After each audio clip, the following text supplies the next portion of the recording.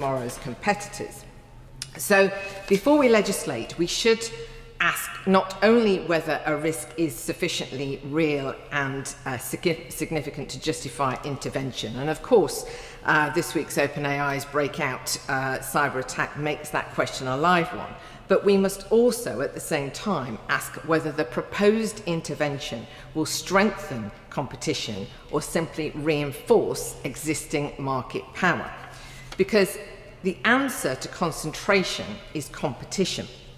And my lords, the open weight foundation models are the greatest enabler of competition that AI has yet produced. They fundamentally change the economics of innovation by lowering the cost of deployment and of entry. And I would refer, noble lords, to an article in the Washington Post this week by Bill Gurley. Now, what these open models do is they allow many more companies, including British startups, to build world-class AI applications without first having to spend billions training frontier models. Recent developments have demonstrated that this is no longer theoretical. The emergence of highly capable, low-cost open foundation models, including from China, shows that cutting-edge AI is no longer confined to a handful of closed proprietary systems. And my lords, we should welcome that, not because we wish to depend on China, obviously not, but because competition is the surest antidote to concentration of power. My lords, I don't think Britain needs to own a frontier model to achieve AI sovereignty.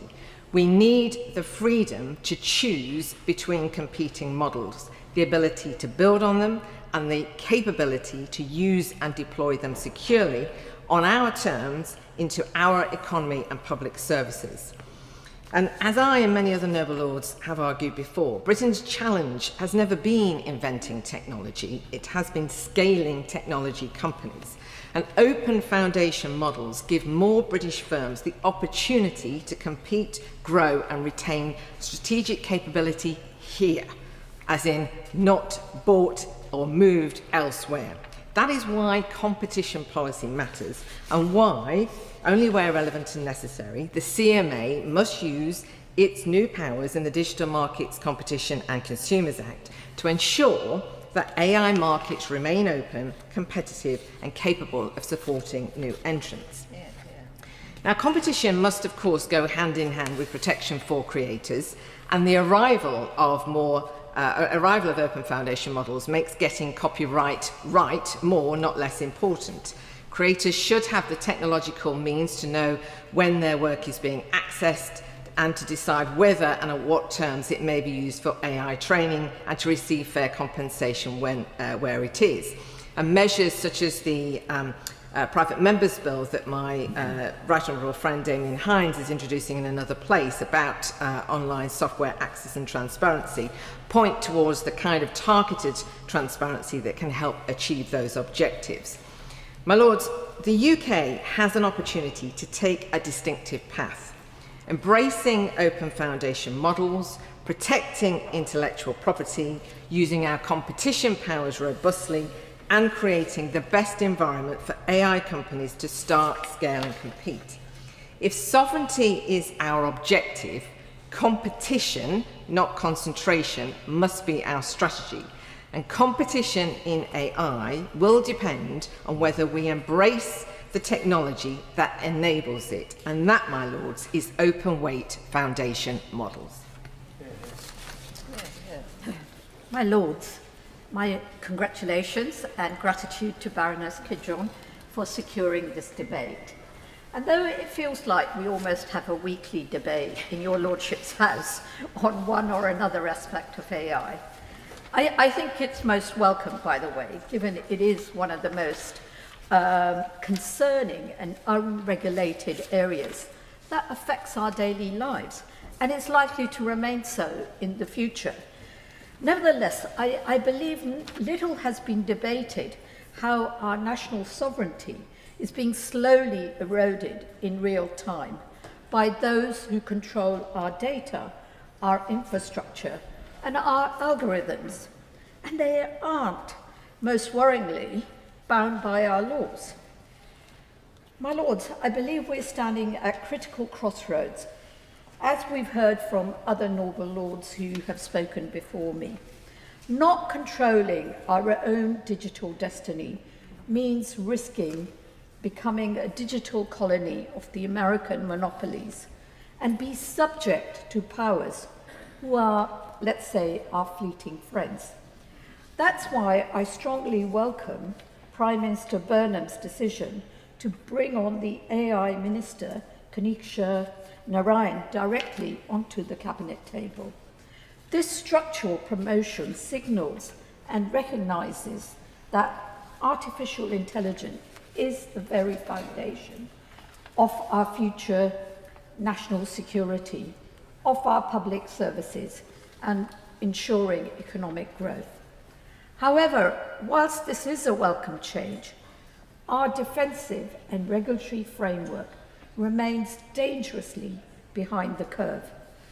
Building fences for the large language models of today could mean being completely defenseless against the autonomous threats of tomorrow.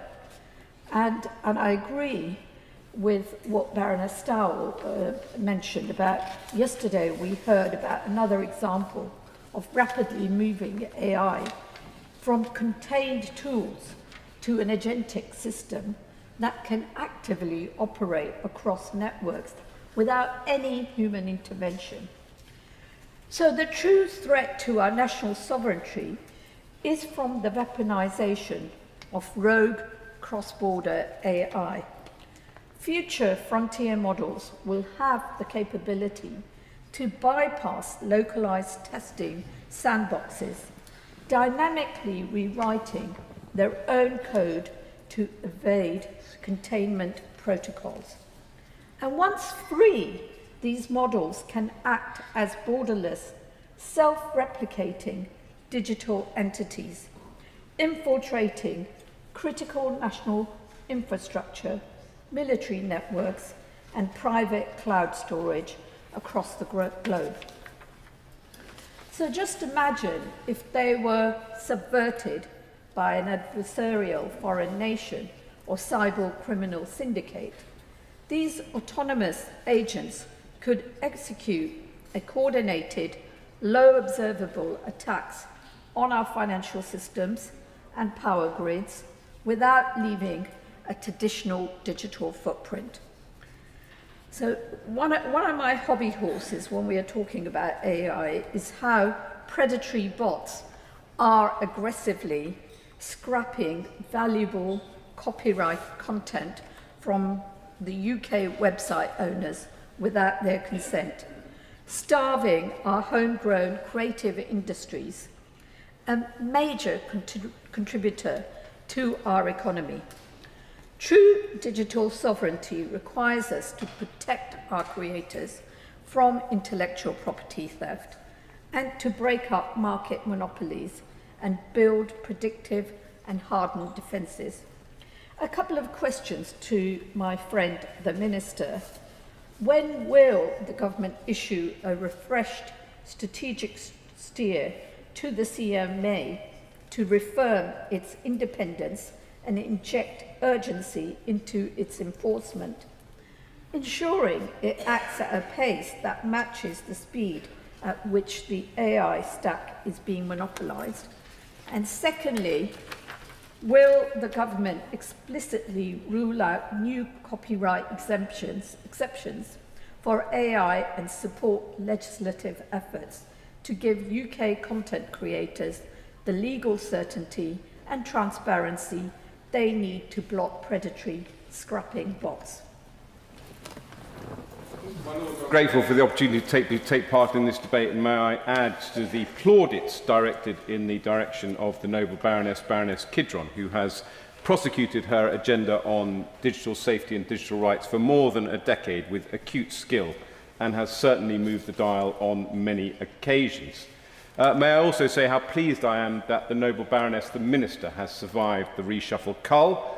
As she knows, I had a small desire that she would move to the Department of the Environment so that we could refer to her as Baroness Lloyd of Effra of Defra, but we will have to wait.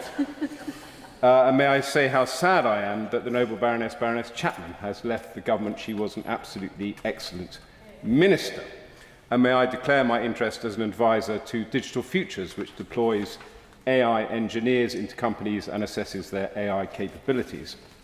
My Lords, in November, the House of Lords Science and Tech Committee described the UK tech economy as an incubator economy. And more recently, Amanda Brock from Open UK made the point that we should not seek, when we talk about AI sovereignty, to build the whole AI tech stack by ourselves.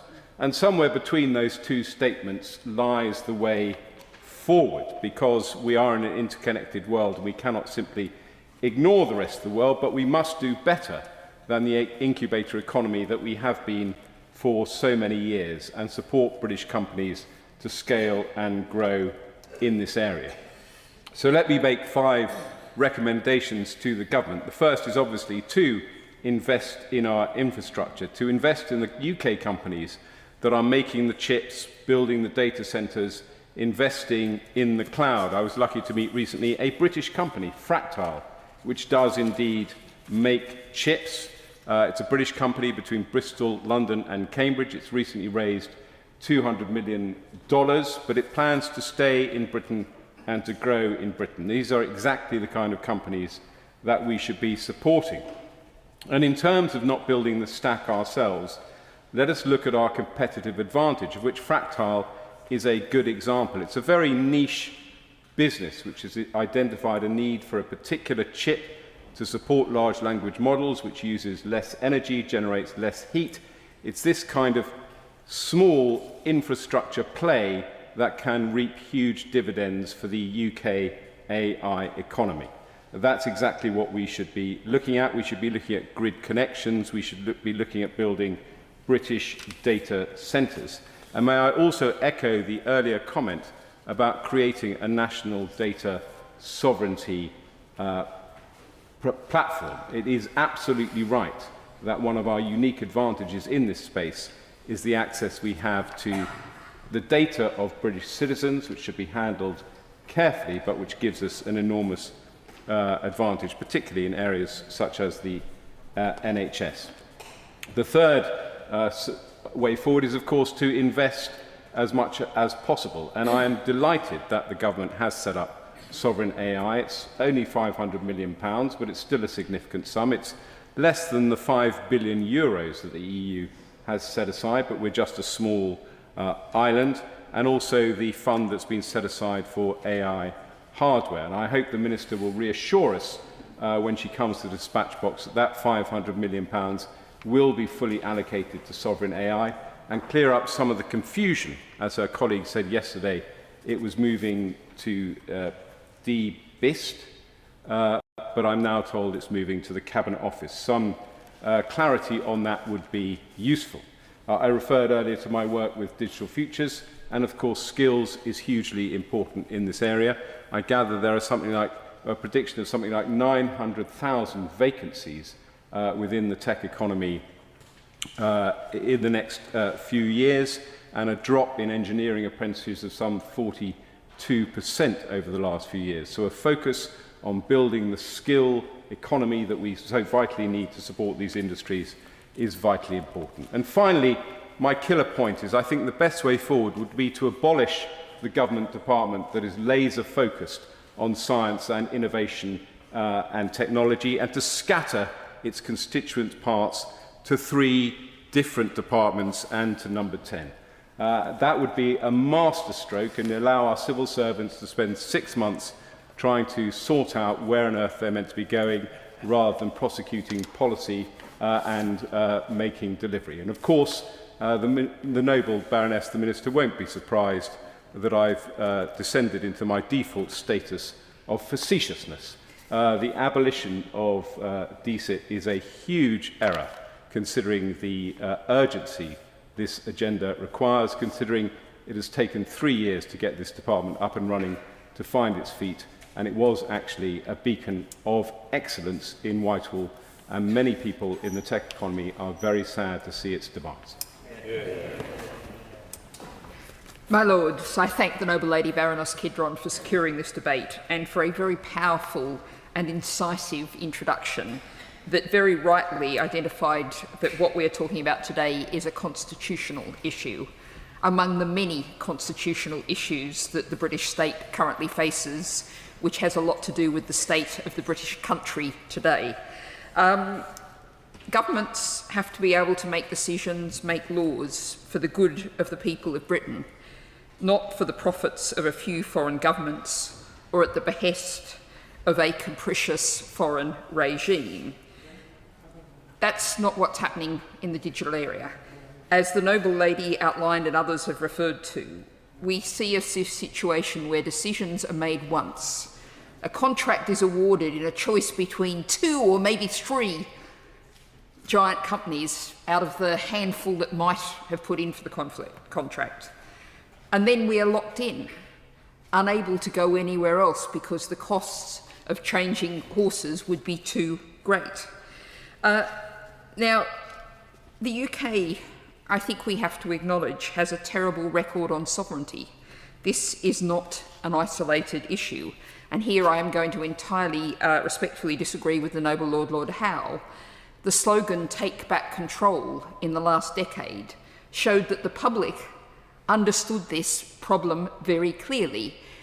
The way in which that concern was directed was entirely misdirected. It was directed to the east when it perhaps should have been directed to the west, but nonetheless the public could see the problem that was arising. And I will just mention another example here because it fits very nicely with this, the issue of secret courts, ISDS, investor-state dispute settlement procedures. And I note that in April there was a study out saying the UK was the worst among European countries in empowering this profoundly undemocratic procedure that stops governments making decisions in the interests of their people. Now, digital sovereignty is particularly important here because, of course, the digital realm has taken so much control over our lives, over our data, over our infrastructure, over the very actions of our government. Meanwhile, many of us are left, and this is the reality, of course, we're told how great these systems are. Tell that to someone who's trying to get a system to recognise that this is a photo of them and it should therefore give them a card. Yes, I am reflecting on a recent personal experience. Now, I want to make 2 key points about where we have handed control over to, the nature of that. And one of those, I'm drawing on the work of a Danish academic, Ali Riza Taskal, who's looked at the Silicon Valley tech bros, the owners of the handful of companies that we're talking about that have such a place in the British state, and sees in them an attachment to a philosophy of reactionary futurism, the deployment of science fiction aesthetics to advance anti-democratic political projects. They explicitly set out that they want to engineer a return to an idealised brutal past, 19th century frontier capitalism with radical individualism, unregulated markets, and a rejection of democratic government, but of course armed with all of the technology of the 21st century. This is a handful of men, and yes, they are all men, who have control over much of the operation of the British state and British society. In many areas of the country now, as I canvass for the Green Party, I see ring doorbell after ring doorbell. And behind that door, I speak to people, NHS patients, who are acutely aware that Palantir, and they know that Palantir is a concern, very likely has control over their data, their private details. And of course, we'll also see stacks of Amazon packaging waste, often beside, not inside the bins, because they won't fit in the bins. And I also want to put this in the international context. These are individuals who operate in close, often obsequious contact with the American regime. The Noble Lady Baroness Kidron spoke about the activist White House. And I want to put this in the context of a piece published in The Guardian yesterday by Robert P. Schreiner. On one day, 3 speeches, the Secretary of State said that the counter-terrorism architecture should be directed against left-wing political activists, peaceful people. And he said that if they claim that their human rights are being denied, well, anyone who believes them, they must be on their side. The White House Deputy Chief of Staff spoke about left-wing political terrorism and suggested that you could tell who these people were by what they looked like, and said that any appeal to human rights must fall on deaf ears. And then, of course, we had an American president who called the American election system indefensible, claiming that a foreign power had control over it through digital means. Let's think about the situation we're in. And I'm going to agree with the Noble Lord Vasey that we cannot have autarky in a digital world. But what we have to do is decide who we are lined up with, who we are partnered with, but also, crucially, to come back to the Noble Lady Baroness Kidron's point, we have to have the power to change our mind, to move, to not get locked in. My Lords, I refer my membership of a number of APPGs on digital inclusion. And I also want to congratulate the Noble Lady Baroness Kidron for securing this debate today. And like her, I'm not against technology, AI, or any of the platforms that exist. What I worry about is the numbers of people that remain excluded from being able to utilize it for their own knowledge, their own protections, and that is why I wanted to speak in this debate today. A few days ago, I was watching a program on the television, and it talked about the two types of intelligence, the artificial intelligence, but then the latent or the civilization intelligence, which we as human beings have had over centuries in our capacity to learn, to retain, and to pass on. And it made me think about this debate today. And whilst we can talk about the wider implications of a few companies having such an impact on us in the UK, but also wider, it also made me think about it being a new form of colonization across the world, where there is actually very little power in the hands of leaders who haven't got access to the complicated, complex technologies that exist in only a very few countries on the planet.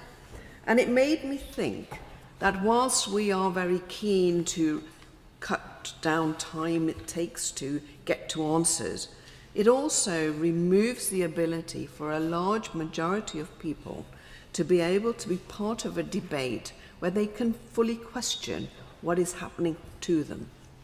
And the role of government and the role of us in houses like this is to be able to scrutinize what we are going to deliver and lay out for the majority of the population of the country we serve.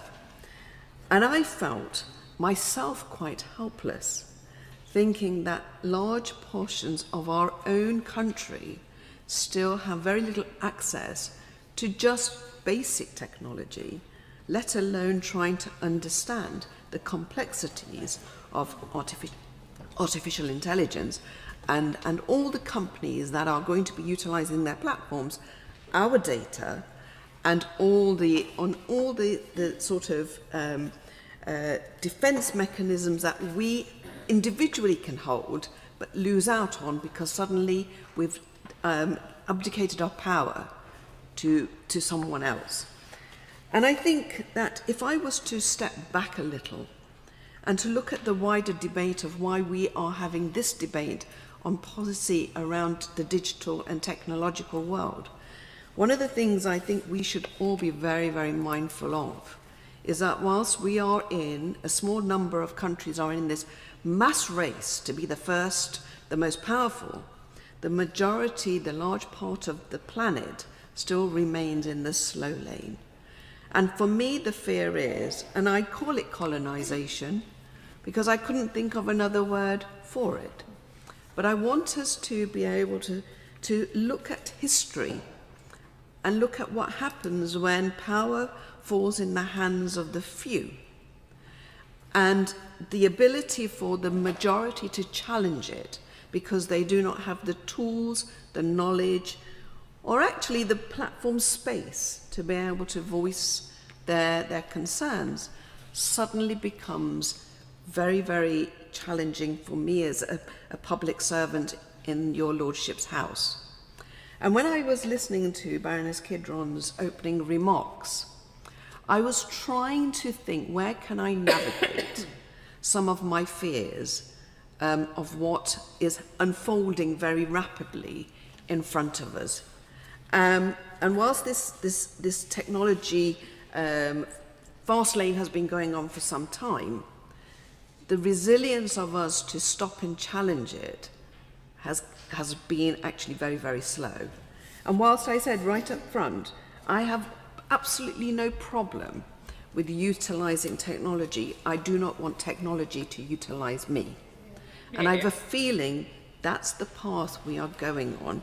And it's frightening because I work with communities that are actually so behind the curve on access to even the mere basics. So my question to the Noble Baroness, the Minister, is how do we ensure that, one, of course we keep our own sovereignty secure, but our duty is not just to the 60-odd million in this country, it is also to our place on the global platform.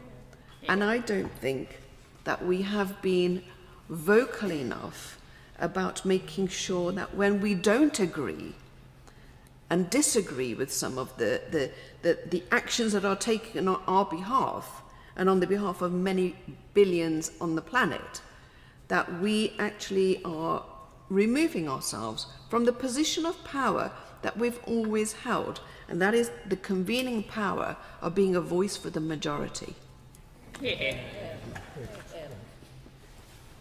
My Lords, could I also welcome Baroness Kidron's initiative today. I just finished your book, and it's a good read, but only one niggle. I really gasp at the cost of hardbacks.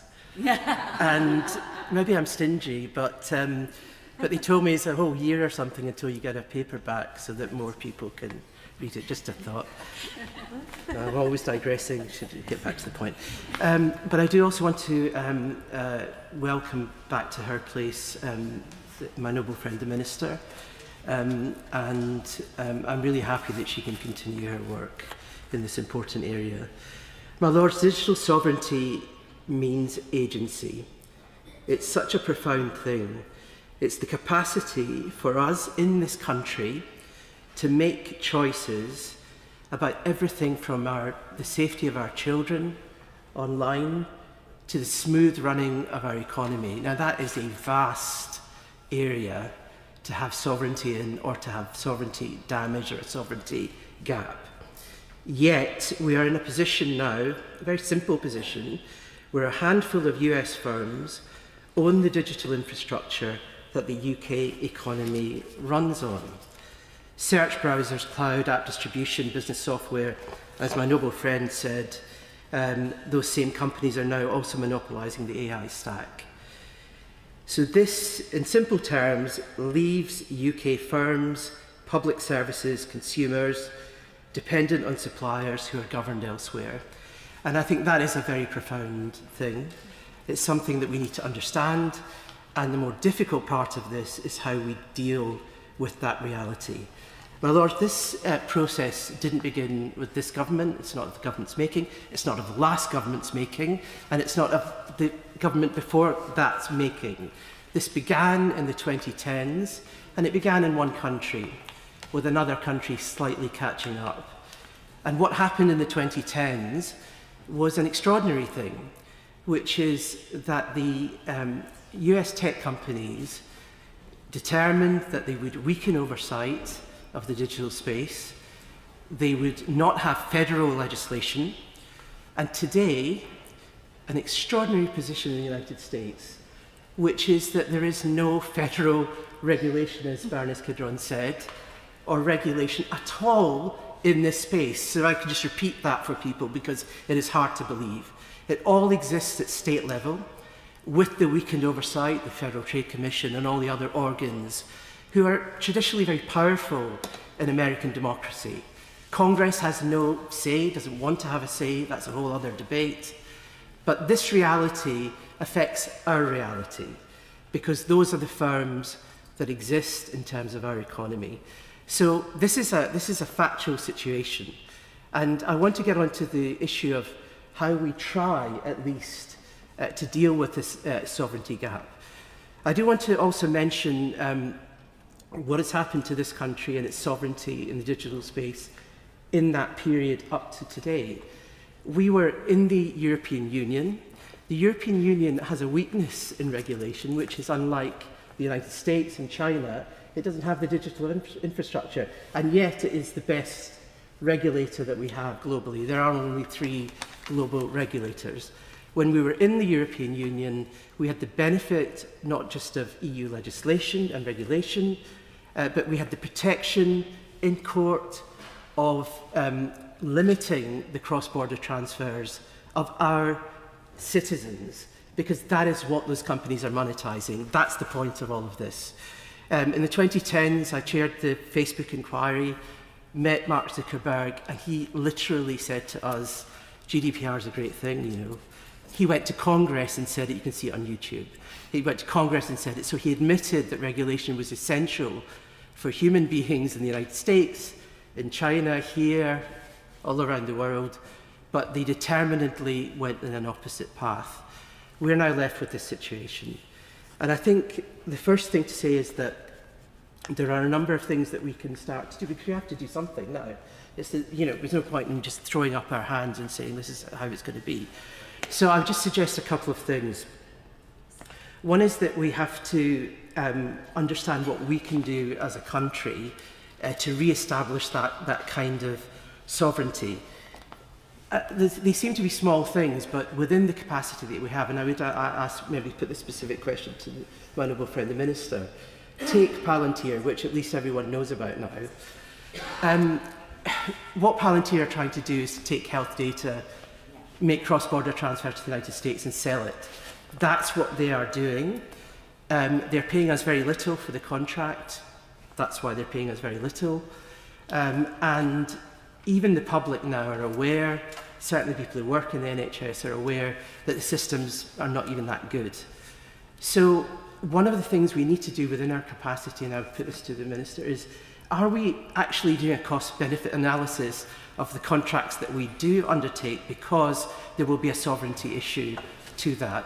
Secondly, we need to be really clear about what is happening here and what we can do about the blockages. For example, the US Cloud Act, it grants US authorities the power to request access to data held anywhere in the world from providers subject to US jurisdiction, with no legal requirement for providers to inform customers. Now, this has been raised in Parliament, the whole issue of the US Cloud Act, and I know the Minister in the other place has commented on it, but DCIT hasn't made any central assessments of what the US Cloud Act is and what an assessment of what it's doing to our infrastructure and our sovereignty. So I would put to the Minister that these are the kinds of questions that we need to try and answer, that we need to make progress on. Another area is just EU alignment. Very quickly, EU alignment. We have safety in numbers if we can align. We have good data adequacy agreements with Europe and the European Union. We don't have a good data adequacy agreement with the US for obvious reasons. Does that mean we can, and I'd put this to the Minister, at least align on those things, regulatory aspects that help us in this country and our sovereignty? Not everything from the European Union, but at least those aspects where we align with our data adequacy agreement to help our sovereignty position. Yeah. My Lord, it's a pleasure to take part in this debate. In doing so, I declare my relevant technology interest as advisor to the Crown Estate and to Simmons & Simmons LLP. My Lord, I must start by congratulating my friend Baroness Kidron on her brilliant and blistering introduction to this debate. The noble lady is having quite a month of it. This debate today, a new book out, and a fantastic white paper published just last week. I know it's only a matter of time, and quite right, that moviegoers will soon be treated to Baroness Beeban, the biopic. I'll be speaking with Christopher Nolan later today. My lords, the departmental chairs have been rearranged. What does this mean, though, for digital sovereignty? Well, yesterday, the Minister, Jonathan Reynolds, described the new department as a genuinely new beast. Make of that what you will, but largely the technology industry were dismayed that DCIT is no more. I asked the Minister, can they all be wrong? My lords, we also have GDS on the move.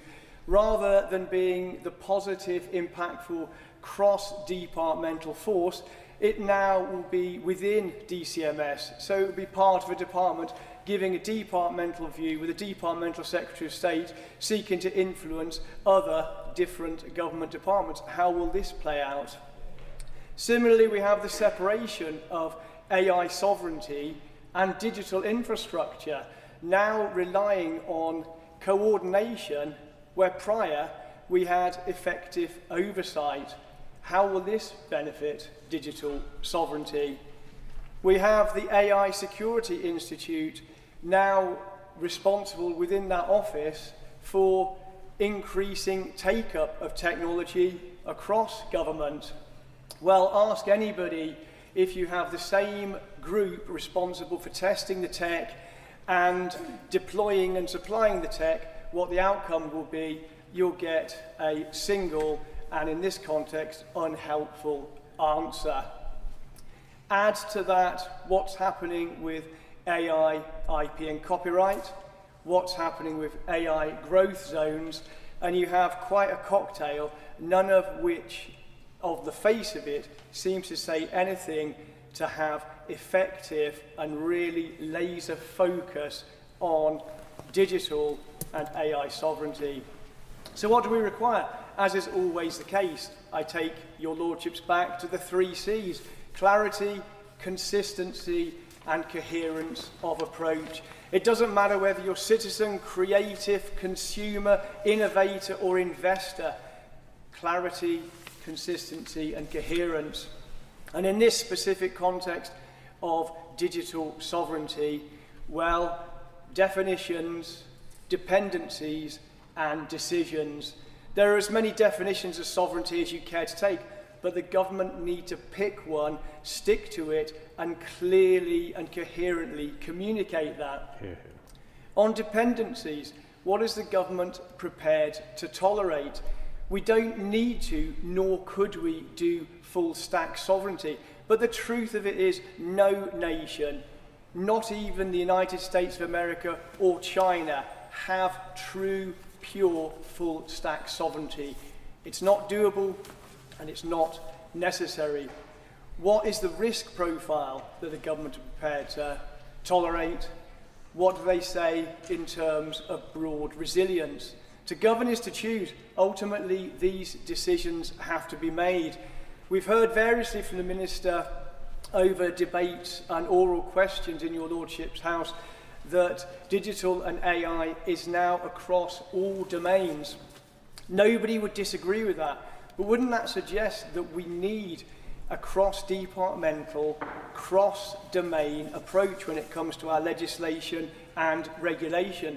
That's the approach that's being taken with the cyber bill, and I agree with it, though it's deficient and absent in some serious areas, with no mention currently of AI. We'll be coming back to that in the September sitting. But if it makes sense to have a cross-sector cyber bill, surely it makes sense to have a cross-sector, cross-economy AI bill. For digital sovereignty, for AI sovereignty, cross-sector, principles-based, outcomes-focused, inputs understood. To those principles, trust and transparency, inclusion and innovation, interoperability and an international outlook, accountability, assurance and accessibility. Many of those principles have been, I would suggest, weakened by the recent changes to departmental responsibilities, and there needs to be that laser focus and clarity, consistency and coherence, because ultimately digital sovereignty, AI sovereignty, data sovereignty, all essential elements, but we need to be really looking at how we take an approach which enables, which empowers and fundamentally allows all of us as citizens to say with full throat our data, our decisions, our digital futures. Together, our human-led, inclusive digital futures. My Lords, it's a pleasure to follow the Noble Lord Holmes and thank him for all his work. Echoing all the praises, I too wish to convey and express my gratitude to Noble Lady, my friend Noble Lady Kidron, for her very powerful leadership, including in this debate. My Lords, my contribution today is framed in the context of having organized quite a number of numerous discussions and meetings on in relation to some of the APPG, which I declare on digital transformation and policy on technology as it affects society. And in this context, particularly on how sovereignty is a matter of national security, and promoting our national security is an absolute objective for all members of the House of Lords and across the other House. For their support, I want to acknowledge the library briefing, Control AI, not Open AI, Control AI, and Tasmina Ahmed Sheikh for her ambitious efforts in relation to advancing sovereign AI stack, which I'll make some reference to later, and Daushan Hamza for his precious time, wisdom, and foresight. My Lords, sovereignty used to be visible in borders, laws, currency, and armed forces. Today, much of it is indiscernible. It sits in the clouds, contracts, chips, code, data, and algorithm. The question is not whether Britain governs Britain, it is whether Britain can still choose, as Noble Lady Kidron said, when the system supporting our public services, business, and families are designed, owned, and operated elsewhere outside our legal reach. Digital sovereignty is therefore not technological isolation. Britain cannot and need not build every chip, cloud, frontier model, as is being said. It is about retaining the agency, capability and alternatives to act when circumstances change, to build the foundation of economic power, of public services and national security, and of statecraft itself. Digital sovereignty shapes national sovereignty in at least three critical ways. First, strategic autonomy. It's been repeated in this House. Can Britain continue essential services, protect sensitive data, and chase direction if a supplier or another state or dominant monopolies dictate trade-off terms not acceptable to our national requirement and standards? Second, economic resilience. Consider what plans are in place to improve investment, which addresses British capability, expand skills, employment, or will these fast-paced development leave us permanently renting access from elsewhere, which may endanger future-proofing protection in procurement for our nation? In this context, I would refer to the work I have convened in the House on the Sovereign Power Index, AI Power Index, developed by Tasmina Ahmed Sheikh, who's a former MSP, which is one disciplined way to measure whether our current trajectory will deliver real sovereignty. Third, citizens' protection and rights, especially those of our children. Can citizens challenge an automated decision? Can a parent reach a competent human being? Can a child grow up without their attention, identity, vulnerability becoming somebody else's commercial asset? Tasmina Ahmed Sheikh Sovereign AI Power Index offers a system to measure whether investment in translating into genuine national capability, control, and resilience. And Daushan Hamza a futurologist, a technology practitioner, and an author says, technology should be our servant, not our master, as it seems to be now. Yet too often, digital transformation removes human competence, quality, and kindness. Digitizing a broken services does not transform it, it industrializes failures. AI can make good institutions better. They can also make a bad institution fail faster and consistently, and with no one held accountable. These are somber considerations ahead of us. Regards governance and accountability in regards to major public services, including the criminal justice system, education, and autonomous use of weapons in warfare. On matters of daily occurrence, can I bring you back to imagine a UK parent in 2031, whose children use AI tutors at school. For one parent, the system is transparent, independently tested, and subject to UK law. A teacher can explain his recommendation, one parent can challenge an error, and the school can change supplier without losing the child's history. Technology serving the family and the society. For the second parent, the child is labeled low potential. Nobody can explain why no one can locally override it. The school is locked in, data cannot easily be removed, and the human teacher becomes the administrator of the machine's judgment with consequential impact on that child, maybe for long years. One parent is a citizen using technology, and the other will be captured in never-ending circle of machine centric decision, difficult to challenge or manage. My lords, in 5 years, AI agents may mediate education, employment, welfare, and health, indeed warfare. In 10, AI will be infrastructures of the state. In 20 years, today's primary school children will be the workers, parents, leaders. The defaults we tolerate now, opacity, manipulation, and dependency, may become unwritten constitution of their digital lives. My lords, digital sovereignty is not about building walls. It is about keeping the keys to our own doors and ensuring that our children inherit them.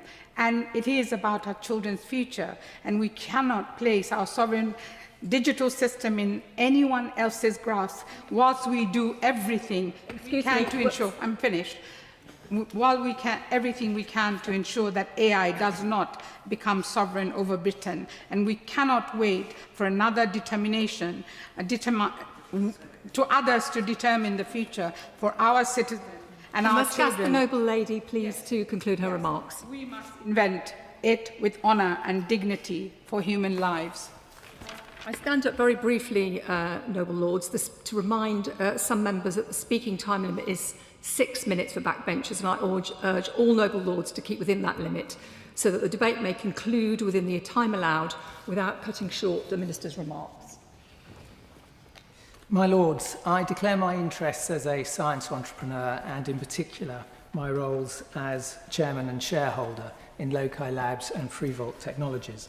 And I add my congratulations to the noble Baroness Lady Kidron on securing this debate and her, frankly, outstanding impact in campaigning against the harms of big tech, brilliantly set out in her recent book.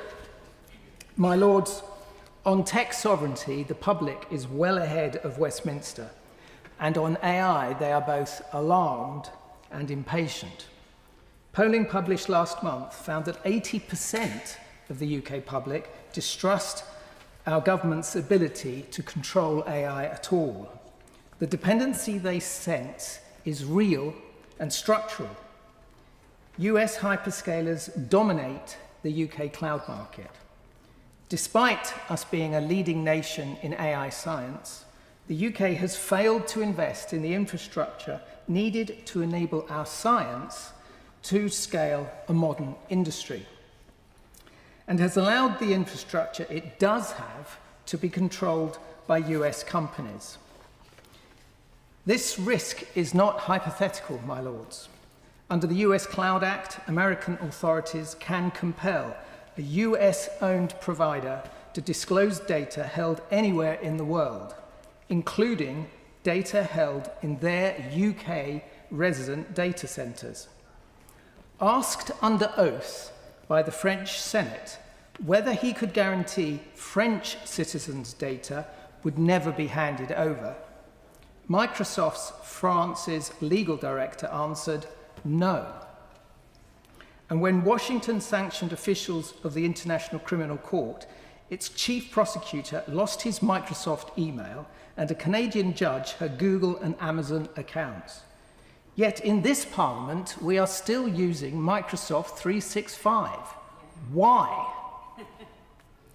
Government cloud spending runs at over £6 billion a year across the public sector, paying annual rents on infrastructure we do not own and do not control. Now, these decisions to buy from big tech, rather than procuring from UK-owned and managed businesses, are why we do not have a globally leading British-owned tech company resident in the UK.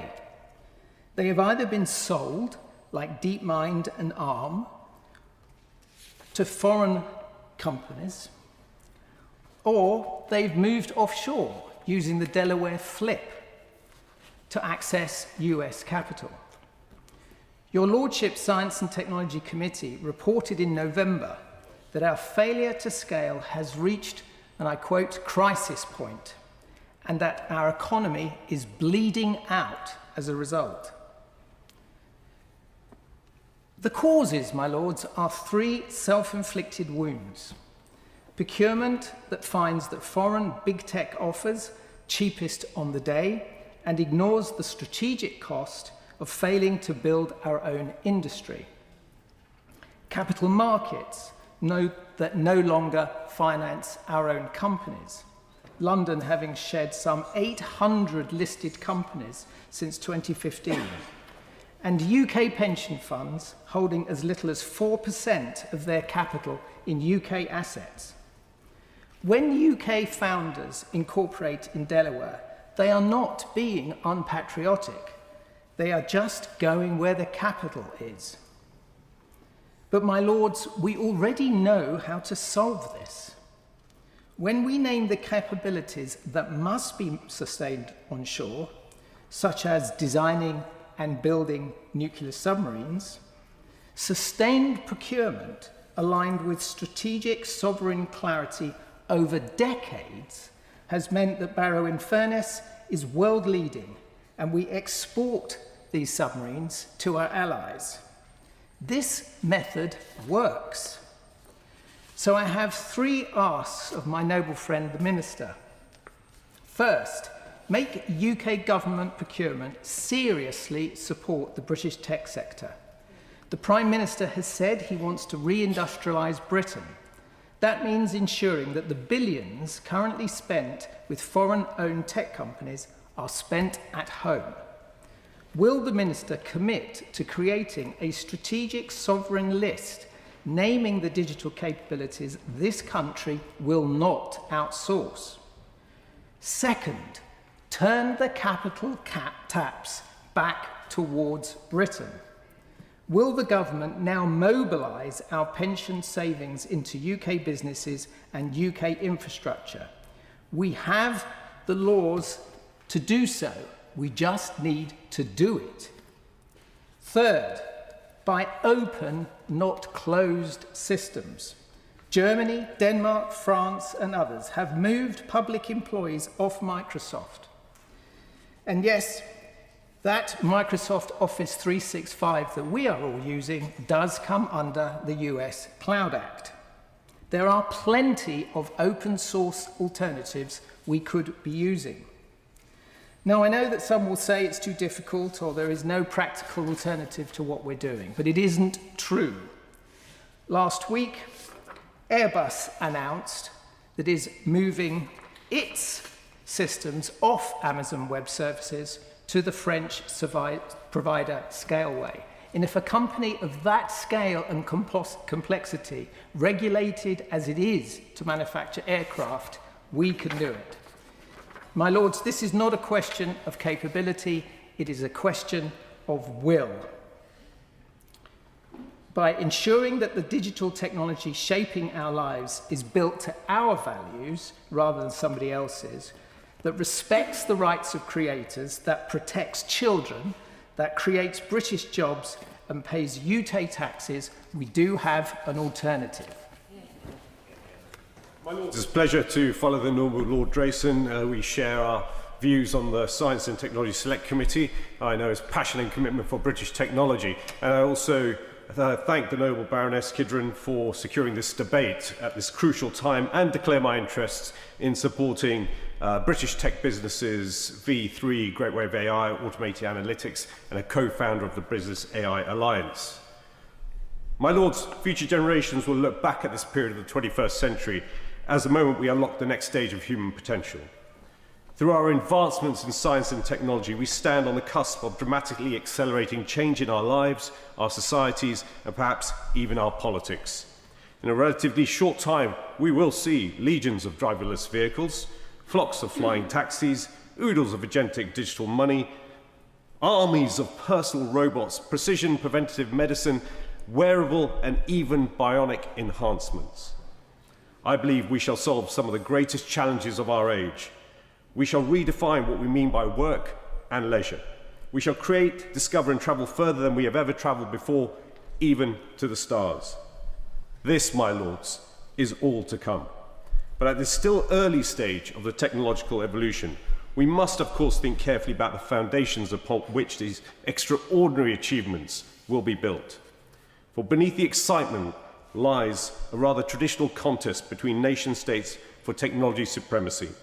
And that brings me to the question before us today. What do we actually mean by national sovereignty in the digital age? For decades, we assumed that globalization would diminish the importance of borders. That era is changing. We are witnessing the fragmentation of globalized settlement. Economic security has become national security. Data has become a strategic asset. Artificial intelligence has become an instrument of geopolitical competition. Increasingly, political influence is exercised not only through governments, but through globally significant businesses that carry strategic interests of their home nations. The United States has made its choice. China has made its choice. The question before us today is whether Britain is prepared to make ours. Having spent much of my career working with some of the world's largest tech businesses across multiple continents, I've seen firsthand that the relationship between governments and global technology companies has become one of the defining features of modern statecraft. Their influence on investment, standards, infrastructure, talent, and increasingly national resilience cannot be ignored. We know that sovereignty in the digital age is no longer simply about where our borders lie. It is about whether Britain possesses the capability and the confidence to shape our own technological destiny rather than merely consume technologies designed elsewhere. The choice of where our sensitive data resides, the choice of who builds critical infrastructure, the choice of how emerging technologies reflect our values and serve our national interests. And against this backdrop, I confess to finding it regrettable at precisely the moment technology is becoming central to every aspect of government, the government has chosen to abolish the Department for Science, Innovation and Technology. Departments matter, priorities matter, institutional structures signal intent. Sovereignty is not achieved through talking about technology. It is achieved by making clear strategic choices about where Britain will lead and where we will compete. Are we truly prepared to back our world-leading universities and research institutions to provide the innovations that will define tomorrow's economy? Are we prepared to ensure that our entrepreneurs and startups and scale-ups secure the investment they need to scale globally whilst remaining proudly British? Are we determined that the City of London will remain the world's leading international financial centre in the age of digital assets, digital money and tokenised finance? Are we prepared to invest in sovereign capabilities that will determine our competitiveness for generations to come? Because digital sovereignty is not simply about artificial intelligence. It's about ensuring British ideas become British industries, that British innovation creates British prosperity. And then British values continue to shape the technologies that will shape the world. My Lords, I do not believe that nations that prosper in this century will have to invent and scale every technology. There will be those with the confidence and strategic clarity to decide which capabilities matter most to their national interest and then back those choices with conviction. Britain has led great technological revolutions before, and history teaches us success is never accidental. It does require clear political vision. It requires enduring partnerships and structures between government, academia, and industry. And above all, it requires the resolve to stay the course until the job is done. So, my lords, let us be clear about the choices we make. I ask the Minister and the Government to define with confidence and ambition what British digital sovereignty means, not only to ourselves, but to the rest of the world. Then we can both measure and manage our sovereignty posture. Then, if we can do that, Britain will not simply adapt to the technological age, we will play our full part in defining it. My lords, I too would like to begin by thanking the noble Baroness Kidron, for once again bringing us together for this important conversation at a moment in time when AI is emerging as the operating system of all of our lives. In May, I cautioned this House that frontier AI systems were shaping our world and that we were being controlled by an extraordinarily narrow concentration of power, capital, and data, and that most nations were not participating in that process, but inheriting it. I return to that argument today because it is no longer a forecast. It is now a fact pattern. Frontier AI capability sits overwhelmingly in the hands of a few companies headquartered mainly in the United States and China. Every other nation participates by permission, not by right, and that permission can be withdrawn arbitrarily in an instant. We saw this explicitly on June 12th, when the US Commerce Department directive forced Anthropic to suspend access to its most advanced model, Claude Fable, for foreign nationals worldwide, including its own foreign national researchers, unable to touch the model they had built because of the passport they held. Access was indeed restored on July 1st. However, sovereignty was not. The UK has no seat at the table. Taken together, this incident, along with this week's reports of an autonomous AI agent powered by OpenAI models, escaping its research sandbox and interacting with the Hugging Face open source repository, illustrate a profound shift now underway. Our security institutions have been built on the assumption that agency is human. That assumption no longer holds.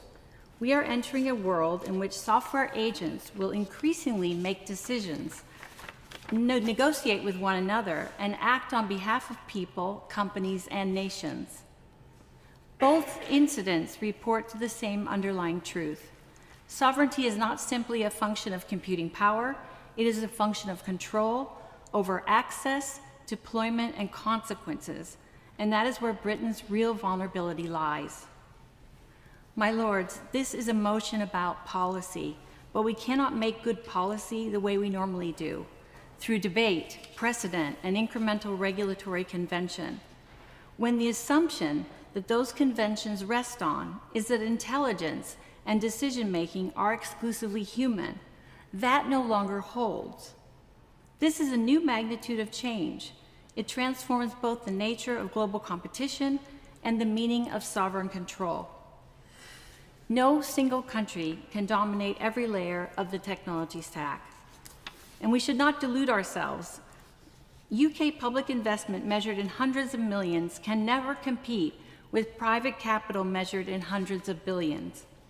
The strategic question for Britain is therefore not whether we can match the raw capability and scale of foreign frontier models, but where our genuine advantage lies. Our specific strength is our vibrant British tech ecosystem. In domain-specific models they're building, the physical systems they're creating, including advanced robotics and drones, and deep vertical applications where Britain already holds genuine competitive advantages. But there are risks in that domain as well. Just last week, Microsoft CEO Satya Nadella warned of what he calls a reverse information paradox. organizations that plug directly into foreign frontier models are paying twice, once with their capital for access, and again with their institutional knowledge that they leak prompt by prompt. Palantir's Alex Karp puts it more bluntly. He calls this losing your alpha, your core intellectual property handed to a competitor who never had to earn it. This reflects a broader shift in where strategic value now resides. The AI frontier is also commoditizing faster than anyone predicted. Intelligence is becoming a utility. Consequently, durable value and with it strategic risk have migrated to the layer that interfaces with our critical infrastructure, including our health service, our energy grid, transportation, and agriculture systems. Government's role should be to set the gold standard by certifying the boundaries around critical infrastructure, ensuring personal data is protected, data leakage is prevented, and British intellectual property is defended. By certifying that protective layer to rigorous standards, we allow our tech ecosystem to flourish safely. We maintain sovereign control over our data, even when the underlying frontier models change, turning digital sovereignty into a competitive asset for British industry. To achieve this, the government's immediate priority must be auditing our dependence on foreign frontier models and establishing strict procurement standards for data sovereignty. That is why I've proposed a special inquiry into AI power and sovereignty, focused on 3 non-negotiable pillars: national sovereignty, data sovereignty, and cultural sovereignty. Beginning alongside the UK's G20 presidency in 2027, it would bring together those who build the most advanced AI systems with those who govern them, identifying Britain's strategic autonomy is strong, where it is vulnerable, and what can be done to protect it. The timing would lead this international conversation with authority at exactly the moment we assume this responsibility. Britain still has time to strengthen its strategic autonomy, but the window is closing. My lords, we must not wait until permission is withdrawn to discover what sovereignty was worth. My lords, it's a real honour to take part in this debate, and I join others once again in thanking Baroness Kidron for her penetrating analysis. In the words of our new Prime Minister on the steps of Downing Street a few days ago, Britain needs to show the world that we can regain our stability once again. Stability is a deeply Christian virtue, owned of course by many other world faiths. The Psalms speak of God as a rock, our refuge and strength, our very present help in times of trouble. The ruler Benedict, with his emphasis on stability, on faithfulness, undergirds many of our institutions, from schools to hospitals to universities to our great cathedrals. In recent years, new technology has become one of the many factors at work in undermining our stability as a nation.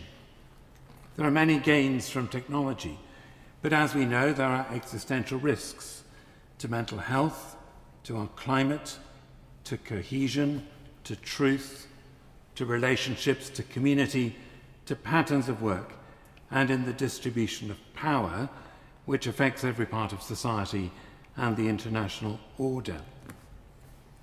And the risks inherent in AI are a product of its accelerating speed of development, in part. Many speak now, and the language has been used this afternoon properly, of a race to artificial general intelligence, frontier AI. The speed of change and the significant power unleashed make this revolution distinct from other technical developments in the past, because there is a risk that the speed of change will itself undermine the very benefits that change brings. There is simply no time for public trust and confidence to grow, and we've heard of the growing public awareness of risk and the desire that something be done. Debate consistently lags behind the deployment of technology and public awareness. Institutions which give stability to society are undermined.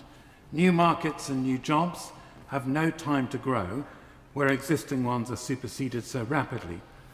And there is little time to build capacity in industry, in local authorities, in governments, internationally.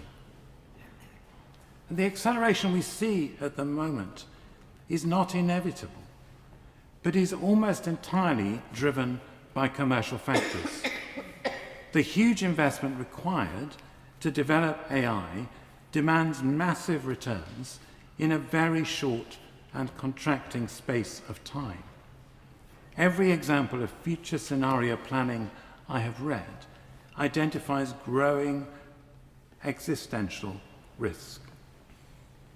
My lords, we can identify the accelerators, but where are the brakes on AI development globally?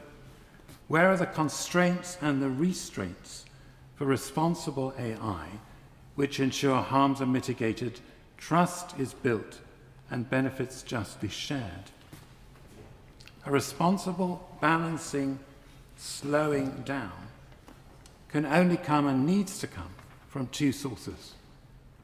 The first is from the assertion of sovereignty from individual nations, and that assertion of sovereignty needs to be clear, to be ethically shaped, and in the interests of our whole society.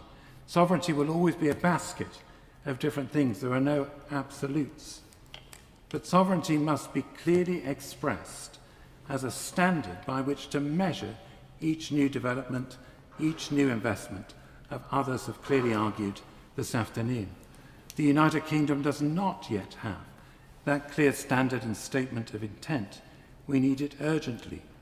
What steps are the government taking to make clear our position and our willingness to slow development to a manageable pace?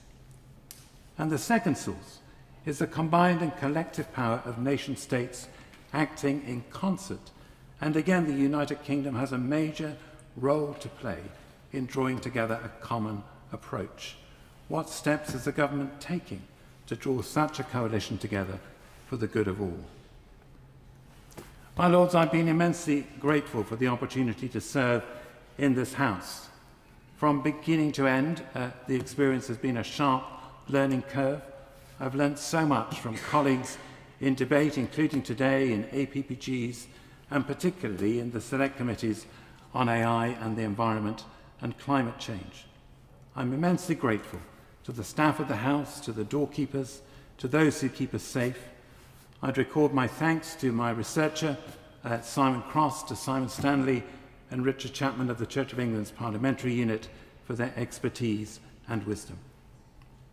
My lords, the most important part of a building is its foundation.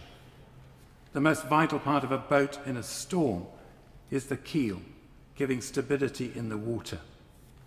As the world navigates the transition to the age of artificial intelligence, we will need more than ever before the values and ethics of our common tradition, rooted in centuries of Christian faith and practice. AI can be a tool for the common good, a source of great benefit, but only if governments remain sovereign. Does the Minister agree? My Lords, I declare an interest as a consultant to DLA Piper on AI policy and regulation, and as chair of the board of the Authors Licensing Collecting Society. And can I join other noble lords in congratulating the noble Baroness Lloyd on her reappointment? But of course, the bed of nails, having a debate on the last day of the term, of course, comes with it, my lords. It's both a privilege and a sadness to follow the Right Reverend Prelate in his valedictory speech, my lords. And so before turning to the substance of this debate, I hope the House will allow me a brief word about him. He's unusually served both as the Bishop of Sheffield and of Oxford in this House, the latter for exactly 10 years this month. Bishop Stephen has been an influential and instrumental voice on artificial intelligence in this House, a member of our original House of Lords Select Committee on AI, and absolutely crucial in developing the principles for AI development set out by the committee. And my lords, we just avoided designating them as our 10 AI commandments. He was a founding board member of the Centre for Data Ethics and Innovation, and someone who's always put the ethical and human dimension of these technologies, dignity, trust, the value of work, human flourishing first. He was also a co-founder and member of the House of Lords Select Committee on the Environment and Climate Change. He anticipated the NEETs and AI human flourishing debate by emphasising the importance of adequately preparing young people for changing economic and technological conditions by providing meaningful routes from education into work and ensuring that technological change does not undermine opportunities for younger generations. And it's very fitting that his last contribution to this House should be in a debate on digital sovereignty, since the question he has pressed throughout his time here, whether we are shaping these technologies or being shaped by them, is precisely the question that this debate poses at a national and European level. With his insights, collaborative spirit, friendship, enduring dedication to ethical innovation and policy making, he will be greatly missed. And I know I speak for all of us across the House in wishing him well and all best wishes for the future. My Lords, I'm very grateful to the Noble Baroness Lady Kidron for securing this debate and for her superb introduction, and to all Noble Lords who've spoken today. I do congratulate both the Noble Lord Moraes and the Noble Lord Drayson on their summer reading material. It has ranged widely from infrastructure to intellectual property, from procurement to accountability, but a single thread runs through it. Digital sovereignty is not an abstract concept. It's crucial for our economic, societal and security future. Noble Baroness Kidron, the Noble Baroness Berger, Baroness Gill, and Baroness Shields reminded us what the absence of that sovereignty looks like in practice. Last month, the US government placed export controls on Anthropic's newest models. President Trump gave in less than 90 minutes for the company to cut off non-US citizens. This restriction was lifted on the 1st of July, but the episode, and potentially the recent OpenAI episode mentioned by some of the Noble Baronesses, showed that what we have built in this country is not technological independence, but in the AI minister's own phrase, a search for strategic leverage. My Lords, but leverage is not control. Karim Khan, Chief Prosecutor of the International Criminal Court, could tell us the same. Sanctioned in 2025, he lost his Microsoft email account, yes, my Lords, Microsoft 365, at the decision of a boardroom in Redmond, Washington State, not a court. My Lords, there is an economic cost of this dependency. The Competition and Markets Authority found AWS and Microsoft hold 70 to 90% of our cloud market, as the Noble Lord Drayson said. And this costs UK customers in the region of £500 million a year. And the same is true of the rest of the AI stack, my Lords. We are heavily dependent on US big tech. The Noble Baroness Verma used the expression colonization in this context. But, as the Noble Baroness Udin said, this is not isolation. And as the Noble Baroness Shields said, we need to determine where our advantages lie. The Noble Baroness Kidron said one reason why this persists, it's not market failure alone, but regulatory timidity. And my Lords, I believe very strongly in competition, but I do part company with the Noble Baroness Stoll. I believe strongly both in regulation and in competition. Specifically, I agree with the possibilities of open source and open weight models. But my Lords, the CMA, with strong cross-party support, has the powers that it needs under the Digital Markets, Competition and Consumers Act. But only 3 designations as an SMS, of big tech services have yet been made. The CMA declined to designate Amazon or Microsoft in cloud services as having strategic market status, despite strong recommendations from an independent inquiry and a requirement for Google to negotiate fair and reasonable payment terms with news publishers has been repeatedly delayed. A new strategic steer, which could be issued within weeks, directing the CMA towards binding remedies and reaffirming its independence, would cost nothing and require no legislation. My Lords, will the Minister commit the government to that? My Lords, the Noble Baroness Berger, Lord Vasey, Lord Drayson, Baroness Shields, and the Noble Lord Ranger talked about the question of data.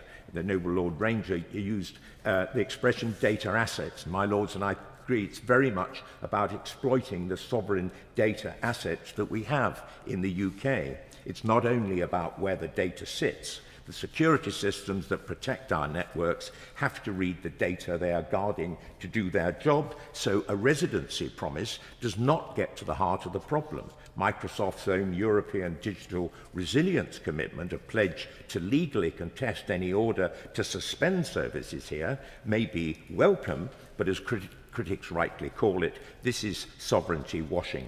A contractual promise cannot override a foreign law, and I very much agree with the Noble Lord Moraes in wanting answers in this respect. The Noble Baroness Kidron, Baroness Gill touched on the importance of copyright. The Noble Baroness Kidron has already secured the Minister's confirmation on the record in this House that the Sovereign AI Fund recipients must comply with UK copyright law, yet she herself has called that assurance disingenuous, pointing out that some funded firms will not disclose whether their training data complies at all. We need transparency. So, my Lords, I share that scepticism. Confirmation of compliance is not the same as verification of it, and I would welcome the Minister's assurance today that the difference is understood. Noble Baroness Kidron, Noble Baroness Bennett, Lord Moraes, Lord Drayson, Baroness Shields have all raised the importance of procurement, my Lords, and in that context, many of them also mentioned Palantir. The Common Science, Innovation and Technology Committee found the government worryingly comfortable with dependence on a small number of providers and named Palantir specifically. The Financial Times has reported that the Ministry of Defence's own data systems are now built on architecture that only Palantir is licensed to support. Lock-in by design, not accident, my Lords. The Noble Lord Moraes drew the comparison with Europe, and it's instructive. On the 3rd of June, the European Commission adopted what it explicitly called its tech sovereignty package. President van der Leyen was blunt. We cannot afford to depend on others for the technologies that keep our hospitals running, our energy grid stable, and our services secure. Set against our own sovereign AI unit, the contrast, I think, my Lords, is rather stark. The EU has a structured, published, cross-sectoral strategy. We do not, my Lords. Now, my Lords, many Noble Lords raised the question of accountability. Indeed, the Noble Baroness Kidron and the Noble Baroness Bennett used the term constitutional as an issue, my Lords. And this is particularly the case with the prospect of artificial general intelligence and the reality of agentic AI, my Lords.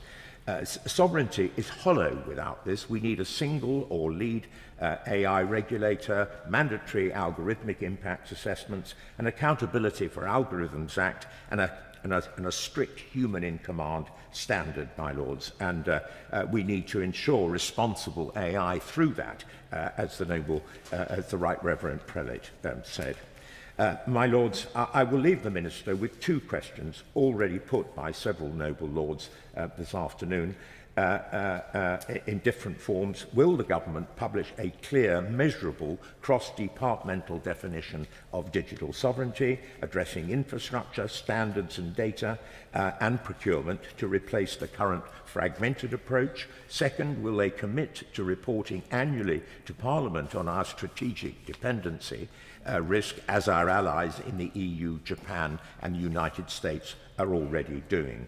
My Lords, every procurement decision that embeds foreign dependency is an accumulation of strategic vulnerability. It's time to decide our digital future in Westminster, not Silicon Valley.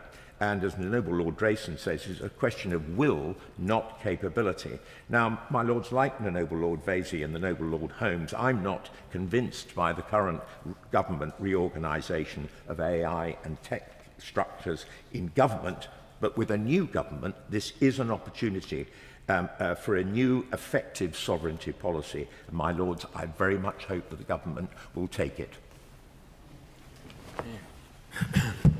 My Lords, I too thank the Noble Lady Baroness Kidron for securing this important debate, and thank all of those who have participated. I think it's been fascinating throughout, and brilliant points have been made on all sides.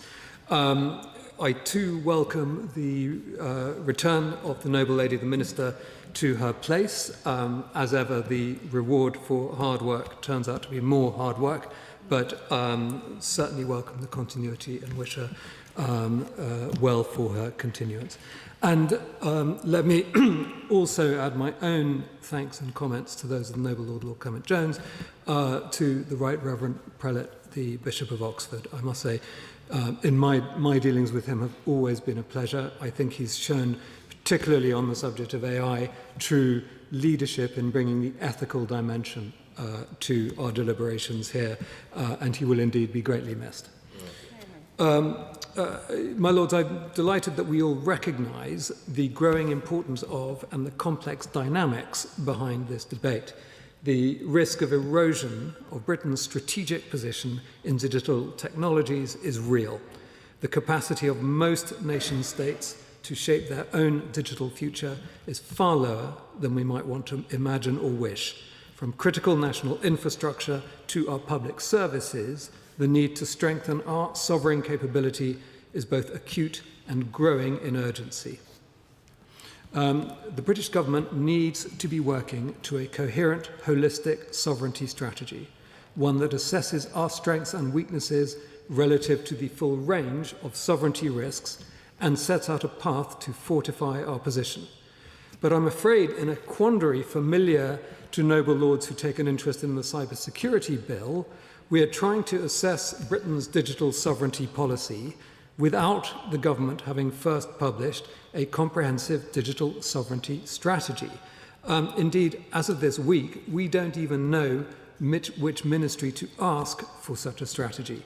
Now, I fully accept, of course, that ministers have set out various measures, including the Sovereign AI Unit, the Compute Roadmap, and some industrial strategy initiatives. But where is the overarching programme? Where is the white paper that brings all the elements together? Where is the strategy? And where is the explanation of how these disparate powers and initiatives fit within a broader holistic approach to protecting our digital economy and our strategic resilience? Let me discuss briefly the nature of the risk and some of the boundaries of our actions. Now, I won't try to repeat or outdo the Noble Lady Baroness Kidron's brilliant summary of these risks, but I would like to offer a further refinement. The risks to sovereignty do come in different forms, but I think discussion very often focuses on the extreme end of the risk spectrum, that is to say, the catastrophic loss of access or control of our digital systems as a result of decisions made in other countries, as we've been hearing from a number of noble lords. But I think while we have to bear that risk in mind constantly, there is a more probable, if lower impact risks, or range of risks that deserve more attention than they often receive. We may find that even while our systems continue to function, we lose access to the most advanced capabilities, or we cede further control of our data. When our hospitals, energy systems, financial infrastructure, and armed forces depend on technologies where we lack genuine alternatives, we face the risk of strategic disadvantage. And of course, the further we fall behind, the more we risk depending on others for the innovations that confer competitive advantage. I worry that we are edging towards strategic drift. We need to have clear answers to essential questions. Where is sovereignty genuinely essential, perhaps starting with defence and cyber, and how do we retain it? Where sovereignty is not achievable, how do we become indispensable? Where neither sovereignty nor indispensability are possible, how do we develop resilience? So perhaps when the Noble Lady, the Minister, comes to speak, she can explain how the government thinks about answering these questions, in addition, of course, to Baroness Kidron's excellent point about measuring the results of their intervention. And maybe the inquiry proposed brilliantly by my noble friend Baroness Shields is the right step forward as we develop a holistic strategy. I'm sure that many noble lords will agree that the stakes are highest in artificial intelligence, and the noble lady Baroness Berger set this out very clearly and well. At a certain level of artificial superintelligence, at which it becomes impossible to control and our species is in mortal danger, and there is universal agreement that we must collaborate to protect ourselves against this. However, there is a level of AI beneath this, at which its developer attains permanently unassailable strategic, commercial, and military advantage, the winner-take-all model. And so we hear the leaders of the AI labs, and indeed the People's Republic of China just earlier this month, calling for international safety collaboration and regulation, while behind closed doors remaining in hot pursuit of those sovereign AI models that confer on them unprecedented power. The winner-takes-all dynamic in AI means that public commitments to safety measures, even if made sincerely, are systematically subordinated to the strategic imperative of technical advance.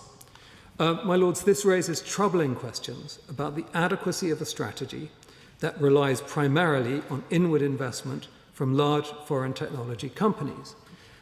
As the previous Prime Minister's approach prioritised short-term inward investment over long-term sovereign capability, will the new government alter that calculus? I suggest there are available to us at least three levers to address the sovereignty problem. The first is the use of open source and open weight models, as my noble friend Lady Stahl set out so well and clearly. That is, build AI tools from open source models or open weight models, and in so doing develop sovereign capability around building our applications from their foundations.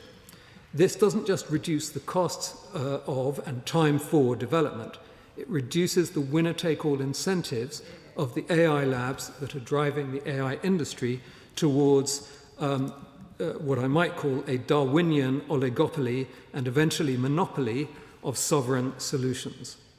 Can the noble lady, the Minister, confirm what proportion, in that respect, of the sovereign AI unit's funding is directed towards open source components of the AI stack? The second lever is government procurement, as others have observed, both central and local.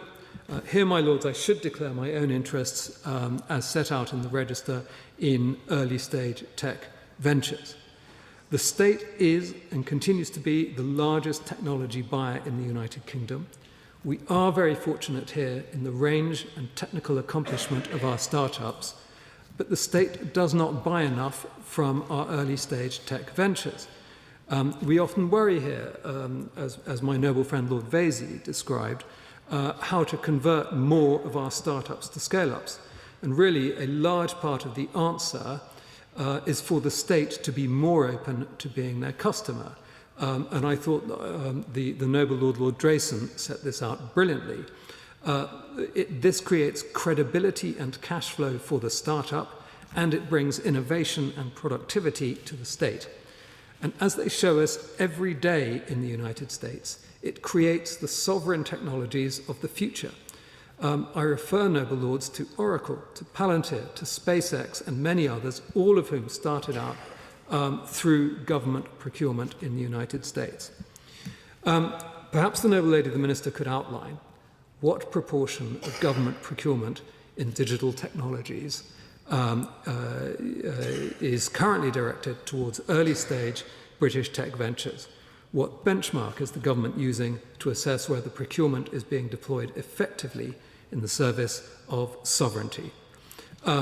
I'm going to accelerate to the end of my speech, otherwise the noble lady, the whip, will need to hurry me along, and I've written too much, but let me just say briefly that the better use of the Digital Markets Act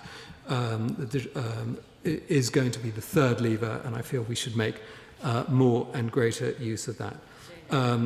In conclusion, let me ask the government to provide as soon as possible a comprehensive digital sovereignty strategy, clear criteria for determining where Britain invests in direct sovereignty versus strategic leverage, a coherent procurement strategy aligned with sovereign capability objectives, an explanation of how digital competition policy serves sovereignty rather than undermining it. And of course, clarity on data and copyright policy that preserves our strategic leverage. These seem critical and urgent questions. I too deeply regret that we no longer have a single front door to a ministry that can answer them all, and that those civil servants who could be focused on answering them will spend the coming months in a complex reorganisation. My Lords, I welcome the opportunity to respond to this question for short debate, and I too thank the noble Baroness Lady Kidron for bringing forward the discussion on this significant issue. Despite the fact that we maybe once or possibly twice a week discuss the important issues of AI, I always find additional points being raised by your Lordships for thought, for reflection, and to discuss with colleagues afterwards.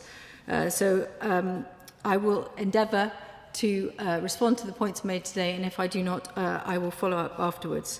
I think just to respond immediately to the questions around the publication of a digital sovereignty strategy, we have heard this request from one of the committees and from your Lordships and are reflecting on it, but I cannot at this stage confirm that we'll be publishing such a strategy as proposed by a number of your Lordships today.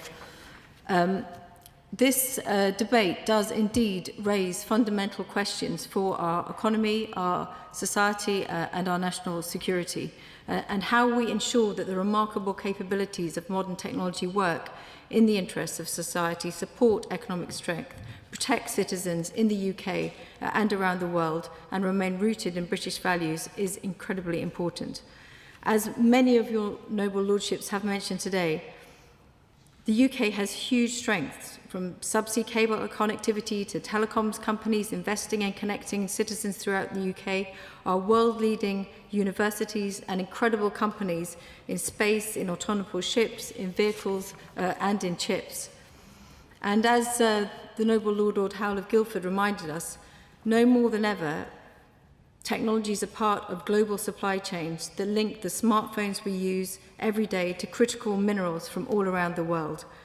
And the government is committed to ensuring the UK has the right balance between access to these best technologies global markets have to offer and ensuring our national growth, resilience and security. In respect of AI, as many interventions have made clear today, it is a small number of global firms that now underpin critical infrastructure, from cloud computing to advanced AI systems. In light of this, the government is focused on ensuring long-term resilience, security and control over critical systems. Our approach is to reduce over-dependencies and increase resilience in key national strategic priorities. The UK believes the extraordinary complexity of critical technologies of the present and the future and the range of inputs needed to bring them to market means that it's unlikely that any single country could achieve independence, let alone dominance across the entire supply chain. Therefore, there will be inevitable and essential interdependence hardwired into the tech stack. Lord Ranger of Northwood and others asked what our strategy is. It is not to dominate an entire technology. It is about developing world-leading research and industry in specific elements of the stack, ensuring that we have sufficient domestic capacity in key elements such as compute and a resilient, diversified set of relationships with allies to underpin reliable access to our wider supply chain needs. As part of this, in our Modern Industrial Strategies Digital and Technologies Sector Plan, the government set out the plan to back 6 frontier technologies that drive growth and support UK's security and sovereignty, which are advanced connectivity technologies, AI, cybersecurity, engineering, biology, quantum, and semiconductors. As many noble lords, including Lord Vasey and Baroness Udin, highlighted, and indeed my noble friend Lord Drayson, we are also working to create the necessary conditions for innovative companies to grow and existing companies to adopt new technologies. The UK has a strong private capital ecosystem, the 3rd largest in the world, but there is more that we can and should do to support companies to access the capital they need. That's why we're expanding the British Business Bank so high-growth tech firms can access the capital they need, doubling its annual investments to £2.5 billion and committing £5 billion to growth stage funds. As referenced by my noble friend Lord Drayson, the Pension Schemes Act will also drive consolidation in the pensions market and boost investment in UK PLC through the Mansion House commitments and new British Business Bank vehicles like the British Growth Partnership and VentureLink. So enabling pension funds to invest in scale in UK science and technology firms, supporting high-value jobs and innovation in the UK. And the UK has one of the fastest growing and competitive AI sectors in the world. UK AI firms raised $6 billion in investment in 2025, with estimated GVA among dedicated AI firms nearly doubling to $2.2 billion in 2024.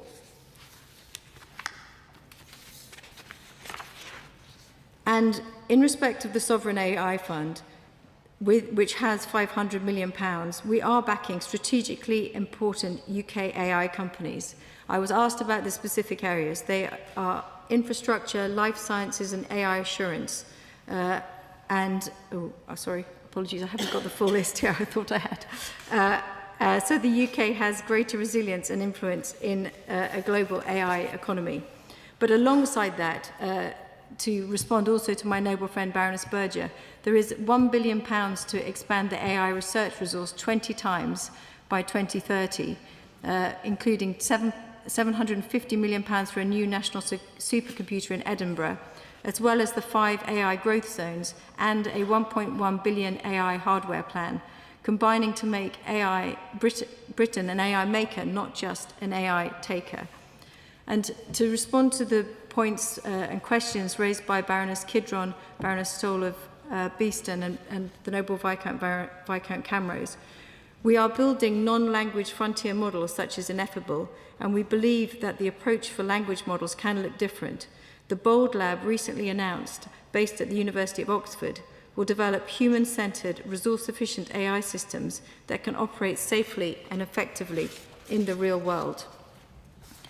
We're also backing the UK tech sector, committing up to £2 billion to establish the UK as a world leader in quantum, including the world's first commitment to procure large-scale quantum computers in the early 2030s. I'd like to also touch on the points raised by Lord Vasey and Baroness Verma about skills and digital inclusion. These are absolutely essential. We have published a Digital Inclusion Action Plan. We are investing £187 million in the Tech First programme, and we are supporting companies to adopt AI so that we can be absolute users and shapers of AI as it's adopted, as well as in its development. And in terms of the important points raised by Baroness Werner about the rest of the world and ensuring that all countries contribute to the discussion on the future of AI, AI adoption and AI governance, we are funding practical partnerships with the OECD, African Union and Southeast Asia to support responsible AI adoption. and of course participate in the UN's Geneva AI Week, which encourages a role for the UN that promotes sharing science-based information. So that, I think the investment in sovereign, in UK companies, in UK skills, in UK infrastructure puts us in a good place. But of course, all of those who have raised the risks of AI, there are legitimate concerns, and these are absolutely right. And where there are abuses of AI technology happening, where they're facilitating harm to UK citizens, we have shown we will not shy away from taking on AI firms and act decisively. For example, in response to the generation of the vile and degrading non-consensual sexual deepfakes of Grok earlier this year. And in respect of the cyber threats and the recent cyber incidents, which my noble friend Baroness Berger and Baroness Gill referenced, leading AI systems cyber capabilities are indeed advancing rapidly, and the UK's AI Security Institute is studying the behaviour seen in this incident, an AI system pursuing goals through an unintended and unauthorised means as part of its world-leading efforts to make frontier AI safer. And as AI capabilities evolve, it's important that everyone steps up their cyber defences, and ministers have written to the UK businesses with clear, practical steps they can take to do so. And AC continues to work with all labs to better understand AI capabilities and improve safeguards. Many noble lords raised the importance of British values and British culture in shaping the development of our technologies and asked specific questions around where we are on copyright and our approach to copyright. In March, recognising that the previous proposals on copyright did not command widespread support, we set out a new way forward. We want creators to have greater control over how their work is used, and we will take steps to drive best practice on transparency and the use of mechanisms available to creatives to control their works online.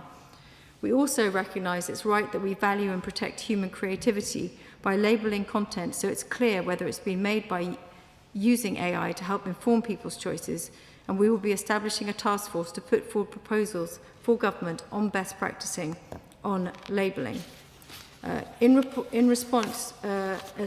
To respond to the questions on that Baroness Kidron raised on public data sets and others, the government has launched a call for evidence on the marginal cost restriction of public sector data reuse, seeking views on whether charging for access to public sector data should be reformed to better support innovation, growth and public value. And that call for evidence explores whether the current approach to charging access to public sector data remains appropriate, including the potential impacts for greater cost recovery on data availability, reuse and investment. And many noble lords, including my noble friend Lord Moraes, asked about the government's strategy on data sovereignty. And the government's approach is to ensure that the UK has the right balance between access to the benefits of international data flows and carefully protecting both personal and non-personal data. This is underpinned by data protection law, UK security standards and international obligations. We continue to monitor these trade-offs and seek the best balance for the UK. And the department have recently published a call for evidence, Data Flows That You Can Trust, which seeks to gather views from the public and businesses on the approaches they would like to see the government take in this space. Many noble lords raised the question of our public sector, rightly highlighting the role of the government in procurement and the role of public sector in adoption. It's crucial that the public sector has access to the best technologies offered on the market, while also supporting UK industry to strengthen capabilities across key technologies. Across the public sector, we are embedding frameworks, standards and guidance to ensure AI is deployed in a way that is fair, transparent and accountable. This includes the Data and AI Ethics Framework and sharing resources through the AI Knowledge Hub, such as the AI Playbook. The algorithmic transparency recording standard ensures the public can understand how systems are used. This is critical not just for risk management, but for building public trust in the systems we use. The government recognises that cloud services underpin many public services, and concentration in a small number of suppliers can create risks for resilience, competition, and value for money. We're improving visibility of cloud use, strengthening resilience standards, and using procurement to secure better value, greater choice, and stronger public services. The National Cloud Infrastructure Programme is exploring how the government can better coordinate the way it buys cloud services, works with industry, and secures better outcomes for taxpayers. It aims to create genuine opportunities for a broader range of suppliers, including British firms and SMEs. The recently published Cloud Challenge book supports work to help the public sector act as a more coordinated customer at national scale.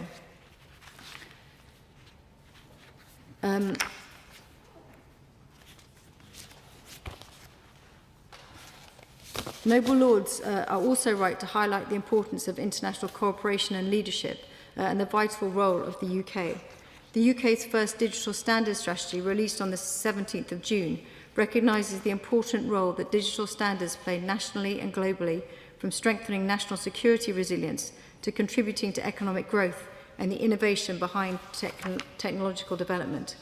We want to ensure that international standards development ecosystem remains effective, efficient and responsive, and the standards they develop reflects our society's values and interests and delivers market benefit. We will continue working strongly with the G7, the OECD and other multilateral partners to shape the future of governance and the adoption of AI globally. Noble Lords have also raised the centrality of technological developments for our war-fighting capability and in defence. The Defence Investment Plan sets out the programme of investment to support this in the UK, in particular to the points raised by a number of Noble Lords about its role in procurement and indeed in supporting novel technologies. And it is quite clearly set out the proportions of the Defence Investment Plan that will be allocated to novel technologies. I would also like to pay tribute to the Reverend Prelate, the Bishop of Oxford, for his work over the many years, and in particular my engagement with him in the preparation for the debate instigated by the Archbishop of Canterbury on AI and society. And I think it is also worth remarking to your Noble Lordships that I launched the OECD Policy Handbook only a few weeks ago, which was indeed, I think, part of the which was informed by the work of many of your Noble Lordships over many years. So that impact will continue onwards. I would like to just conclude by saying that the UK will not be a passive technology taker in this world. Our ambition is to shape how frontier technologies are built, trusted, deployed and governed, not looking inwards but outwards with others and on our terms. We will continue to collaborate closely with global partners in the multilateral system to maximise our reach, delivering UK tech priorities through the most suitable forms and scaling up achievements with our partners. We will continue to invest in infrastructure, digital skills and AI adoption for all. And for those of you who have not yet had the pleasure to meet the Minister Kanishka Narayan, whose seat will be at the Cabinet table, I think you will be pleased that he brings that clarity of focus and an extraordinary amount of energy to the role of bringing this together at the centre of government. And if we can seize this transformative opportunity of technology in a way that puts society first, benefits the citizens across the UK and globally, that prize for all of us is significant. My Lords, can I start by disappointing Lord Holmes by saying there will be no biopic about me, but that Oxford University are currently building a Baroness B chatbot that might help my productivity. And I also want to apologise for the cost of a hardback book, but I will say to all noble lords that I actually donated one to the library. So that is the importance of culture and sharing in our communities. My lords, I am very often met with a level of surprise at the sophistication of this House on this subject. I think there are a lot of people inside and outside the technology sector who don't quite believe that there is such a depth of knowledge and I would say passion, and I mean that in the best possible way, on this subject. And I think today's debate is indicative of that. I wrote down, a number of noble lords said the word full stack. We don't have enough capacity to do the full stack. And then I realised I'd started writing it down as full fat sovereignty. And I think we can all agree that we're not going to have full fat sovereignty. But there were so many ideas in today's debate that it adds up to a strategy. And I say to the noble lady, the minister, with deepest respect, that the list that she was asked to give us is a series of activities. Some of them are very important, some of them are very welcome, but it is not yet a strategy. And I know across the House that there were only two disagreements. The first was whether Take Back Control is a good slogan. I think we'll leave that on one side. And the other was whether we have open weight models and regulation, or just open weight models. And I think we probably can actually walk forward on the basis that there is cross-party agreement, that we desperately need an urgent strategy. And I'm going to just say, whether these responsibilities sit within DSET or another department is ultimately a machinery of government question. But it cannot be the case that we wait for a strategy on tech, on sovereign tech, and I absolutely agree with those who say it goes beyond AI, on all kinds of technology, because without that strategy, we cannot put all the brilliant ideas that all noble lords have put forward today into practice. And I really do thank you all for your contributions. Does this motion be agreed to? As many as of that opinion will say content. The contrary not content, the contents have it. We'll just take a moment before I call the next business for the House to rearrange itself.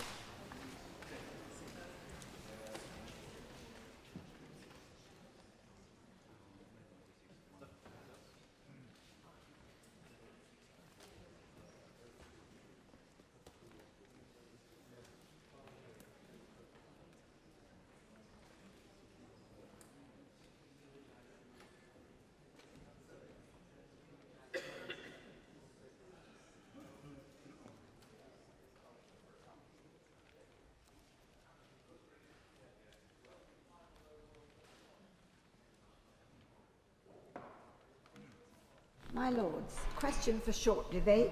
Reducing gambling harm among young people. Lord Foster of Bath. My Lords, may I begin by congratulating the noble lady, the Minister, on what appears to be yet more responsibilities that she's taking on.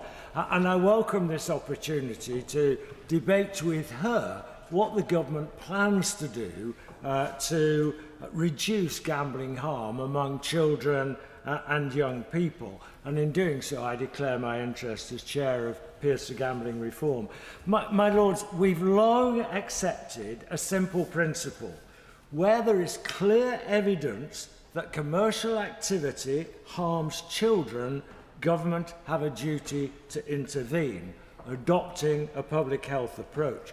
And we've accepted that principle in relation to tobacco, to alcohol, and more recently to vapes. We're applying it to unhealthy food, to social media, to alcohol, and again, more recently, high caffeine energy drinks.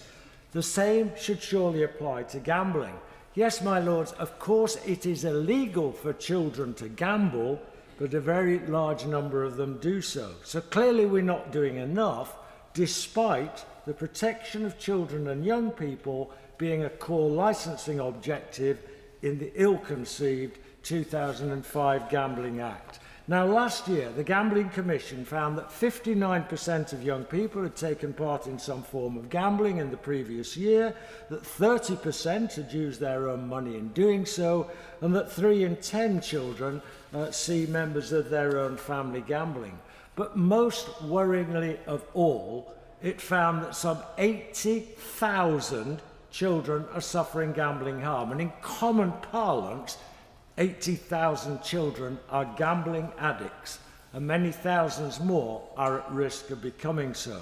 We need to do more to catch up with the rapidly changing gambling landscape, because children today encounter gambling brands almost everywhere. They see gambling company sponsoring football shirts, stadiums, competitions. They watch televised sport with gambling promotions before, during and after the event. They receive gambling-related content through social media algorithms, see influencers promoting betting products. Many play games containing gambling-like features such as loot boxes and social casinos that blur the line between gaming and gambling. This constant exposure matters because it normalizes gambling for children who are learning to see gambling as a routine part of sport, of entertainment, of gaming, and of online life. Dealing with all of this is a public health issue. And while the government isn't doing enough, many parts of local government are doing their best. Many councils have already banned gambling advertising on their premises, on their land, on their vehicles, and others have gone even further. Ahead, for instance, of the 2022 World Cup, one council launched its anti-gambling harms campaign, Odds Are They Win. It pointed to harmful industry practices having negative impact on people's, including children's, health and well-being, finances, work, relationships, and so on. And it made clear that whatever the gambling product, whoever the gambling operator, and whichever way you look at it, the odds are they win. And the council leader said, the main aim of the gambling operators is to maximise profits, and these profits are the result of customer losses, which particularly during a cost of living crisis risk having serious detrimental impact on people's lives. And he went on to say this: the review of the Gambling Act is now well overdue, and the government must take this opportunity to do more to protect our residents and people right across the country from the harmful practices of the gambling industry. My lords, that council leader was our new Prime Minister, Andy Burnham. So when she responds, I hope the noble lady, the Minister, will have her Prime Minister's words ringing in her ears. Now, to identify what more could be done, Pierce Gambling Reform recently hosted a round table of experts in the field, and their recommendations included, first, ending the government nonsense claim that it is possible to grow the gambling industry while reducing gambling harm. Way back in 2018, academics claimed, and I quote, preventing gambling-related harm is not possible without limiting the overall volume of the activity and hence the profits of the gambling industry. And recently, 4 reports all show that by reducing the volume of gambling activity in the country's economy would be strengthened and not weakened. So will the noble lady, the Minister, at last accept that the government has got this wrong? Second, restricting gambling advertising, marketing and sponsorship. Now clearly, with 79% of children recalling gambling advertisements, current safeguards aren't working. I've even seen a computer game the other day with an age rating of 4+ containing gambling advertisements. My lords, the UK has more evidence on the harmful effects of gambling advertising than almost any other country in the world, but we are taking much less action. So does the Minister accept that reducing harm among children and young people requires reducing their exposure to gambling advertising? And so does she also agree with her Prime Minister, who said, for the sake of children and young people, it's time to take a stand and relegate gambling sponsorship of sport to the history books? My Lords, I entirely agree with the Prime Minister. Third, requiring greater accountability of digital platforms. Children encounter gambling marketing online through content marketing designed to look like not look like advertising at all, through sports commentary, influencer-style content, live-streamed gambling, affiliate promotions, and, of course, illegal offshore operators. So can the Minister say whether the government will place a specific duty on online platforms to prevent under 18s from being exposed to gambling advertising? And fourth, addressing the convergence of gaming and gambling. Loot boxes, skin gambling, crypto gambling, social casino games, esports links gambling are all areas where existing legal definitions and voluntary approaches are insufficient. There is clear evidence of a stable and consistent association between loot box use and problem gambling, with risks likely to be higher for children and young people. So will the government move beyond the failed industry self-regulation and bring loot boxes and gaming-like digital products within a stronger regulatory framework? My Lords, the Roundtable identified other recommendations such as greater protection for young adults who are more likely than older ones to experience gambling harm, and further development of the welcome introduction into the PHSE component of the school curriculum of a gambling element. But I believe that should be strengthened still further, and my noble friend Lord Addington will touch on this later. All need to be addressed as public health issues, and done so without the involvement of commercial interests of gambling companies. My Lords, future generations will not ask whether Parliament debated these issues. They will ask whether we acted while the evidence, a vast amount of it, was already before us.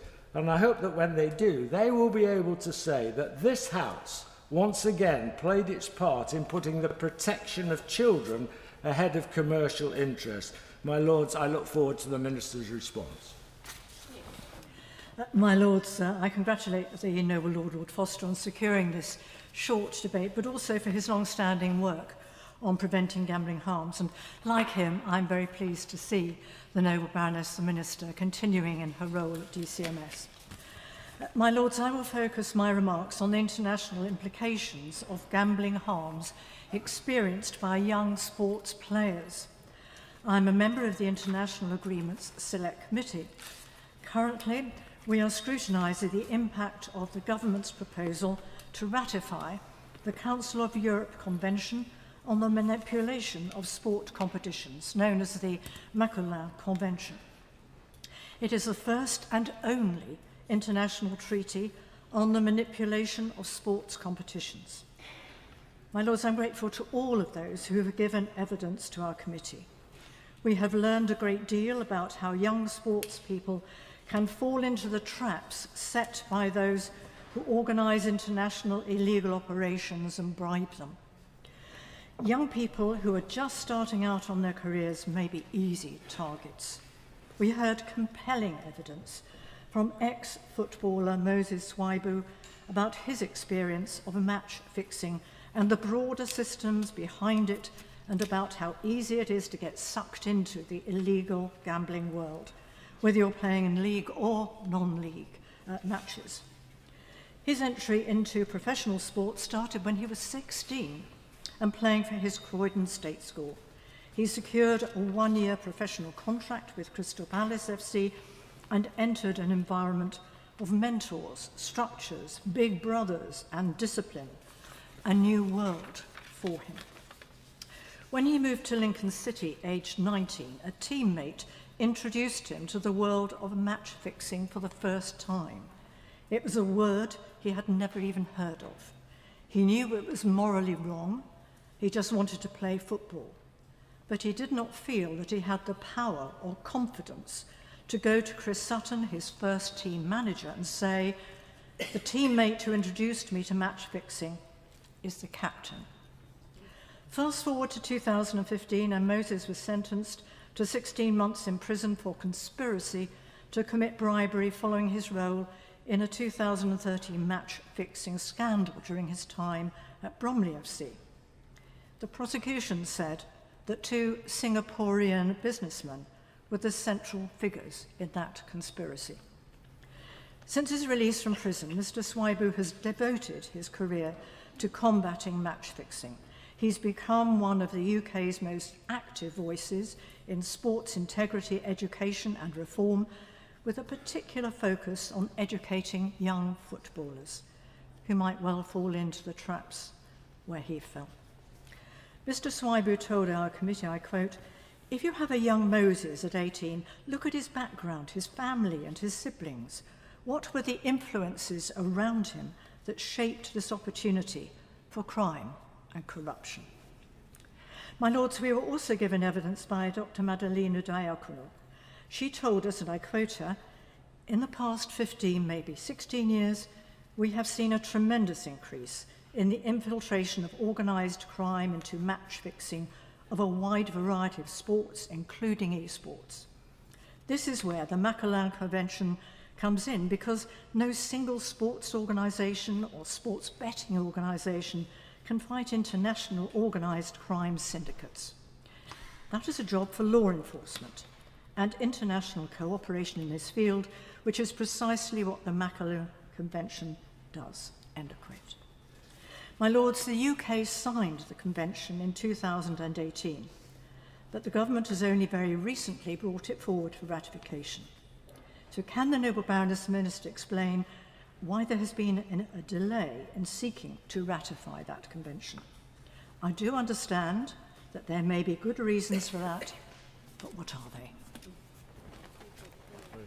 My Lords, I'm grateful to Lord Foster for bringing this debate, but also for his unfailing and tireless work that he does in this area. I declare my conflict of interest as Medical Director of the Primary Care Gambling Service, which treats patients experiencing gambling-related harms services across England. But no matter how good my service is, when a young person walks through that door, we have already failed them. The numbers, as you've heard, tell their own story. Nearly half of 11 to 17-year-olds have gambled in the last year.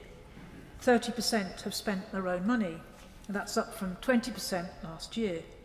And most strikingly, the increase is being driven almost entirely by unregulated gambling, which has risen from 15% to 18% in just 1 year. Separately, the Gambling Commission finds that 1 in 5 18 to 24-year-olds now gamble to relieve stress. These, my Lords, are not statistics about a handful of unlucky individuals. They describe a generation growing up in an environment designed to make gambling feel normal, feel safe, and feel sociable. On their phones, in their feeds, increasingly disguised, as we've heard, as a game with no meaningful age gate. This is why prevention cannot begin only once harm has appeared, and cannot mean simply warning young people about risks. It must mean intervening upstream, in product design, in advertising, in the free-to-play and the loot box mechanics that train children in gambling behaviours before they've ever placed a bet with real money. And it has to mean treating gambling harm, as his own House's Health Select Committee has said, and how Lord Foster has said so eloquently, as a public health issue, not simply as a matter of consumer choice. Which brings me briefly to the statutory levy. We finally have a statutory levy replacing the old voluntary system, and in principle, real progress. It has raised 120 million this year, roughly triple what voluntary donations ever achieved, and it gives a sustainable foundation for research, prevention and treatment. And while the levy gives us more money, it does not in itself give us a gambling prevention strategy. My Lords, Gamble Aware closed its doors at the end of March after more than 20 years, warning that the transition risked fragmentation and that uncertainty had consequences. Last year, citing a lack of sustainable funding, GamCare ended its young people's provision, which has reached more than 250,000 children, young people and parents over the last 5 years.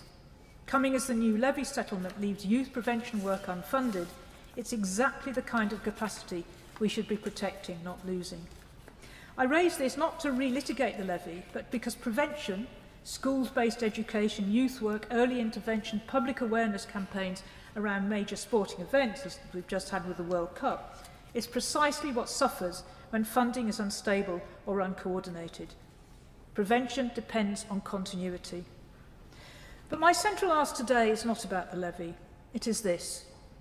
If we are serious about preventing gambling harm in young people, we need to close the gap between how we regulate gambling and how fast the products marketed at young people are evolving. Unregulated gambling products, influencer marketing and constant gambling content on social media are shaping attitudes long before young people are legally allowed to gamble. And we need to keep asking this, as this House has done before, whether we are designing policy around what protects children or around what the industry finds tolerable. Prevention is not measured by the number of people it treats. It is measured by the number of people who never need treatment in the first place. If we get prevention right, we will spare thousands of young people avoidable harm and spend far less in treatment in years to follow. My Lords, that is the investment and the responsibility that I hope this Minister, who again I'm pleased is remaining, will keep firmly in view. Thank you.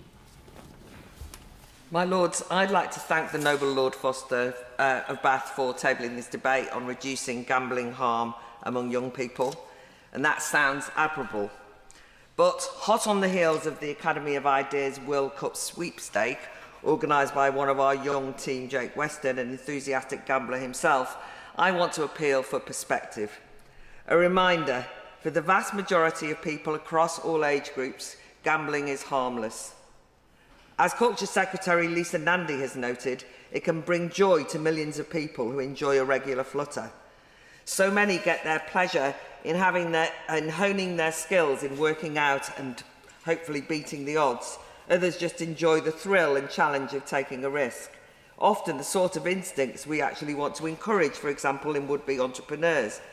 Yet too often in debates in this chamber, we discuss the legal, legitimate leisure activity as though it inevitably leads to ruin, unfairly characterised as toxic, pathologised as addictive, a threatening destroyer of individuals and family life. I thought of all this when watching a lovely clip of football icon, and in my opinion the real King of the North, Kevin Keegan, a filmed interview doing the rounds since his sad death. Kevin movingly recalled how his dad used to back the horses regularly, just like most miners at the time. One year, he won a few quid on the Grand National and used all the money to buy his young football-obsessed son some second-hand football boots, an act of fatherly love and generosity paid for by his hobby and not some sordid, dodgy, selfish activity. So will the Noble Lady, the Minister, reassure us that the government will avoid policies that purport to protect the young, but in reality are a Puritan Trojan horse for a prohibition that unfairly demonises gambling per se? Don't get me wrong, I know from personal experience how out-of-control gambling can bring misery. But we need to be honest, this is a small minority. Acknowledging this will allow bespoke policies that target real problems rather than a blanket culture of disapproval or a catch-all of ineffective, excessive state intervention into people's private choices. We also need to interrogate some of the data and terminology that can misleadingly suggest this is a growing problem. We aren't helped by the fact that there isn't a single data set that measures problem gambling amongst young people. There isn't even clarity about our definition of young people. In gambling-related law, young people can refer to adults between the ages of 18 to 25 who can legally gamble with licensed operators, but with age-targeted restrictions, and then there's under 18s defined as children who are prohibited from gambling in that way. This can be confusing. For example, having two categories of adult, the 18 to 24-year-olds or 25 and over. Apart from anything else, are we in danger of infantilising young adults who we otherwise expect to be responsible grown-ups? The prospect of 16-year-olds being considered adult enough to vote won't help this muddle. Unfortunately, too many commentators in gambling have developed the bad habit of using the phrase young people to cover under 18s and the under 25 category. Regardless, what does the data show? According to the NHS's Health Survey of England, confusingly using the age range 16 to 24, that shows that problem gambling rates fell from 1% in 2018 to 0.5% in 2024. So why is this age group a focus of special concern?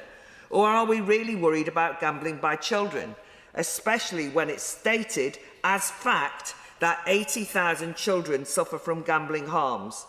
Except that that number, 80,000, is extrapolated from 25 children, yes, 25, who were classified as problem gamblers in the 2023 Young People's Gambling Survey of school children. To note, harm is classified to a hugely lower threshold than post-18s.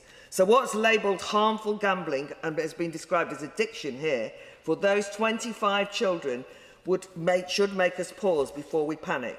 2/3 self-report playing amusement games like crane grab at seaside arcades. Shock horror. 1/2 are called problem gamblers because they place bets with friends and family, 40% for playing cards with mates and siblings, or occasionally buying lottery products such as scratch cards. And what constitutes illegal gambling for children is even more banal. If kids bet using pocket money or school lunch money, it's against the law, even if spent on forms of gambling that are legal. Counterintuitively, even the pantomime villain online gambling has one of the lowest rates of participation in this age group. And so, as an antidote to those who are oversimplistic on the stats, these people who are gambling online, those children, is largely accessed by adult parents, allowing their children to use their online gambling account. To conclude, yes, let's tell the kids some home truths about the pitfalls of gambling, but don't let's scaremonger them, and don't let's scaremonger ourselves in this House. My Lords, may I join in congratulating the noble lady, the Minister, on her reappointment. We are discussing gambling harm among young people, but perhaps we should spare a thought to the trauma caused to ministers responsible for gambling policy, and I apologise if I'm about to add to it. My Lords, children, that is the under 18s, are prohibited from gambling. But we also need to protect young adults, that is the 18 to 25-year-olds, who are permitted to gamble from harm. Fortunately, problem gambling rates among young people remain low. The problem gambling rate for 16 to 24-year-olds, according to the NHS Health Survey for England, fell from 1% in 2018 to 0.5% in 2024. Gambling for young people is regulated with additional safeguards, including lower online slot stake limits for under 25s, age-targeting restrictions, deposit limit prompts, and financial vulnerability checks. Of course, we can debate the scope of these safeguards, but I want to draw attention to the danger of making the wrong policy choice, with particular reference to horse racing. I think there's a very strong case for saying that racing is different and should be treated differently when it comes to policy relating to gambling harm, which I fear it isn't. First, British racing is financially dependent on a strong legal betting market. A long-standing, mutually dependent relationship exists between racing and betting, worth approximately £350 million annually to the sport through key revenue streams like media rights payments, sponsorship, and the horse race betting levy. And second, the potential harm from betting on racing is relatively low. It actually carries roughly the same risk as that of betting on lottery scratch cards. Nevertheless, 2 weeks ago, the Gambling Commission announced that following a protracted pilot period, there will be a phased introduction of financial risk assessments, known as affordability checks, on betting. over the course of an implementation period of unspecified length. These checks will have severe financial implications for racing and the economy, as well as subjecting racing bettors to unwarranted levels of intrusion. Independent modelling has suggested that British racing could lose up to £250 million in 5 years due to the checks, while customers refusing to provide financial documents will lead to significant reductions in betting turnover and an estimated loss of more than £13 million per year in horse race betting levy receipts. We were promised by the previous government that the checks would only be introduced if they were fully frictionless, but the checks have been proven by the Gambling Commission's own pilot not to be so. My Lords, the crucial point of relevance to this debate is that far from protecting consumers, these checks will have the opposite effect. They will drive more customers to the illegal market, which puts them at far greater risk of gambling-related harm, as well as starving the Treasury of much-needed revenue. Young people are rightly being taught about credit checks in school, so they will be increasingly worried about their credit rating. So now we have a new generation who will actually be incentivised to avoid financial risk checks and instead turn to the black market. Illegal operators can advertise without age controls and offer none of the protections required in the regulated sector. Black market advertising is extremely effective, not least because their prices are so much better because they don't pay tax or the levy. During the World Cup, several illegal adverts appeared using AI-generated versions of Harry Kane, promoting wins on illegal sites. And that's something that regulated UK operators are rightly not permitted to do. Concerns about affordability checks for adults are shared by the betting industry, politicians, campaigners and policymakers, all of whom have repeatedly warned of serious unintended consequences for British racing. And those adverse consequences have been highlighted in this House and by concerned members of Parliament. So I find it difficult to understand why ministers have allowed the Gambling Commission to proceed. And furthermore, the policy has been signed off by the Commission without key stakeholders in racing and betting being able to see vital evidence about the impact of the pilot. That is deeply unsatisfactory. So may I ask the Minister two specific questions? How is the government measuring the impact of affordability checks, and when will the data from the pilots be available for all to understand? The perverse consequence of current policy is that people, including young adults, will be driven to the unregulated black market. Of course, that isn't the intention of the government, but that is the risk. Affordability checks were not this government's policy. The plan was inherited from the last Conservative government. And even when shadow ministers and the think tank architects of the policy now warn that the checks are not proceeding as they intended and should be halted, the Gambling Commission ploughs on regardless. Apologies. So with the new Prime Minister... Apologies, the Noble Lord, it's a time debate, so if you could come to conclusion. I'll conclude in 5 seconds. And new priorities, I would respectfully suggest that this would be a good time to recalibrate a misguided and ill-targeted policy, give clear direction to the Gambling Commission and focus on the real issue here, which is problematic and harmful gambling in other areas. My Lord, in following the Noble Lord, Lord Herbert, I just feel like putting on the record that the Green Party very much supports the affordability checks that the government's planning to introduce. We have an awful lot of money sloshing around in the UK economy in all sorts of areas, and keeping a closer check on it is clearly a very good idea. And I should perhaps declare an interest in that tomorrow I will be speaking at a protest on the 100th anniversary of the first official greyhound race, calling for the ban on greyhound racing in England, to follow that in Scotland and Wales. I begin by declaring my position as a member of Peers for Gambling Reform and thanking our formidable leader, Noble Lord Foster of Bath, for securing this debate, and to echo his comments, hoping that the ill-conceived Gambling Act of 2005, that our new Prime Minister might act at scale to reverse many of its disastrous impacts. But we're focused today on children, and like many Noble Lords, I'm drawing on the report from the Young People in Gambling 2025 report from the Gambling Commission, and particularly looking at advertising. And essentially half of young people, and here I'm talking about children under 18s, are exposed to gambling-related adverts weekly, and boys more likely than girls because of the very strong sporting link, which has been closely identified. They also see a huge amount of exposure to social media personalities promoting gambling. And another report out last year from Gamble Aware, children as young as 11 reporting regularly that they're tempted to try betting after being flooded on their social media feeds, on the apps, by celebrities and sports stars promoting gambling. As the Noble Lady Baroness Dorada said, this is avoidable harm to which we are subjecting our young people.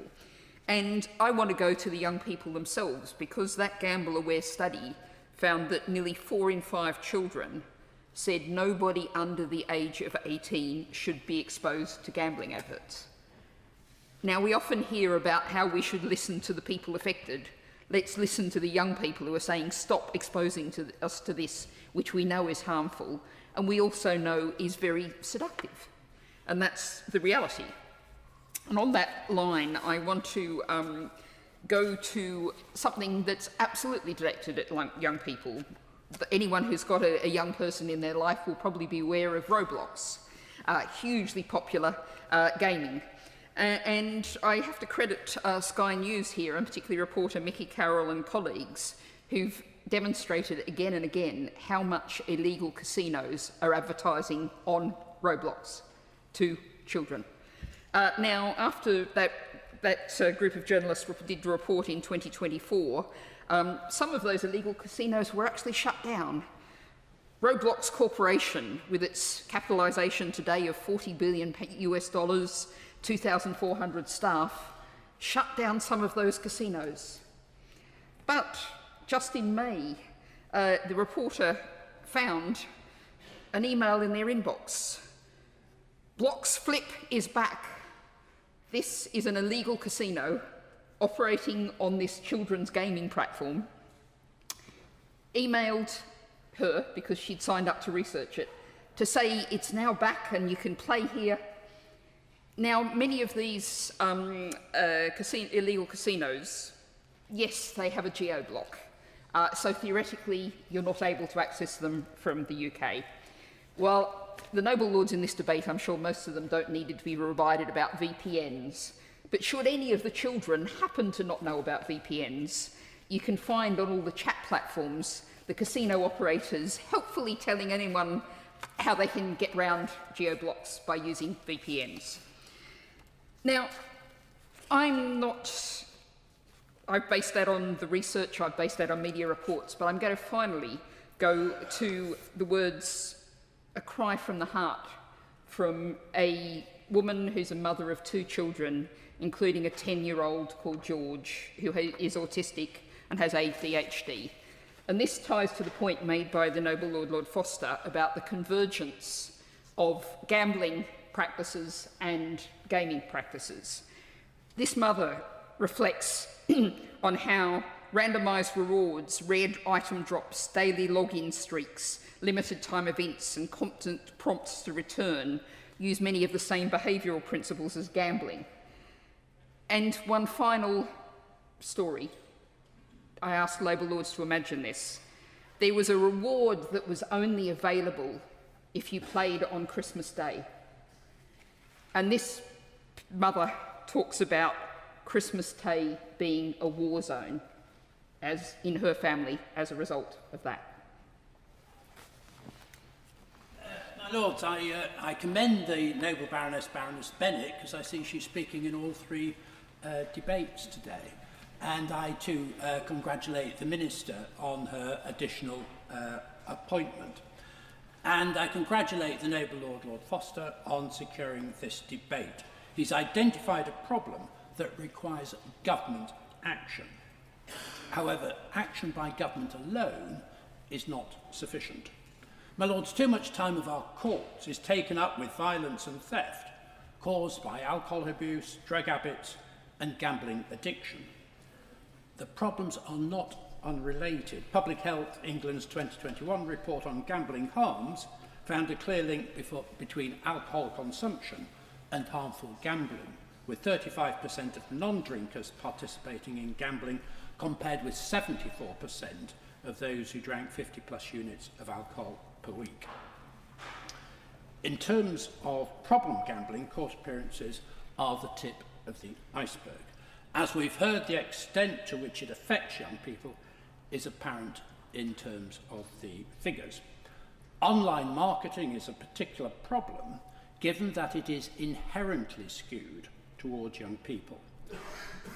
They are susceptible, given that studies show that they do not fully understand how odds work, adopting simplistic views of risk. One study found that among children who gamble, the most common reason for doing so is because it is fun. Once hooked, we know the problems in terms of psychological distress. Young people in the 18 to 24 age range who experience problem gambling are around 50% more likely than average to be experiencing high psychological stress and low mental health well-being, and are over 5 times more likely to be at high risk of suicide. The problem is getting more severe as young people rely increasingly on social media and have difficulty distinguishing advertising from independent comment. One study found that most 11 to 17-year-olds have seen or heard gambling advertising through online platforms, with such platforms rarely including visible risk warnings or transparent disclosure. I should add I wasn't surprised that one survey found that certain adverts for safer gambling make the viewers want to gamble more.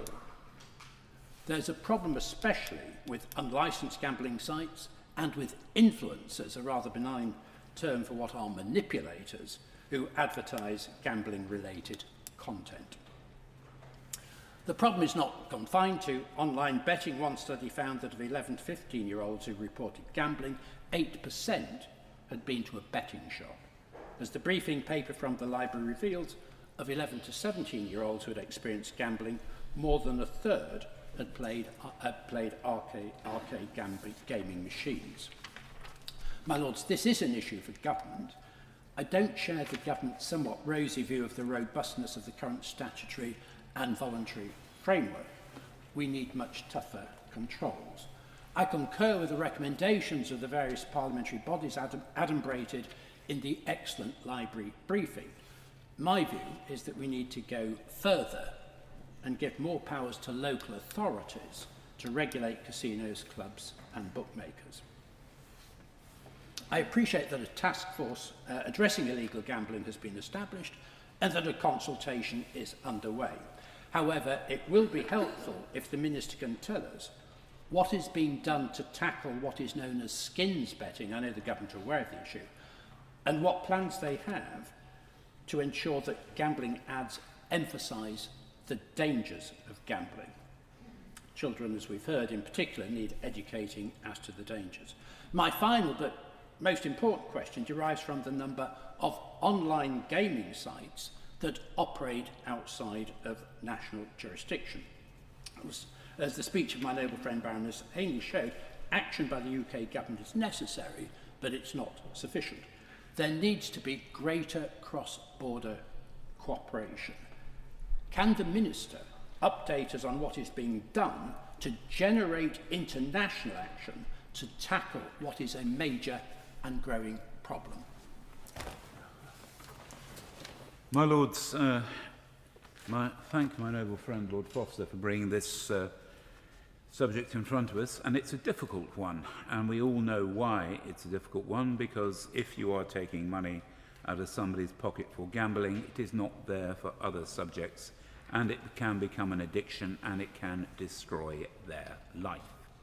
If we forget that, we forget really why we're concerned about it. We then have the secondary point, but a very important point, raised by the noble Baroness Ainley, here, the fact that sport is actually potentially threatened and destroyed by the use of gambling coming in and stopping it. The whole essence of sport is threatened. The World Cup could have been made an irrelevance by a betting conspiracy. All that excitement, all that adrenaline, all that bringing together, all that positiveness could have been ruined by one betting scandal there. Cricket came close at one point, and a huge amount of energy. Indeed, even racing. Racing is the most experienced bit of this. I live in the village of Lambourne. The amount of energy that goes into stopping illegal interference through gambling in racing is massive and has gone on for a long time. And indeed, I know people who have been involved in this and involved in the police, involved in accusations going through, hopefully all coming out on the right side of the law, or at least that's the ones I've met. My lords, but it is there.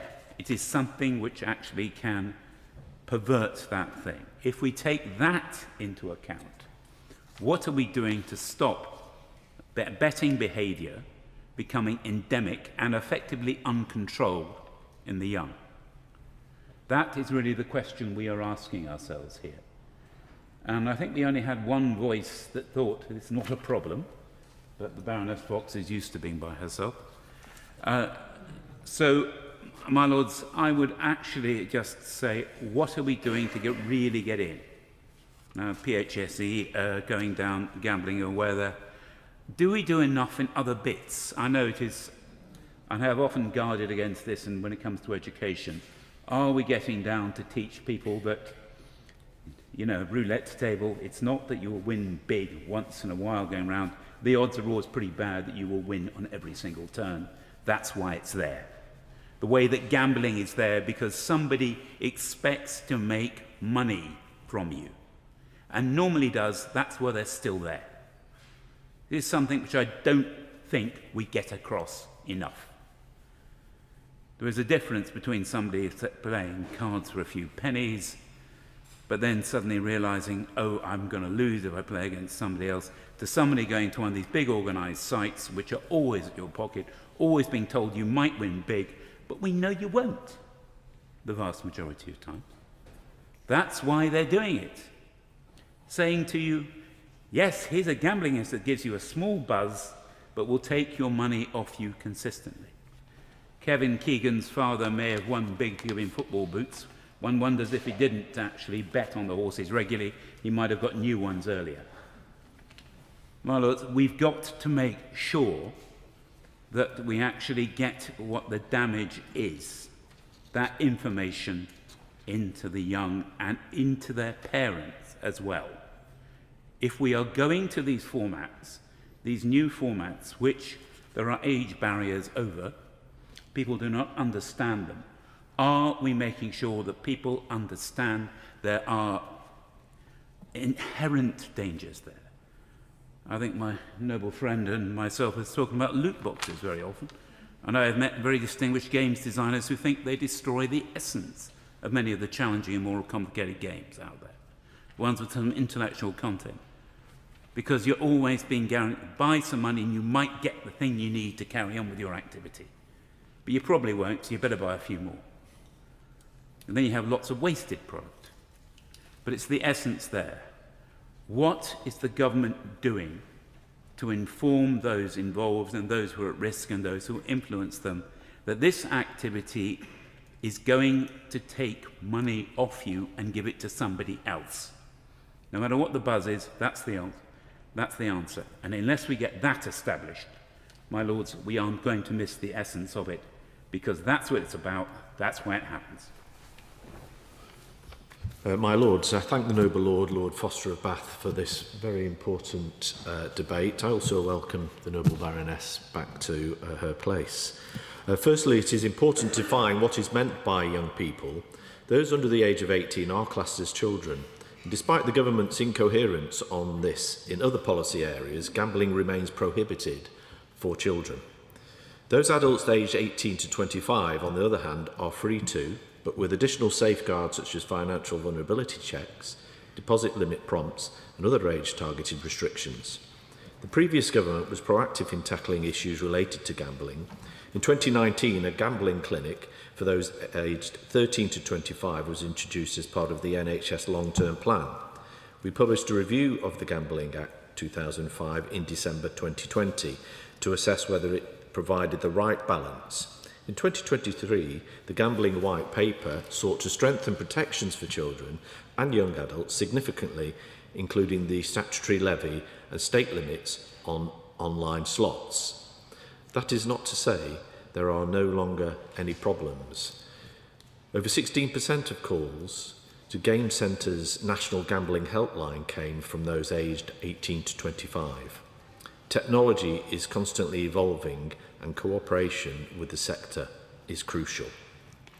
However, the regulated sector is itself threatened by the illegal gambling market, whose operators can advertise without any of the protections already mentioned in the Lordship's House. According to forecasts from the World Advertising Research Centre, advertising spend by licence operators is expected to decrease by over 9% this year, while spend by unregulated operators is projected to grow by 32%. By 2028, this could mean illegal firms will account for the majority of gambling advertising spend. That is why any government action to tackle the issues must be thought through. A strong legal betting market can also provide notable benefits. For example, accumulating spend by betting companies in horse racing is around 20 million on direct sponsorship and 165 million on marketing. Media rights, sponsorship and the horse race betting levy together contribute about 350 million every year to British horse racing. We therefore do not want to drive more gambling activity into the illegal market and negatively impact other industries and legal sports. The Gambling Commission found a 3% increase in the number of 11 to 17-year-olds participating in unregulated gambling between 2024 and 2025. This can just be a bet between friends, but children can also be targeted with advertisements via social media. We on these benches have argued for a social media ban for under 16s, which would remove children's exposure to advertisements from unregulated sites. I would appreciate it if the Noble Baroness, the Minister, could give us an update on the government's progress in finally implementing a social media ban. In addition, will the funds raised by the statutory levy, which came into force last year, be used for an evidence-based response to the issues raised by Noble Lords here today? What other steps is the government taking to crack down on the black market? I am grateful for the valuable insights of Noble Lords to this debate, and I look forward to the Noble Baroness, the Minister's response. My Lords, this has been an important debate, and I thank the Noble Lord, Lord Foster of Bath, for securing it, and all Noble Lords who took part, and thank you as well for the kind words from Noble Lords from across your Lordship's House. Let me be clear, this government is fully committed to ensuring that the protections are robust to shield children and young people from gambling-related harm. Over the past 2 years, important progress has been made to strengthen protections to reduce the risk of gambling-related harm for young people. In response to the Noble Lord, Lord Herbert of South Downs, and the Noble Lady Baroness Fox, and I hope what all Noble Lords would support, we will always follow the evidence on policy-making process in this area. My Lords, we know that the digital world moves faster than traditional regulation, and this is why we've introduced a £2 online slot stake limit for 18 to 24-year-olds, a target intervention aimed at young people who are particularly vulnerable to unaffordable losses. And as the Noble Lady Baroness Bennett of Manor Castle said, harmful gambling appears higher among boys and young men. The Noble Lord, Lord Evans of Rayno, asked about age and definition of age. I think we're clear on what categorises children and young people within gambling policy, but I'm happy to discuss that with him if he thinks we haven't got it clear enough. In the land-based sector, we've rolled out Think 25, replacing Think 21, and we believe this will minimise underage in-person betting for children, which has remained at about 1% since the introduction.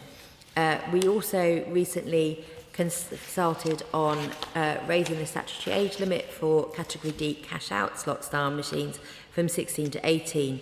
Legislation will build on the sector's voluntary commitment to ensure that land-based venues further protect children and young people from gambling-related harm.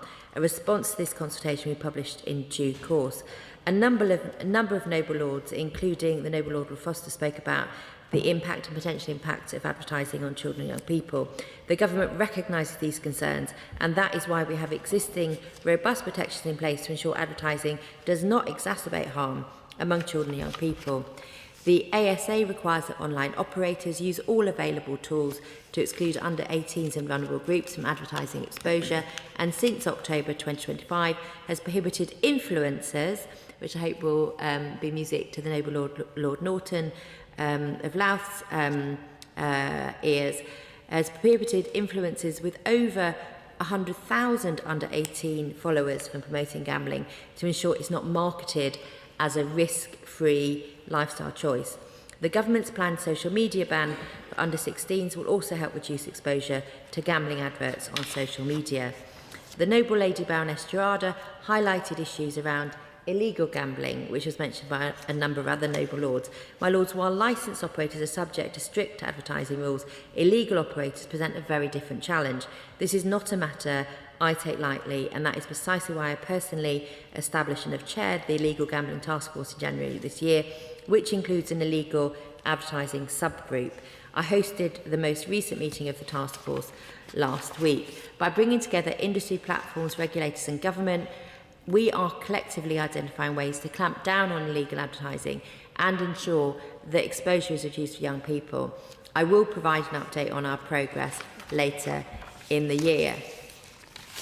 A number of other questions were raised throughout the debate. So the Noble Lord Foster, the Noble Lady Baroness Gerarda and the Noble Lord Addington in particular raised the question around loot boxes, and we recognise the close links between gaming and gambling, especially through loot box mechanics that can imitate gambling. Alongside independent research on skins gambling that we published last year, we've also commissioned independent research to assess the effectiveness of the industry guidance on loot boxes. We've engaged relevant government departments, regulators and industry to consider the results, and we will publish the report and set out our next steps in due course. Lord Norton raised a particular point around skins gambling. My lords, there's currently no licensed operators which offer skins gambling, meaning any websites doing so may be operating illegally. The Gambling Commission is clear that where products amount to illegal gambling, they will take swift action. The Noble Lord Evans of Rainow and the Noble Lady Baroness Gerarda talked a little bit about evolving products, and I absolutely recognise that this is fast moving.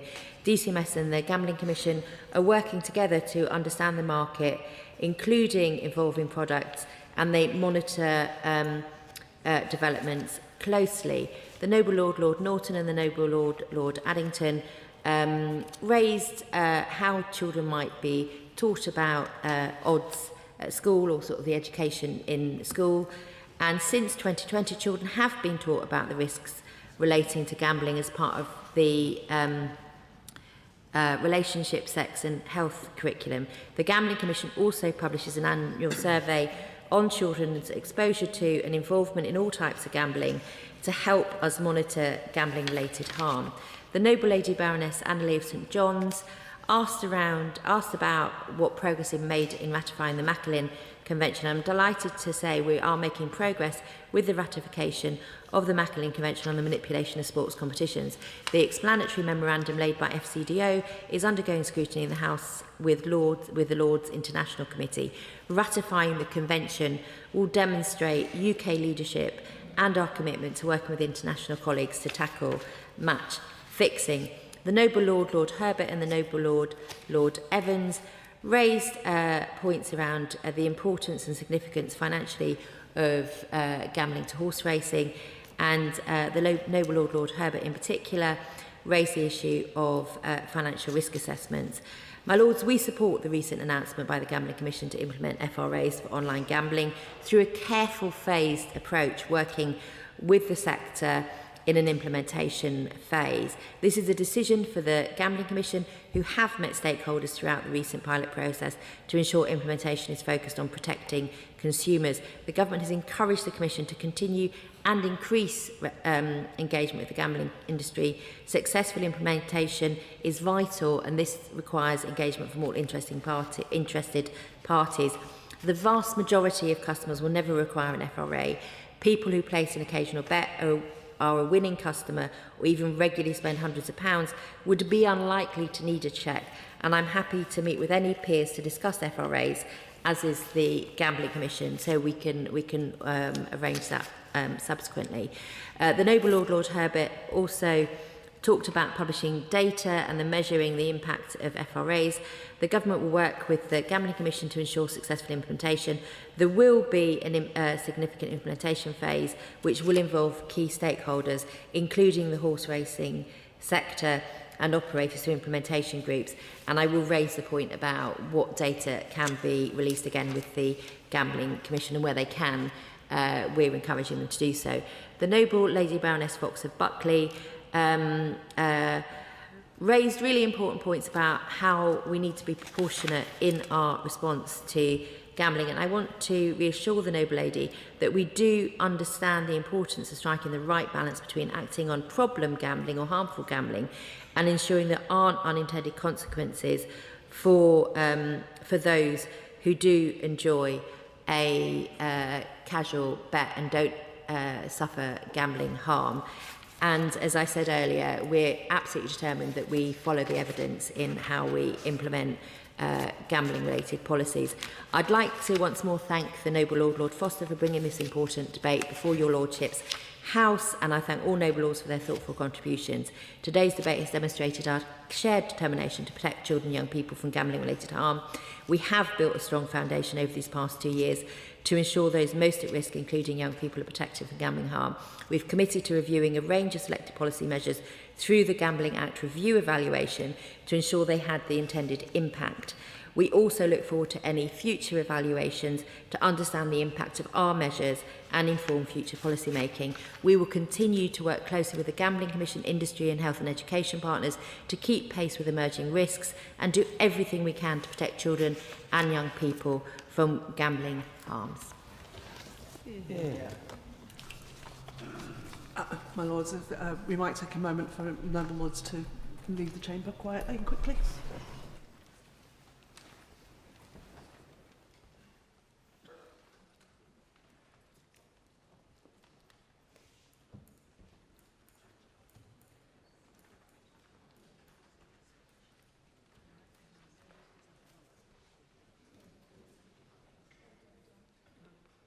Motion for debate. Level 3 qualifications for the creative industries. Baroness Keeley. To open this debate on the important role of current Level 3 qualifications for the creative industries and the potential impact of their replacement with T-levels and V-levels. While this debate affects the wider creative industries, I will also focus on music education and on the Brit School as case studies to draw out the current strengths and some of the risks of the government's reform proposals. And I would like to thank UK Music and the Musicians Union for their support with the briefing for this debate, and also the Brit School, the University of the Arts London, Rock School, RSL Award, ISM and BPI for briefings. Now at its heart, this debate is about whether replacing large numbers of existing Level 3 qualifications such as extended diplomas and BTEC nationals will improve quality and clarity, or will it reduce choice for learners and remove proven pathways that currently enable many young people to succeed. This issue has been a source of concern across the creative sector and among awarding bodies, including the University of the Arts London, since the reforms to post-16 education were first proposed by the 2019 Conservative government. Those reforms sought to simplify Level 3 qualifications around A-levels and T-levels, and removing public funding from qualifications deemed to overlap with them. However, campaigners argued that this risked removing successful applied qualifications which serve different learners and different purposes. It was therefore right that the Labour government reviewed these reforms in 2024. And my noble friend the Minister, writing about that review in FE Week in September 2024, said, "Where the review identifies the balance of learner and employer needs within a sector requires Level 3 qualifications other than T-levels and A-levels, we will maintain the relevant qualifications. This may well be in areas that overlap with T-levels, which is a change from the approach from the previous government. For creative subjects, and music in particular, that principle is essential. However, in October 2025, the government's white paper on post-16 education proposed the introduction of V-levels and T-levels to replace many existing qualifications. So I feel it's important in this debate we consider the potential implications for the creative industries before any more work is done to make changes. The UK music industry is one of our great success stories. It generates £8 billion a year for the economy, it supports 220,000 jobs across the country and projects British culture around the world.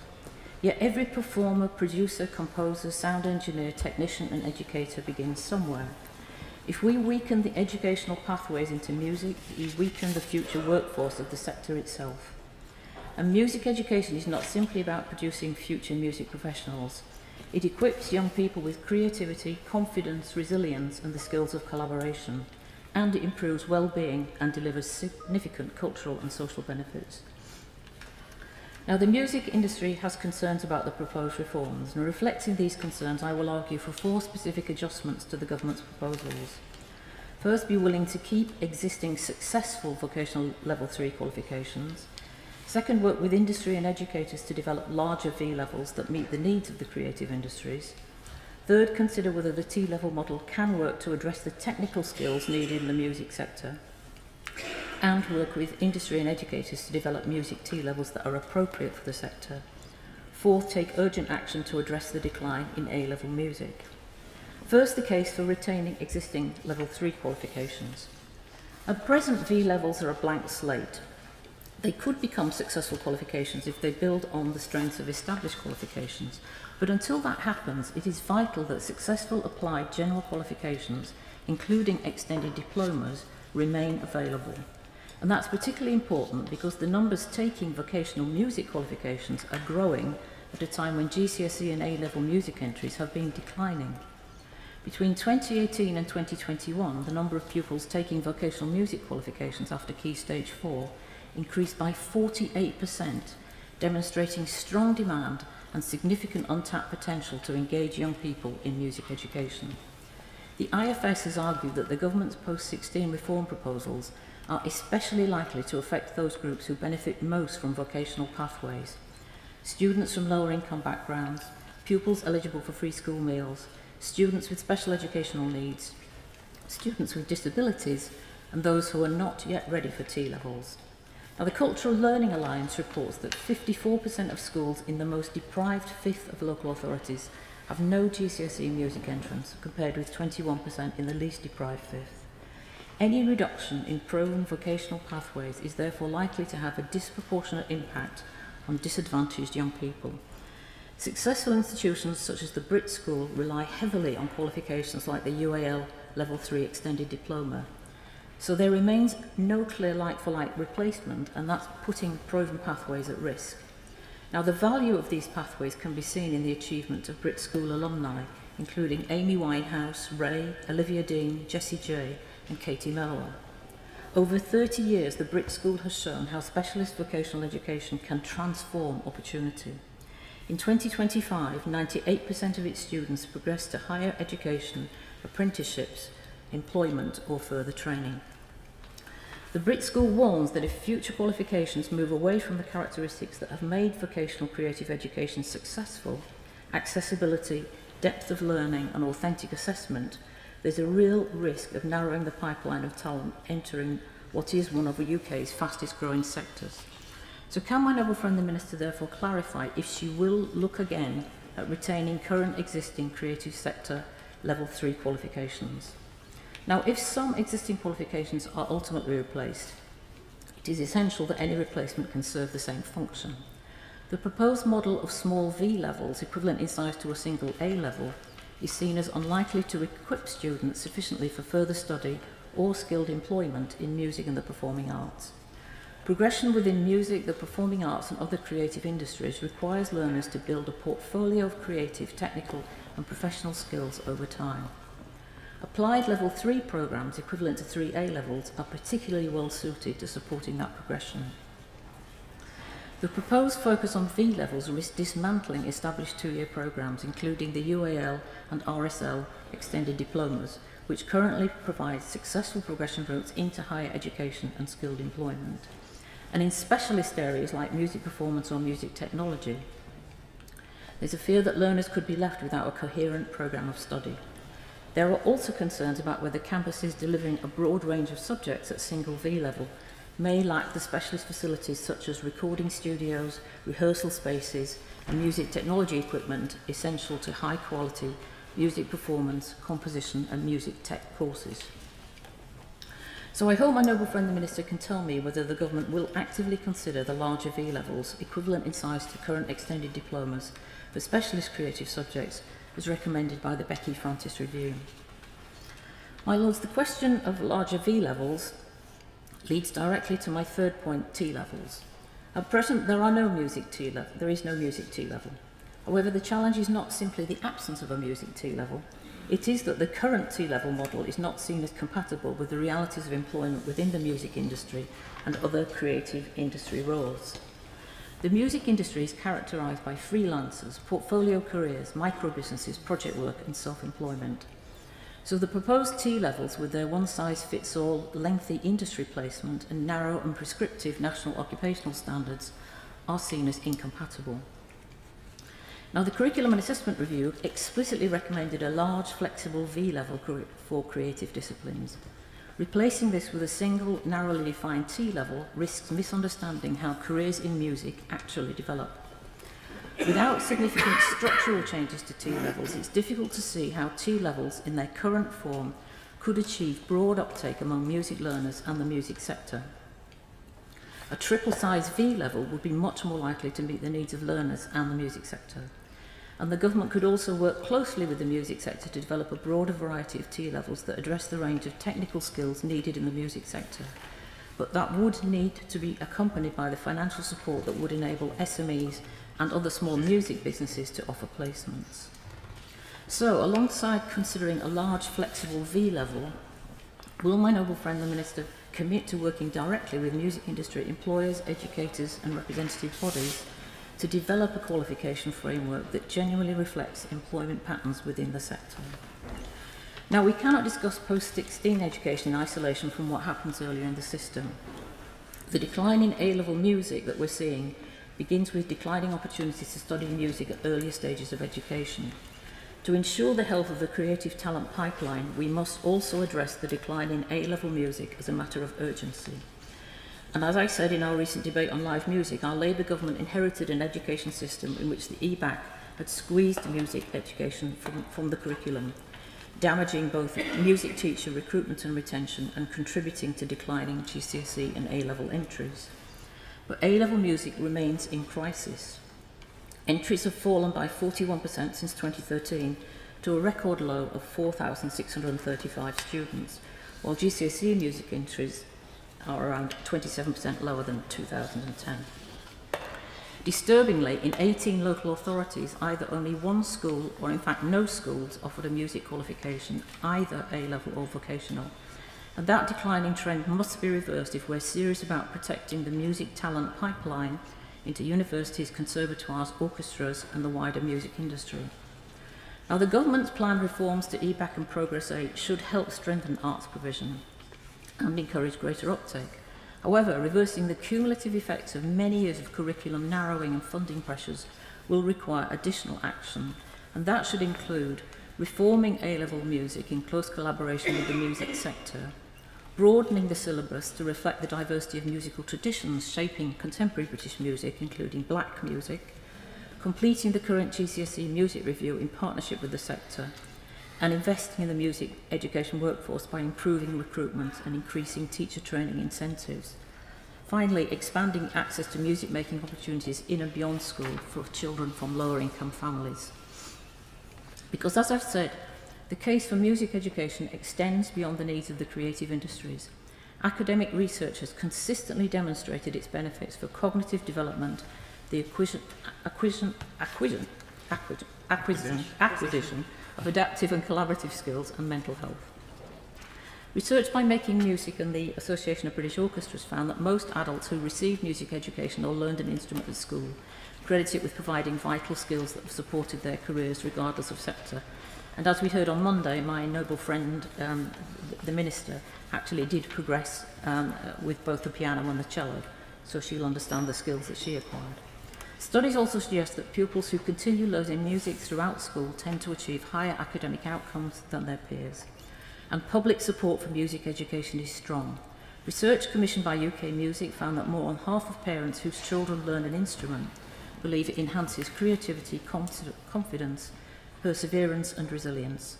And these educational and social benefits should be considered alongside the economic value of music education when decisions are being made about future qualifications. My Lords, this debate is fundamentally about talent, opportunity and growth. The United Kingdom's creative industries are admired throughout the world, but their future success is not guaranteed. It depends on the choices we make now about education and skills. The question before us is not whether reform is needed, but whether reform expands opportunity or narrows it. And my concern is that unless government builds on what already works, some of the most successful pathways into our creative industries may be lost. Existing Level 3 creative qualifications have enabled thousands of young people, including many from disadvantaged backgrounds, to progress into higher education, skilled employment and successful careers in the creative industries. And unless suitable alternatives exist and are shown to work, those pathways should be protected. I do therefore urge the government to retain successful creative Level 3 qualifications, to work closely with industries and educators on larger V levels and fit-for-purpose T levels in technical music skills, and to take urgent action to reverse the decline in A-level music. If we get this right, we will do more than reform qualifications. We will widen opportunities, strengthen social mobility, secure the talent pipeline for our world-leading creative industries, and ensure that the next generation of musicians, producers, composers, and creative entrepreneurs can fulfill their potential. And that would be good for our young people, it would be good for education, and good for the future prosperity of our country. So I beg to move. Question is that this motion be agreed to. My Lords, I'm grateful to follow Baroness Keeley so early in this debate, and I thank her for securing this subject as something for us to discuss in the Chamber today. And I echo much of what she has already said, which I'll return to in a moment. But may I also take a moment to congratulate the Minister on surviving the reshuffle cull. I've seen on social media how pleased she is to have held on to her role and how much she enjoys it. And may I also say that in principle, it's also great to see her on the front bench, because the future success of our creative industries, led by the Department of Culture, Media and Sport, depends very much on close cooperation with the Department for Education. And it is an interesting point that the music education system that Baroness Keeley spoke of so eloquently is effectively funded out of the Department for Education via the Arts Council, and many of the high-level schemes that support elite arts education, and I'm not embarrassed to use the word elite, such as the Music and Dance Scheme, are also funded by Baroness Smith's department. So it is vital to see this cooperation. And although the Noble Lord, Lord Gove, is often criticised for the EBAC, it was thanks to him when he was Education Secretary that we were able to bring some form of strategy to music education with the creation of music education hubs, a more uniform funding system for local authorities, and a joining up of separate initiatives such as the In Harmony scheme to ensure their success. And may I dwell briefly on the In Harmony scheme, because the In Harmony scheme represents a massive career-enhancing opportunity for the Noble Baroness on the front bench. Because the In Harmony scheme, although inspired by Julian Lloyd-Webber, was implemented by a Labour Culture Secretary known as Andy Burnham. And I visited one of the In Harmony schemes when I was a minister, and it was in West Everton, not unadjacent to a football club supported by a man called Andy Burnham. And I will always remember that visit. It was a very emotional visit because the sheer power of music to inspire children from difficult backgrounds, to inspire their parents and their carers, was a wonder to behold. And I hope that in the next 3 months I will see the Minister and the Prime Minister visiting the In Harmony scheme in West Everton to emphasise the point of the importance of music education, as Baroness Keeley pointed out, not just in creating the musicians of the future, but inspiring many young people with the rigour, the discipline, the sense of responsibility that will really enhance their prospects in many different ways. And it is good to have a former Culture Secretary as our Prime Minister, because the more I debate issues in this place, the more I think, not about picking winners, but this is a fantastic country that should be focusing on our natural advantages, and we need a government that will focus and double down on them. And it goes without saying that the creative industries are one of those advantages. Film, television, video games, fashion, and indeed music. And the Noble Baroness mentioned the Brit School. It's a phenomenal institution set up by the record industry, which has itself, perhaps inadvertently, been picking winners from Adele to Olivia Dean throughout its existence. And so it needs, obviously, the continued support for government, but it's important that we understand just how important the creative industries are, not just for our national life, but frankly, for our economy. So, in terms of looking at the future of T levels and V levels for the creative industries, I wonder whether I am wrong in thinking that perhaps they've been put at the back of the queue. The first V levels coming in 2027 are, as I understand it, digital, accounting and child development, very important issues. But creative T levels are only due to arrive in 2029, and creative V levels a year later in 2030. The last carriage is on the train, if you like. So I would be interested to hear from the Minister how the department decided to sequence the introduction of these new qualifications. If it's because they're harder to design, that would be understandable. I also hold some reservations on the evidence so far, and I think Baroness Keeley referred to this in her remarks. A V level carries 360 guided learning hours, but I think the Brit School has said that something like 1,000 guided learning hours are needed. 360 hours is the equivalent of a single A-level. The qualifications being replaced, including the larger BTECs, offer a great deal more, and the government's own consultation response, industry and universities both said 360 hours was not enough to give them confidence. And also, finally, V-level content is tied to occupational standards set by Skills England. That might be a perfectly sensible discipline for accountancy, where an accountant is a recognisable thing. But UK Music put the difficulty well. Creative careers are portfolio careers, and forcing qualifications to align with occupational standards that do not exist risks making them irrelevant to how the industry actually works. In 20 years around this sector, I've met very few people in this sector doing one job. The government have promised to consult on content before these courses launch, and I would like the Minister's assurance that this means the sector helping to co-design them, not merely commenting on a fait accompli.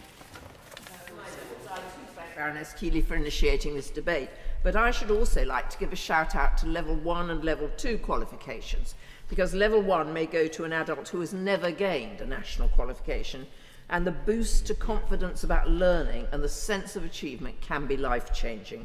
Level 1 may well lead for somebody to go on to Level 2 and even 3 from someone who may have written themselves off as dim and useless until national recognition, even to a very lowly level, encouraged and incentivised them. But Level 3 is evidence of someone who has the skills and knowledge to operate on their own in their chosen field.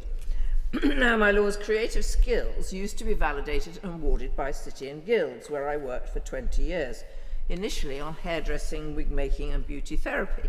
One can be quite versatile in this life, I find, and allied skills. In all those areas, it was possible to go all the way to fellowship at Level 7.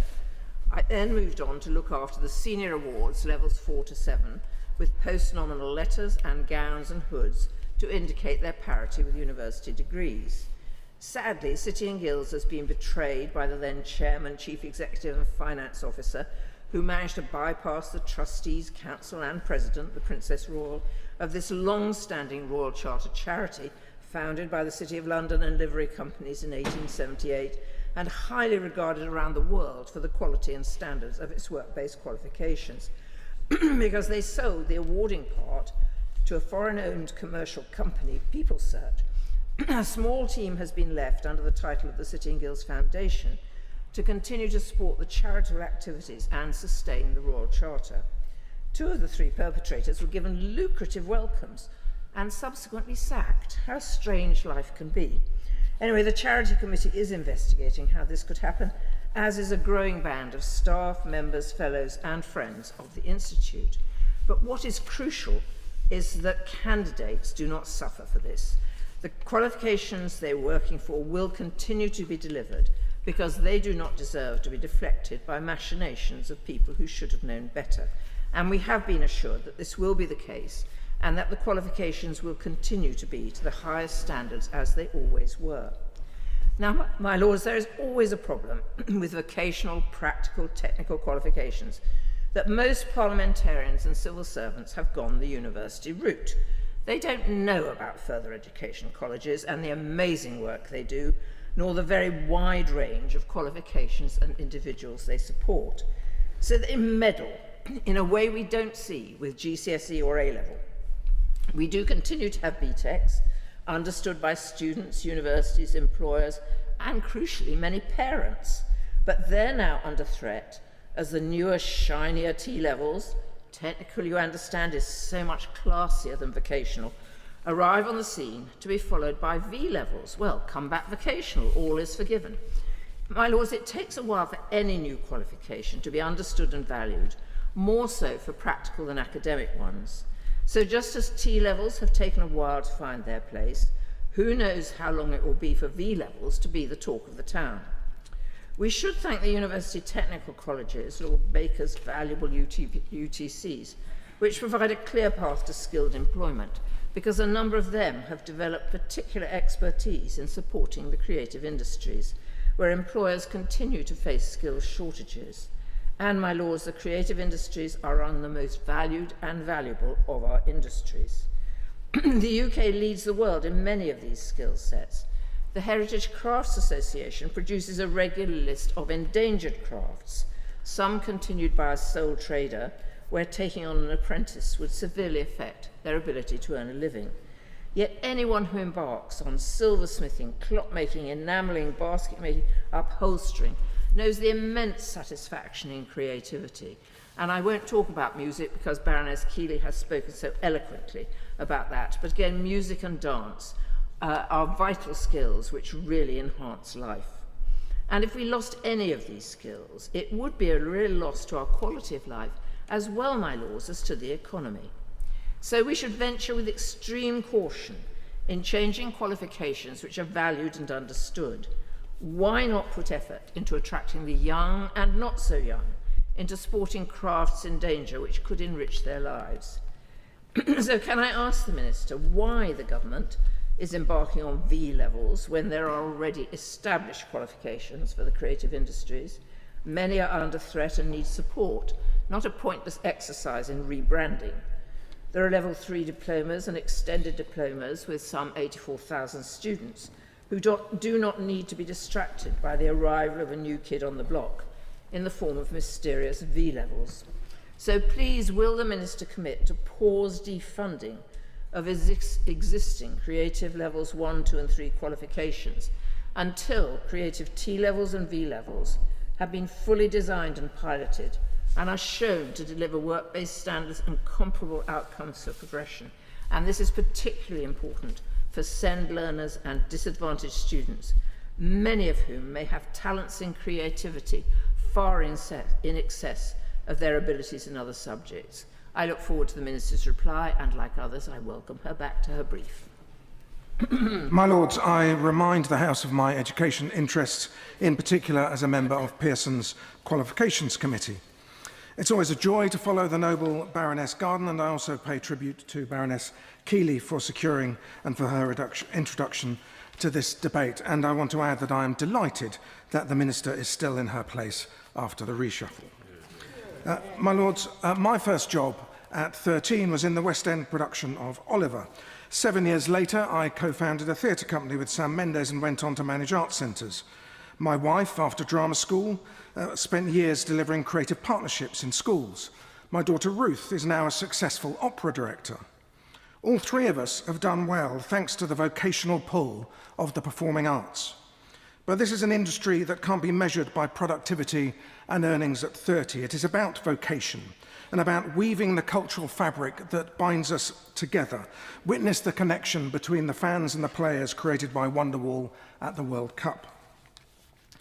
My Lords, I want to focus today on why T-levels and V-levels as designed cannot deliver the talent that our nation needs to maintain our status as a creative superpower. I'm a keen supporter of the post-16 reforms in general, but not as currently applied to this sector. T-levels and the proposed V-levels are built on national occupational standards, competencies mapped to defined jobs. How will that work for creative artists? My good friend Emily Burnett is a BAFTA-winning actor for film, TV, and is a TV and theatre performer. She's also a writer, a director, and a performer.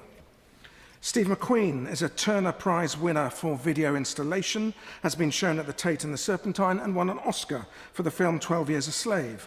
One career moving fluidly between fine art, documentary, and narrative film. No single occupational standard could describe these trajectories, let alone train for them. Whilst the creative arts require technical skills, they also need aptitude, fluidity, and inspiration. They're more than the sum of their constituent skills. This points, in my view, to a category error at the heart of the reform. T-levels are, by design, technical qualifications, built to prepare a student for a specific occupation with a narrow specialism at their core. Look at the craft and design T-level. Its occupational specialisms map to single narrow trade standards: ceramicist, bespoke furniture maker, garment maker, jewellery maker. Each is precise and each is far narrower than the breadth a young person actually needs to build a creative career. Practitioners move fluidly across creative, technical and entrepreneurial work over a single career and what the sector itself calls a polymathic, portfolio-based working life. And that mismatch has already shown up in the numbers. 2 creative T-levels have now been through full commissioning and delivery. Craft and design managed just 136 starts in its debut year. Media, broadcast and production around 600. Combined, a rounding error against the roughly 84,000 learners currently on large creative level 3 qualifications. My Lords, creative education is vocational, not technical. It builds a craft and a practice, not entry to one job title, and that distinction has a practical consequence in learning hours. A T-level runs to around 1,800 hours across 2 years, weighted heavily toward one narrow specialism and a placement. A single V-level, by contrast, is projected to be 360 guided learning hours, like an A-level. Neither fits creative training, which needs neither the narrow technical depth of one occupation nor the shallow breadth of 360 hours, but sustained studio and rehearsal time across a broad practice. That is precisely what the UAL extended diploma of 1,080 to 1,170 hours currently provide. And then 2 further technical problems would need to be resolved. First, assessment. T-levels require substantial examined assessment, but A-level art and design, as an example, have long relied on non-examined portfolio-based assessment precisely because they capture a creative process and development that a timed exam cannot. The Brit School told the Curriculum and Assessment Review that learners must be graded on vocational ability, not solely on written ability under pressurised exam conditions.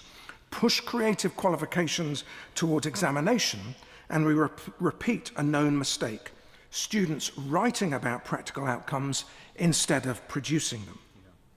Second, industry engagement. T-levels currently require a discrete 45-day placement dependent on employers able to host it. The extended diploma embeds industry engagement continuously through live briefs and employer-set projects running throughout the course. Now, I know this minister is listening to these arguments, and I hope the creative sector can engage with her to find the right way forward. To do that, this engagement needs to quickly resolve whether we can rebuild occupational standards for creative jobs. If not, the sector should then be given the certainty of retaining the extended diploma.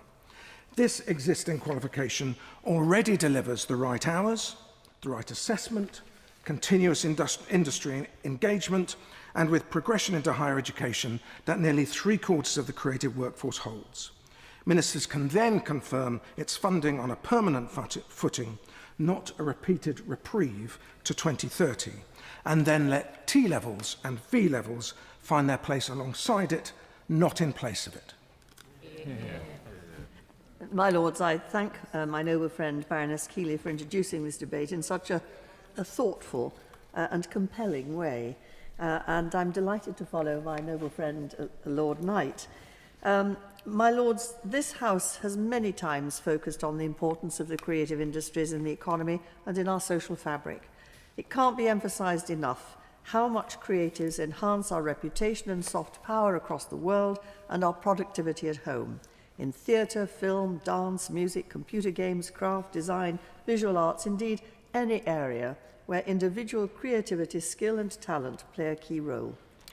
Those who are able and willing to advance those skills need to be encouraged, supported and given freedom to fly, not thwarted, straitjacketed or discouraged by any entry system of examinations which is not targeted to their needs or to the industries they aspire to enter.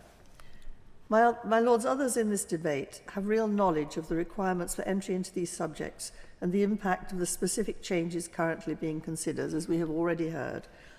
I don't, but I have learnt a lot. The library brief was excellent, and I'm grateful to Baroness Keeley for a thorough grounding in the ongoing discussions with government and the government's intentions. I want to make 3 brief, broad points. First, and most important, the creative industries are too vital a part of our economy to get this wrong. When tens of billions of pounds of gross value added and the jobs of 2 million people are at stake, we need to attract the best recruits and ensure that no unhelpful obstacles or poor offerings impede keen youngsters from whatever background they come from. It's clear that the government wants exactly that. Second, creative roles increasingly blend technical fluency, software, digital production data, with distinctly human capabilities, originality, storytelling, collaboration. My Lords, it's clearly a sign of the times that I met recently a senior executive in a company who was indeed director of storytelling. A creative economy that wants to keep growing needs a pipeline of people who can move fluidly between craft and technical skills. And it's clear that placements are an important part of these qualifications. I was very struck by the responses of students who struggled to find placements, particularly in the creative industry sector, given that 95% of companies are micro-businesses and up to 1/3 of the workforce is self-employed. Yes. So can I ask my noble friend, how will the government address this placement issue?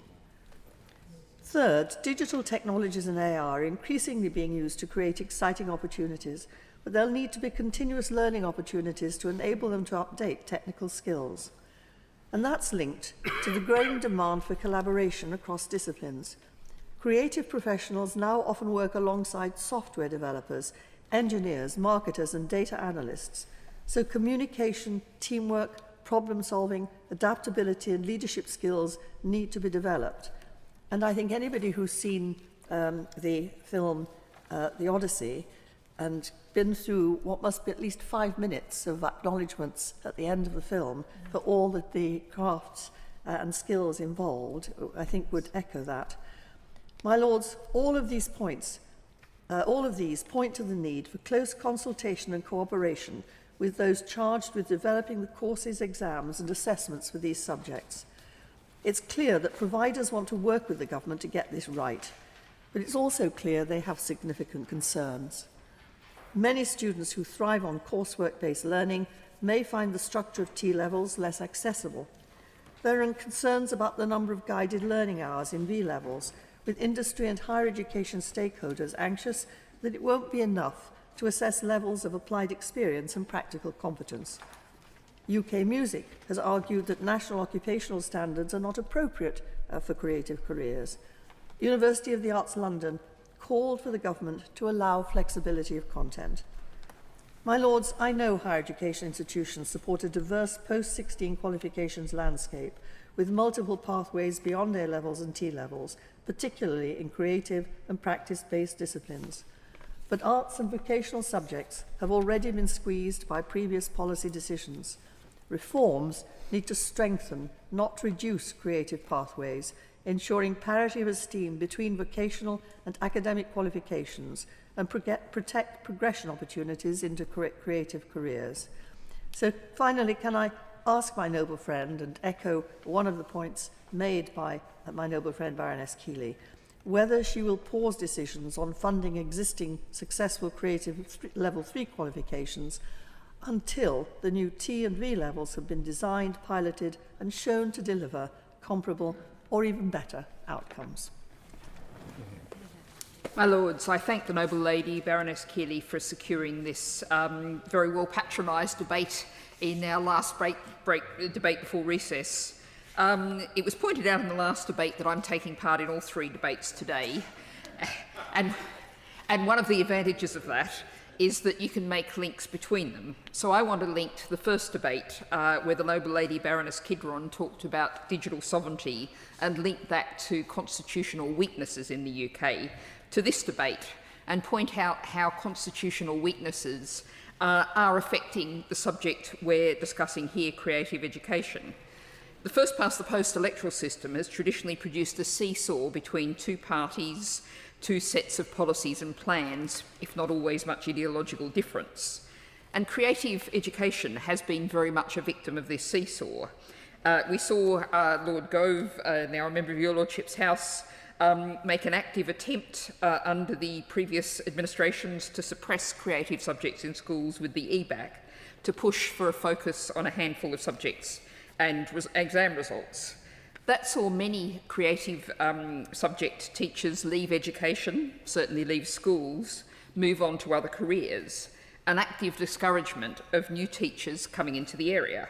So I note that, among many others, the composer Andrew Lloyd Webber, referring to music education, has focused on the chronic shortage of teachers, as the noble lady Baroness Keeley referred to. Now we're seeing the seesaw come down the other way. We have a government that last year said it would end what the playwright James Graham described as the madness of the last decade, when cultural subjects had been so devalued. But let's look at the reality of that. Since 2010, enrolment in arts GCSEs has fallen by 40%, and the number of arts teachers has fallen by 23%. Now, a number of noble lords have already raised really important points on the questions of V levels and T levels, whether, as Baroness Keeley said, these will have the depth of learning and effective assessment. The noble Lord, Lord Vasey, suggested, not currently in his place, asked whether there was enough hours. The powerful points made by the noble Lord, Lord Knight, about the difficulty of something structured for something like accountancy being applied to the creative sector. So I'm going to park all of those and simply ask the noble lady, the Minister, given the background I've painted, is the government confident that there will be enough resources in terms of human capacity, teachers, trained teachers, experienced teachers, to deliver what the government is proposing? And along similar lines, I reflect back on a Learn with the Lord's visit to a school that I'm going to anonymise so as not to get anyone into trouble, where the arts teacher told me that when he'd started a decade or so earlier, he'd had a budget of £3,500 a year for materials. His current budget for materials is £500. Now, I'm not talking about here about any inflation adjusting, I'm talking about raw pound figures. Is the government going to resource these subjects in the way that they need to be resourced? But I also want to take a further step back, because if these V and T levels are going to work, we need to see students taking them up, students being encouraged to follow their interests and passions. Now, I would imagine the noble lady, the Minister, is aware of the recent Nuffield Foundation report, which really focused on the underrepresentation of women and girls and people from lower income backgrounds in the creative industries, something that's seeing a pathway that narrows and narrows along people's life course. It looked at 1.7 million students in England and surveyed people working in creative fields. Now, encouragingly, almost half of 14-year-olds said they enjoyed creative subjects, but just 1 in 25 was working in a creative occupation by the early 30s.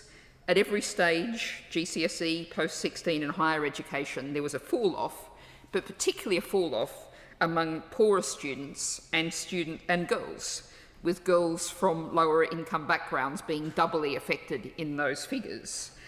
So if we're going to ensure that we have a real flow of the students, the range of students we want to have into these V&T levels, what's the government going to do to ensure that happens? Two final brief points. The Noble Lady, I'm sure, is also aware of the Creative Collaboratives programme, which is piloted embedding creativity in classrooms, not just addressing the specific subjects, but right across the curriculum, an approach that focuses on pupils' ability to think imaginatively, to make connections and generate original ideas.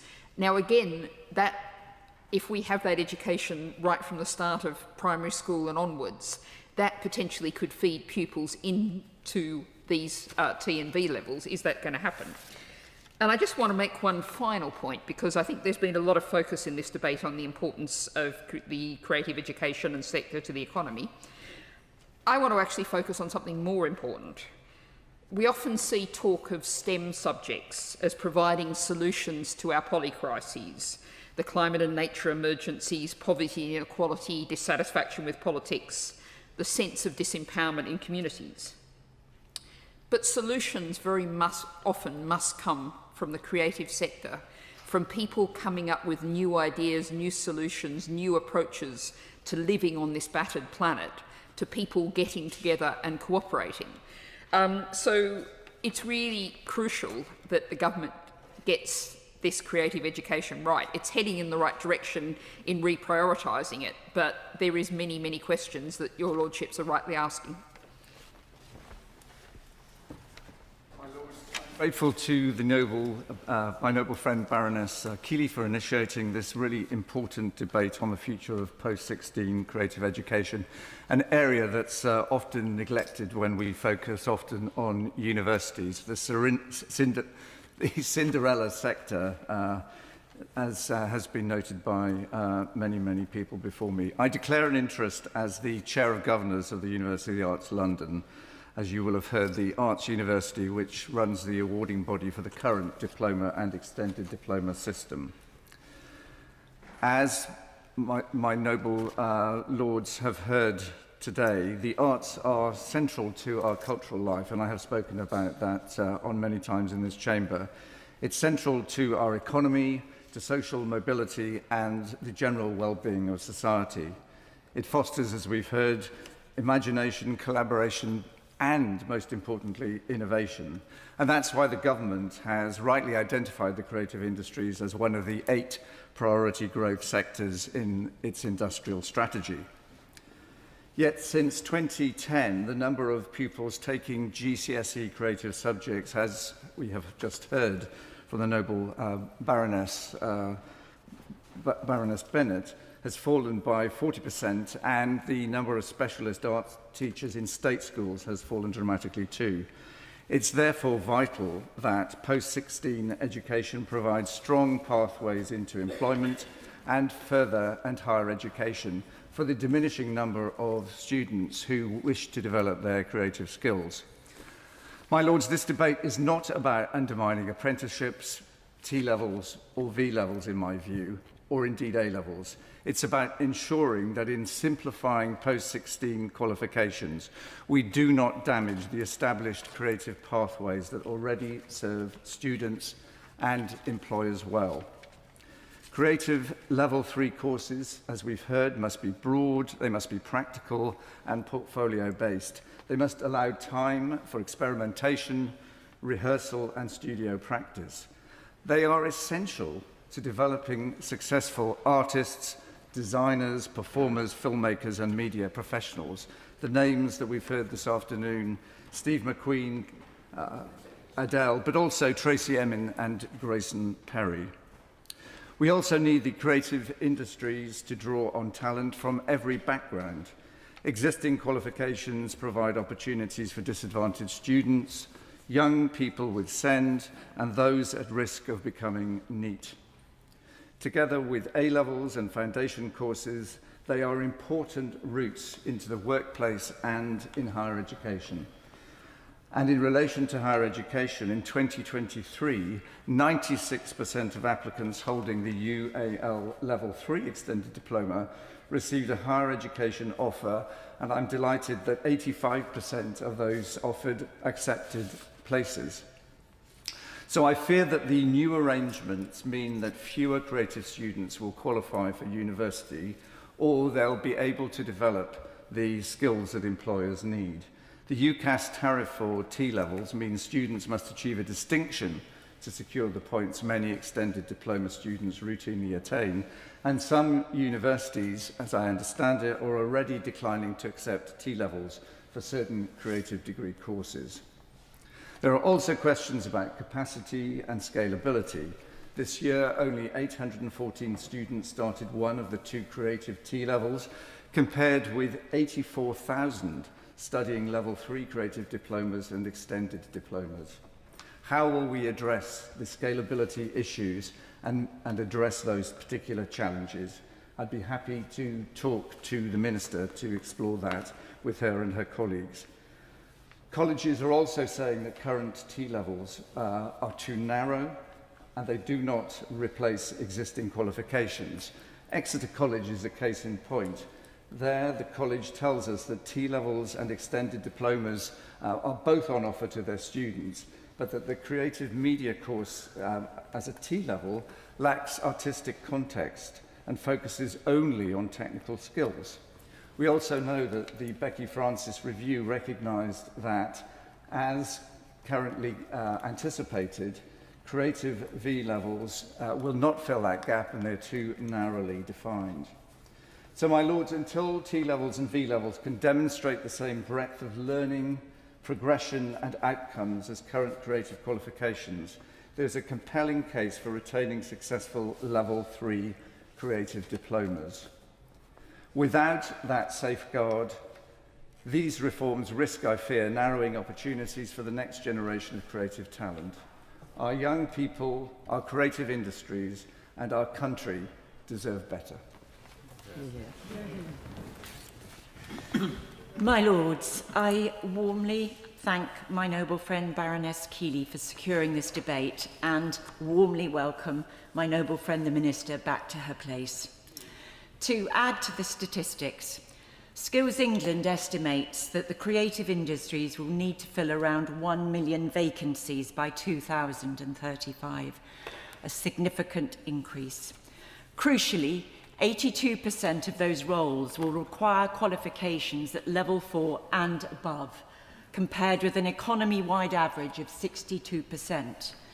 Now that means that occupational standards exist where they do, largely at level 4, not at level 3, which is the basis for the T-levels that we're under discussion. 90% of creative businesses are micro-enterprises, as we've heard, employing fewer than 10 people, with more than 30% of the workforce is freelance, but that critically increases in some key subsectors, film and television being one. It's over 50%. For many years, the Department for Education has tended towards one-size-fits-all policies designed around larger employers and more traditional sectors. Creative industries have repeatedly been recognised as atypical, yet the flexibilities needed to support them have too often been absent. As a result, employers have frequently developed their own solutions. Now, when the Institute for Apprenticeships and Technical Education mapped the creative and design pathways a few years ago, it concluded that T-levels were not the right qualifications for music, performing arts or graphic design.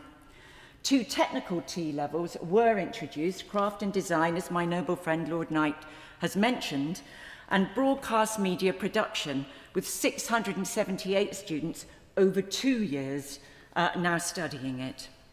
And to repeat, because these T-levels exist, funding will be removed from alternative level 3 qualifications of 1,080 guided learning hours or more that map across to them for the 2027-28 year. So what does that mean for the screen industries? What does it mean for the Ofsted outstanding London Screen Academy, founded and supported by leaders from the film and television industries? It delivers UAL Level 3 and Level 4 diplomas across a range of screen disciplines. Will parts of that provision be defunded, or all of it? What does it mean for Birmingham and Winston Academy, whose innovative partnerships are helping to build Birmingham's fast-growing screen cluster? Which parts of its Screen and Stage Academy BTEC provision are now at risk? I asked the Minister to consider aligning funding change timelines so that the sector and its providers can be considered strategically and as a whole. Important though those T-level students are, their numbers do not come close to meeting future workforce demand, nor do they justify destabilising successful institutions and courses at such speed. To turn to another example, visual effects, animation and games. 10 years ago, industry leaders, UK Screen and UKI, decided not to wait for policy to catch up. They created the Next Gem AIM Extended Diploma in VFX, Animation and Games and established the Next Gen Skills Academy network, supporting partner colleges across England and Northern Ireland. More than 3,000 young people have since benefited from high-quality education and strong progression routes. That success now faces uncertainty as Skills England develops a T-level focused solely on visual effects. UK Screen is clear that industry needs a broader qualification in computer-generated screen content, one that reflects the reality of modern production, is viable for colleges to deliver at scale, and supports progression and opportunities for young people into adjacent sectors. In addition, work placements. They are an issue in terms of finding them in industries that are populated by small companies, but also are an issue in terms of the nations and regions of the UK. The main cluster of these industries is based in London and the South East. For people and young people to have opportunities elsewhere requires different forms of accessing them to experience. If not, we face a catch-22. Creative investment will not go to areas largely deprived, rural, coastal, where skills provision doesn't already exist, and skills provision cannot exist unless there are employers locally to supply the placements. It is a catch-22. As the Creative Industries Council has made clear to government, the existing Level 3 qualifications and the key institutions that deliver them are a vital part of the UK's creative ecosystem, and I should declare my interest as having led skills and education for the Creative Industries Council for over a decade. Qualifications need updating, and simplification is important. But a simplification-first approach risks destabilising successful provision and limiting opportunity. Without employer confidence and support, change will not succeed. We must find a more flexible and pragmatic way forward that protects opportunities for young people and strengthens the talent pipeline on which these growth industries depend. And I look forward to the Minister's response. My Lords, I too would like to join the chorus and thank Baroness Keeley for securing this debate, and would like to associate myself with the comments that she has already made.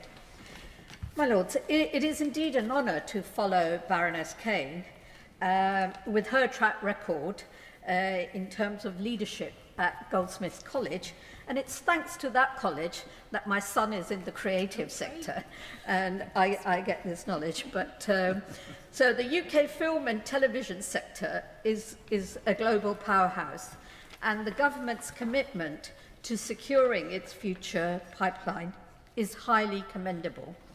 The Department for Education's constructive approach in its recent post-16 Level 3 pathways consultation response is to be welcomed, because by proposing a phased route-by-route transition over the next 4 years and introducing alternative V levels, the government has shown it is listening to the education sector and trying to simplify a complex qualification landscape.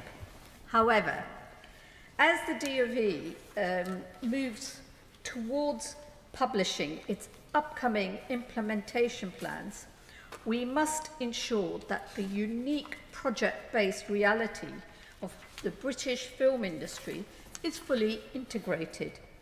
The film and media sector does not operate like the traditional corporate environment, as I understand from my son and his friends.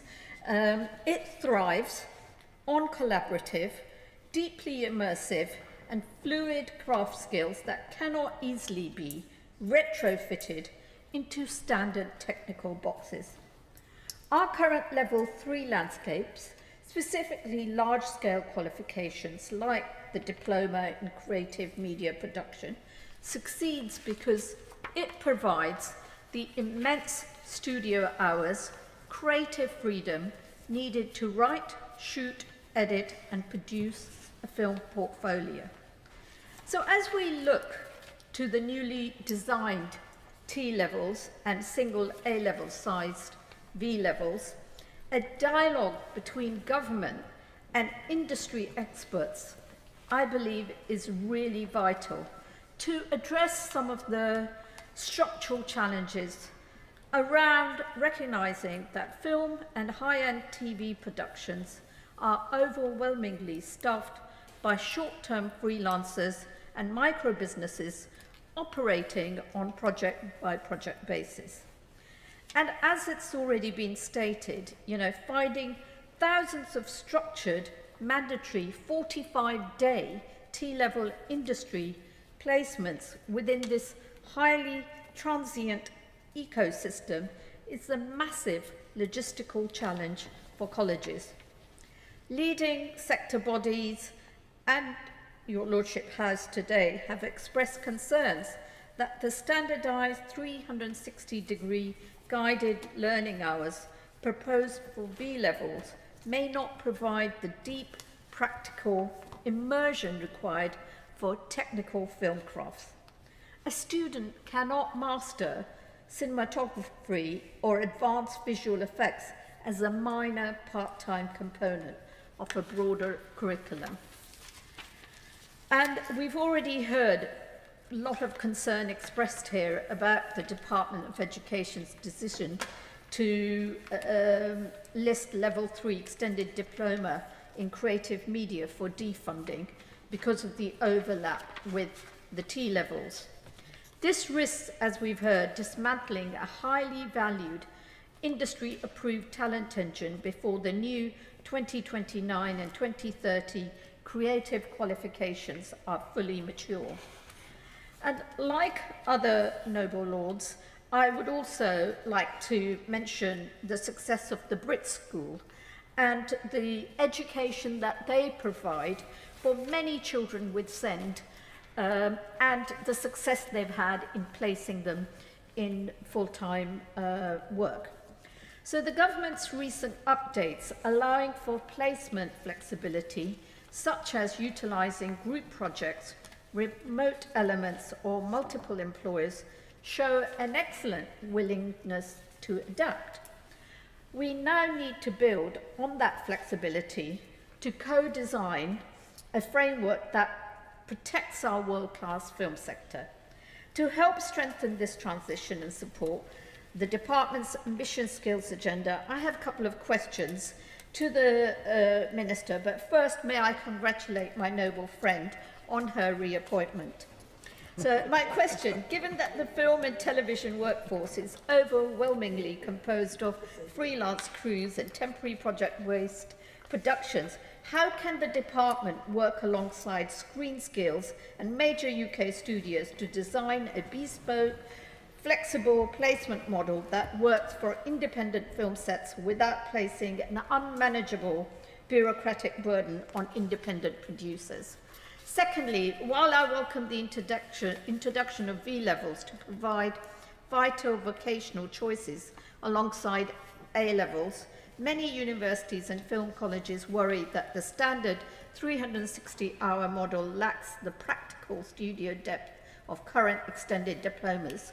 Will the government collaborate with creative awarding bodies to approve larger double or triple weighted qualification sizes, specifically for technical film, media and production pathways? My Lords, can I congratulate Baroness Keeley for securing this important debate. I know from many conversations with her that she is utterly passionate about support for education in the creative industries and brings real expertise to this subject. I've enjoyed this debate so far because I've also discovered that a friend of mine was Oliver in the same production that Lord Knight was the Artful Dodger. Who knew? Who knew? I've spoken before in the House about my support for centres of artistic excellence in South London, and in particular Mount View Theatre School, the Central School of Ballet and the Old Vic Theatre. And I should declare my interest as a member of the President's Circle at Central and a trustee at the Old Vic. And I want to thank my noble friend, the Minister, for the wonderful visit which we paid to the Central Ballet School a few weeks ago, where we both saw brilliant classical ballet teaching in action. We didn't dance, but we saw the students. While Central isn't a level 3 provider, I think our conversation that day underlined the thrust of this debate, that every cultural education provider, usually because of their size and specialism, is unique in the teaching and courses they provide, and consequently so are the financial challenges they face. But one size rarely fits all in the cultural sector, especially in teaching and qualifications. At Mount View, those students who don't have level 3 qualifications can enrol for their foundation or certificate of higher education courses. They're intensive, they're popular, and they work, meeting the needs of those students who then move on to degree courses. Now, my Lords, we all know the importance of the cultural industries to the UK economy. Last year contributing over £145 billion in gross value added, and growing at an incredible rate of nearly 5% per year. If only the rest of the economy was matching that growth. And my Lords, this is especially true in London. Only today, the Times reports that the capital's cultural pull is increasingly visible in the booming film and television industry. Netflix, Amazon Prime Video and Disney are expanding their British operations, while Pinewood and Shinfield Studios are operating at capacity. Film London estimates that £9.5 billion will be invested in production across the wider capital area in the next 5 years. And citing the Hollywood Reporter, the article said that London has become more Hollywood than Hollywood, driven by generous tax incentives, premier infrastructure, and here's the important point, a deep pool of creative talent. My Lords, this is all great news, but it makes it even more important that our approach to future creative talent is not undermined by complacency. So we need to listen to the University of the Arts, as my noble friend Lord Isaac said, and the Brit School, who say that large vocational qualifications do not narrow opportunity, but instead unlock multiple successful pathways, including higher education, further training and employment. If I might paraphrase, leave it alone, it works. As others have observed, courses which open doors by their flexibility and inclusion increase social mobility. Now, my Lords, this government and this House have many members with a deep-rooted commitment to and love of the arts and culture. So I hope that my noble friend, the Minister, is able to give us some cause for optimism today. This is a week of hope and change. I hope that there will be a change in the government's approach to this subject. And I ask my noble friend, the Minister, quite simply, will this debate have an impact?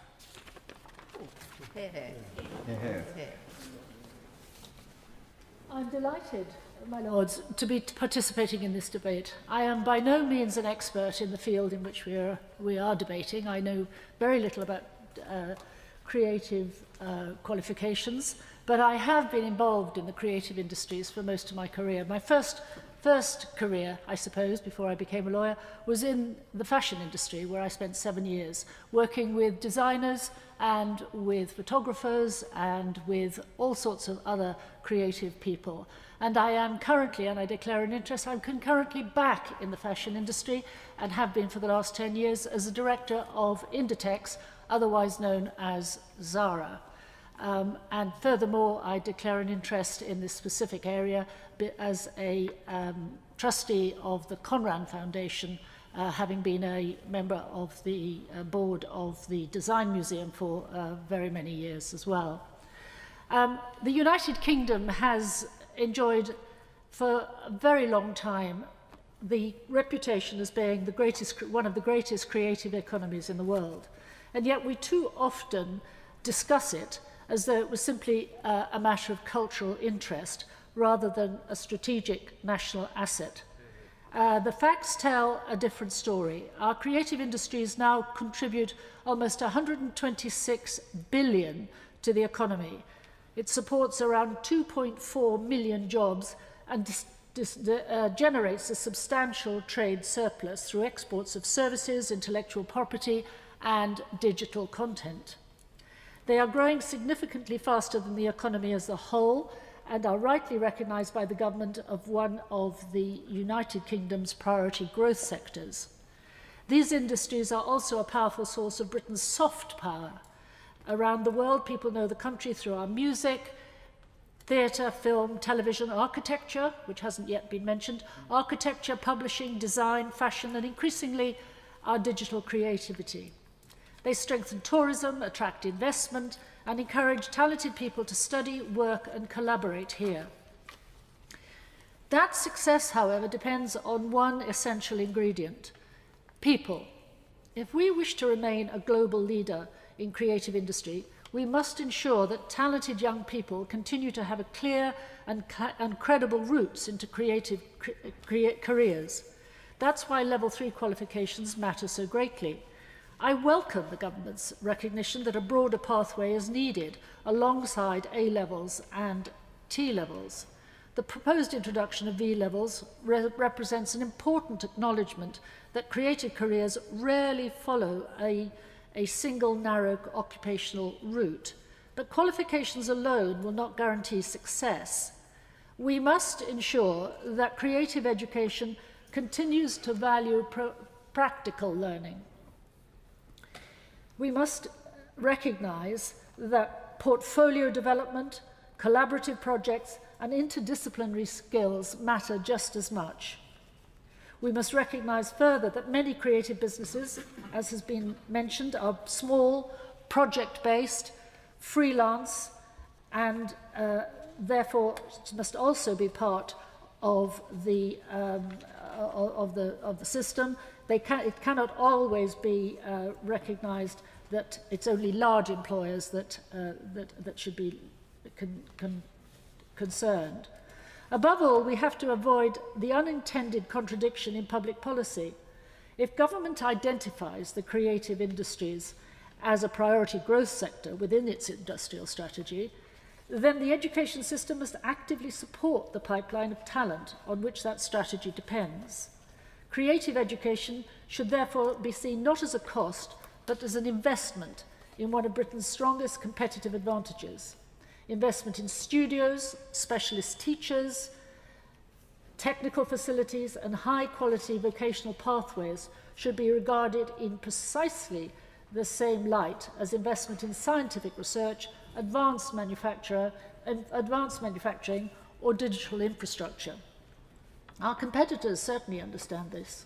If Britain wishes to remain a world leader in creativity and innovation, we cannot simply celebrate past success.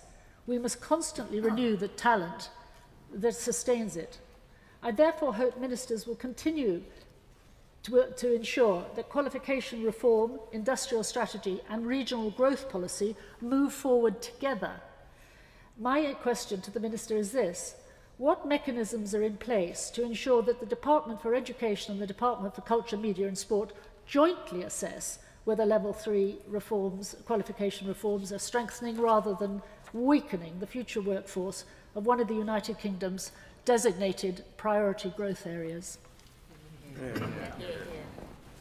My Lords, my noble friend Baroness Keeley has done us all a service, I think, by facilitating this important debate in an area, the development of a new landscape for 16 to 19 qualifications that's been the source of, what shall I say, more than a little controversy since the introduction of T-levels in 2020. I was one of a number of noble lords who joined campaigning by the Protect Student Choice Coalition, which secured delays to the defunding of applied general qualifications, such as BTECs, meaning that at least 300,000 16 to 19-year-olds have either already studied qualifications that would otherwise have been scrapped or will be studying them in the years ahead. Retaining AGQs has enabled many of these young people to progress to higher education and or skilled employment, a journey that would otherwise have been out of reach, and it's avoided a creation of a qualifications gap that tens of thousands of students would have fallen through. And the announcement in March by my noble friend the Minister, whom I'm delighted will be continuing in her post, announcement of a stay of execution for popular courses while alternatives are developed, was most welcome. That said, the problematic nature of the package of reforms to 16 to 19 education does, I believe, go beyond the timetable. And the most important of these is the replacement of numerous existing diplomas with V-levels, which are being designed as A-level size equivalents. The first 3 V-levels will begin next September, and one of the causes of concern is the speed with which they'll be introduced, and I would urge that the lessons of T-levels should be noted. Now, T-levels are well-intentioned, and I've always said that I want them to succeed, but their combination of tight specialism and level of difficulty, as other noble lords have mentioned, means there are many young people for whom they're simply not the right choice. And they've not yet become established. Indeed, in the 6th academic year, that's the one that's just finished, only 27,000 students began a T-level. And part of the problem with T-levels is that they're not widely enough understood and still struggle to gain recognition. The same, my noble lords, must not be allowed to happen with V-levels. In the creative sector, T-levels remain tiny in scale, and providers say they cannot grow to replace the existing provision. Now, the UK Screen Alliance represents companies in animation, visual effects and video game sectors, which can together contribute more than £10 billion to the UK economy and employ almost 50,000 highly skilled people. And they're among Britain's most productive industries and are repeatedly identified by government as growth priorities. But at the moment, the future of the sector's skills pipeline is threatened by the government's determination to impose, possibly the phrase of the afternoon, a one-size-fits-all approach, which is quite unsuited to the creative sector. And as my noble friend Baroness Kane has said, more than a decade ago, employers in those industries recognised that the education system was simply not producing enough young people with the right mix of creativity, technical ability, mathematics and digital skills. So, being creative people, they created their own pipeline. And in the 10 years since the Level 3 qualification, the AIM Extended Diploma, was introduced, more than 3,000 students have completed the programme, with nearly 3/4 of these young people progressing into higher education, with others moving into apprenticeships and employment. The students tackle live industry briefs, they receive feedback from professionals, visit studios and showcase their work to leading companies. And this is employer engagement at its best. Yet despite its success, the qualification faces defunding because it doesn't fit neatly within the architecture of T-levels and occupational standards. As other noble lords have highlighted, T-levels involve industry placements which rarely work in the creative industries. And for colleges in rural, coastal or disadvantaged areas, mandatory placements can become an impossible barrier, even after recent announcements on placement flexibilities.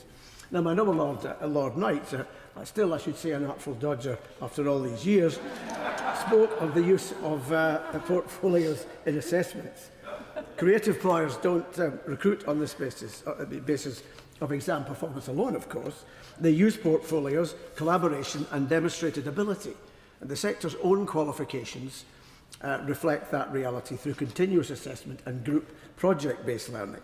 It nurtures talent in a way that reflects how creative work actually happens. The AIM diploma is a success, and yet it faces defunding in 2029. I have to ask, where is the sense in that? As the University of the Arts London awarding body has said, the DFE should not introduce exams, prescribed controlled conditions or prescribed content into creative subjects by default. Larger, scalable and successful qualifications that already contribute to the creative industries should be retained. And I would suggest that the DFE should listen to creative industry employers more, because employer engagement and buy-in will be key to the ultimate success in T-level, in any sector it should be said. I also want to say something about a study in skills option that only one other Nobel Lord has mentioned so far today, and that was the Nobel Baroness Garden, and that's university technical colleges. UTCs seem to fly beneath the radar, but they provide an important alternative, I think, to a predominantly academic route through secondary and post-16 education. Working with universities and local employers, they offer specialist technical pathways, including the creative industries, which are designed around local skills needs. And it's important to point out they account for only 2.9% of all T-level enrolments, despite representing only 1.2% of schools. And I'd be interested to hear from my noble friend what role she believes UTCs can play in delivering both T-levels and V-levels, as well as courses in the creative subjects. In conclusion, my lords, I say to my noble friend, the government and the DFE simply must take account of what the creative sector is saying about the potential impact on that sector of the replacement of current level 3 qualifications with T-levels and V-levels. And if to paraphrase my noble friend Lord John, if it ain't broke, don't fix it. My Lords, as the last backbench speaker, I have to congratulate my noble friend Lady Keeley on having promoted a really interesting debate with which, on the whole, I found very, very little to disagree and very little extra to add. I should also congratulate my noble friend, the Minister, were she in her place. And I shan't take it at all personally that she left the chamber just before I stood up. But nonetheless, I'll keep talking in the hope that she'll catch some of it. My Lords, my professional career, I really won't take it personally. I look at my noble friend on the front bench at the moment, and I'm sure he will assure her of that. My professional career has been spent in the cultural sector, specifically in the performing arts, where much of my time over many years involved the finding, assessing and employing of performers and directors for theatre and musical productions. Unfortunately, it didn't include the talented child who went on to become my noble friend Lord Knight of Weymouth, but it did include, at a very early stage in his career, his friend Sam Mendes, whose incredible career now could not have been predicted at the time that we both knew him best. Just to make the point that you can't always see what's coming in this particular field. So, my Lords, I'm approaching this subject not from any expertise in the relative value of this qualification over that, but from extensive practical experience of what works for employers and employees in this complex area. My Lords, I've only got a couple of points I really want to reinforce that have been cogently outlined by a number of other speakers, but I think they will bear a little bit of emphasising. I'm instinctively disinclined to special pleading and exceptionalism, but I do believe that education and training for the creative industries is unusual, if not unique, as we have been hearing. And to make clear why understanding this is so important, I can do no better than quote from a recent edition of Further Education News, which was helpfully included in the library briefing. And I quote, "Creative industries education has never been about training for a single job role. It is about developing transferable, adaptive capabilities that allow learners to thrive in across multiple sectors, careers, and economic shifts. Most creative professionals do not follow linear career paths. Instead, they build portfolio careers, combining freelance work, short-term contracts, cross-sector projects, and entrepreneurial ventures. This reality demands education that prioritizes flexibility, creative problem-solving, collaboration, communication, resilience, and self-direction, skills that are inherently transferable and increasingly valued across the entire economy. And my experience, my lords, that is the end of the quote, my experience entirely bears this out, including watching my own 2 children, both conservatoire-trained performers, both now well into mid-career, progress in exactly this way and arrive at quite different and unexpected places. And like others, I want the new vocational qualifications to succeed, but as currently envisaged, they are not well matched to the needs of the creative industries, as we have heard over and over again in this debate. And I hope my noble friend, when she replies, can reassure us that the promised consultation about how to structure new qualifications for the performing arts will not just listen to the concerns of employers and practitioners and education providers, but genuinely hear and understand what they are saying. I will not repeat the mantra of the day, except to say, if it hasn't dawned on my noble friend already, one size really does not always fit all. The UK's creative industries are precious. We are rightly proud of them, and the government is relying on them to continue contributing to economic growth and to our international reputation. But they are also vulnerable. If we do not protect and enhance the pipeline of talent into the sector, if we fail sufficiently to recognise its special nature, we will eventually lose the preeminence in this field that we currently enjoy, and that, my lords, would be a tragic mistake. My lords, first let me congratulate the noble minister on being in her place, although having a debate when you have 10 backbenchers behind you all firing shots at the back of your neck may not be the most welcome way of coming back in. Okay, they may not all be killing blows, but it's there. But we go through this, and there are certain themes which are clearly established in this. One, we have our question marks still about T-levels and V-levels. We just don't really know what they are yet. And if they're going to get rid of qualifications that work, we'd like them to be a lot better presented and know a lot more about them than we currently do. Now, T-levels haven't had a great start. Indeed, when they first came out, I remember there was one course where nobody finished one.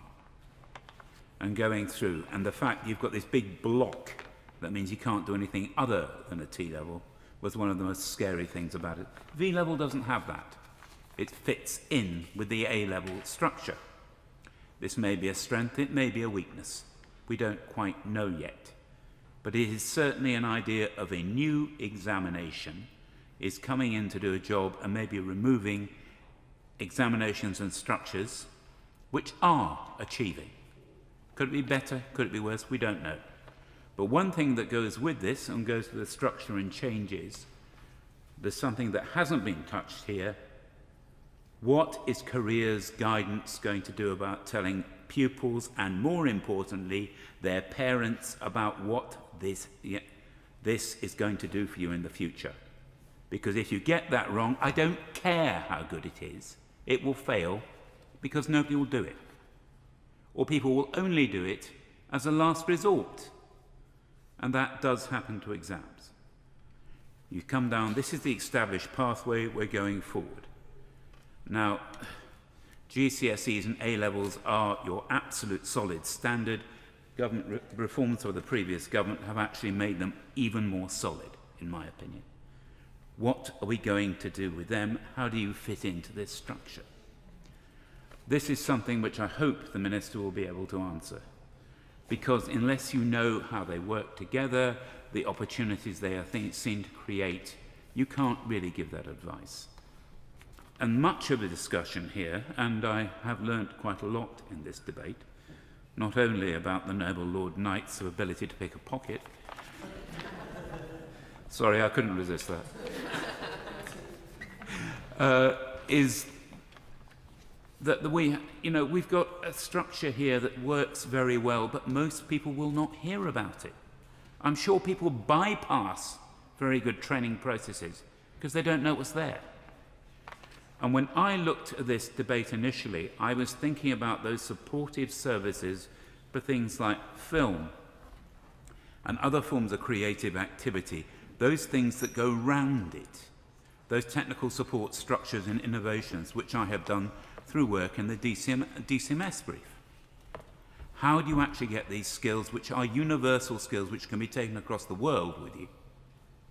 How do you get qualified to that? And the fact that we don't know how to do that, we have lots of English graduates coming in and having to reskill at, say, level 4 or 5 and going through. How do these exams allow you pathways to get to level 4 and 5 skills, good old-fashioned technician level education, the thing that we've actually had a problem with for decades, more decades even than I've been in this house? How do we make sure that goes through? And how is that pathway going to be how are we going to educate the population that is the way forward? This means giving a little bit more status to further education. And at the moment, let's face it, we have, shall we say, the higher education sector might look back over its shoulder and say a university is not going to lose too much sleep if it starts to skill people at levels 4 and 5. Let's face it, we've actually got graduates in further education, level 6 courses in further education colleges. Let's interact the two of them, because they will have the connection there, they will understand what's going on. And I would hope that this current government, with its huge majority and the new saviour from the north, I keep thinking winter is coming, but there again, you know, there we are, there we have it, going forward. Because unless we get that sort of interaction between the various bits of the education system, it's going to go wrong, because that's what's happened in the past. Now, I then come to a subject, and I'm sure the Noble Baroness will be sending me rude notes if I didn't raise it, about special educational needs. I get a nod for that. It is a case that the way forward and the entrance into this tends to be about English and maths at GCSE. I would hope with the creative industries that we will be a little more flexible about how we allow people in and through. My noble Baroness Golden, my noble friend, who's now on the Woolsack, did mention this initially. What are the ways through? Now, if we're still going to be obsessed by the GCSE entrance level, it used to be CD, now it's 3-4, the barrier, for English and maths, you're going to continue to exclude. Now, I would say that, wouldn't I, because I'm a dyslexic who's president of the British Dyslexia Association, who also happens to be a chairman of an assistive technology company, Microlink PLC. I think there are ways round and through. If the Noble Baroness can say, what are they actively encouraging us to show that somebody can communicate using technology now to communicate in English and possibly maths, dyscalculia is out there, dyspraxia means you can't finish exams. If in this sector that should be more flexible, that actually everybody has said should be more flexible, can't take the first step forward as saying, can you demonstrate that you can communicate or use this technology, not in the conventional exam situation, we are actually missing an opportunity. Let's make sure that we get people into something which is developing and growing, and we make sure we have a structure in which people can strive. Because if the performing arts is one thing, but those supporting it round the sides, those things that make sure the set is there, that the person who is helping the computer graphics work properly, the technical level, is there to support them. That is where the big figures for employment are. It's how you get those supported and through that will help. Now, at the end of this, I think what actually everybody has said to the government is, don't throw the baby out with the bathwater. One size, or even 2 or 3 sizes, won't fit everybody. And how are we going to get the best out of a sector that is growing, providing economic benefit for the rest of society, and indeed directly a more pleasant time? It's a win-win if we get it working properly. But it requires one, knowledge of what the opportunities out there, and knowledge about how you get through. And then and the greater flexibility of approach to get people in here. And once you've done that, you can start to finish it off with a bit of status. And that status also comes with knowledge. It's an opportunity for this government and future governments to take, and I hope we will embrace it, because it might just make our lives more pleasant.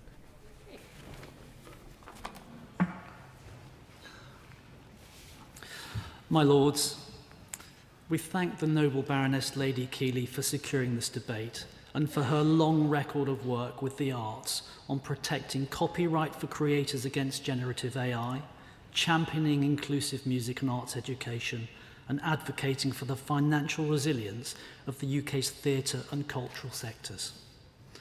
And it was not a surprise that the noble Lord Isaac gave us an in-depth insight into the creative industries, given his role of Chair of the Court of Governors at the University of Arts London, nor that the noble Baroness Lady Kingsmill, given her directorship at Zara, flagged fashion design, amongst other things. And the noble Lord John talked about a deep pool of creative talent.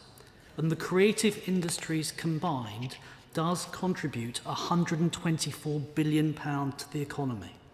They employ 2.4 million people, over 7% of the national workforce, and their output has grown at more than 1.5 times the national average since 2010.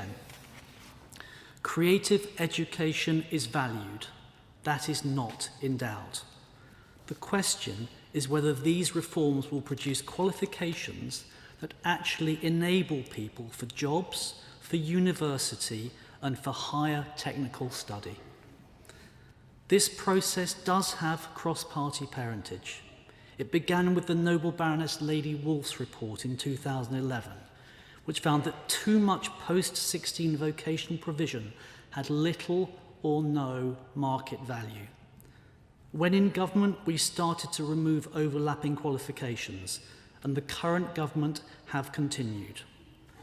Rationalising a landscape of more than 900 such courses is essential in principle, and His Majesty's loyal opposition supports the momentum. The Wolfe test, if I might call it that, remains entirely correct. A qualification exists to serve the learner, not the system that awards it. However, reforms should derive from evidence-based data and analysis. Skills England's assessment of the creative industries, published only last month, excluded media and communication courses from its priority analysis because historically it is low portions of those education leavers who progress into priority occupations. The noble Lord Vasey flagged the 360 hours limit, and the noble Lord Knight referenced a shallow breadth. And the government's own consultation response reported that both industry and higher education warned that 360 guided learning hours is insufficient to establish practical competence. That warning was overridden, and the extended diplomas being defunded carried 1,080 hours of study. Their replacement carries only 360. UK Music points out that occupational standards for portfolio-based music careers simply do not exist, while the Minister for Skills conceded that the original transition was, in her own words, too aggressive. It is the case that the timetable was fixed before the design existed. My Lords, we believe a qualification must do at least one of three things. It must confer occupational competence that employers recognise. It must carry currency with universities. Or it must provide a ladder to higher technical study at levels 4 and 5. The new system appears to fail those tests. T-levels, after 5 years, are enrolling around 28,000 students, just 2.5% of the 1.1 million strong level 3 cohort. And creative placements are structurally the hardest to supply because a sector of freelancers and small firms cannot provide 45-day placements at scale.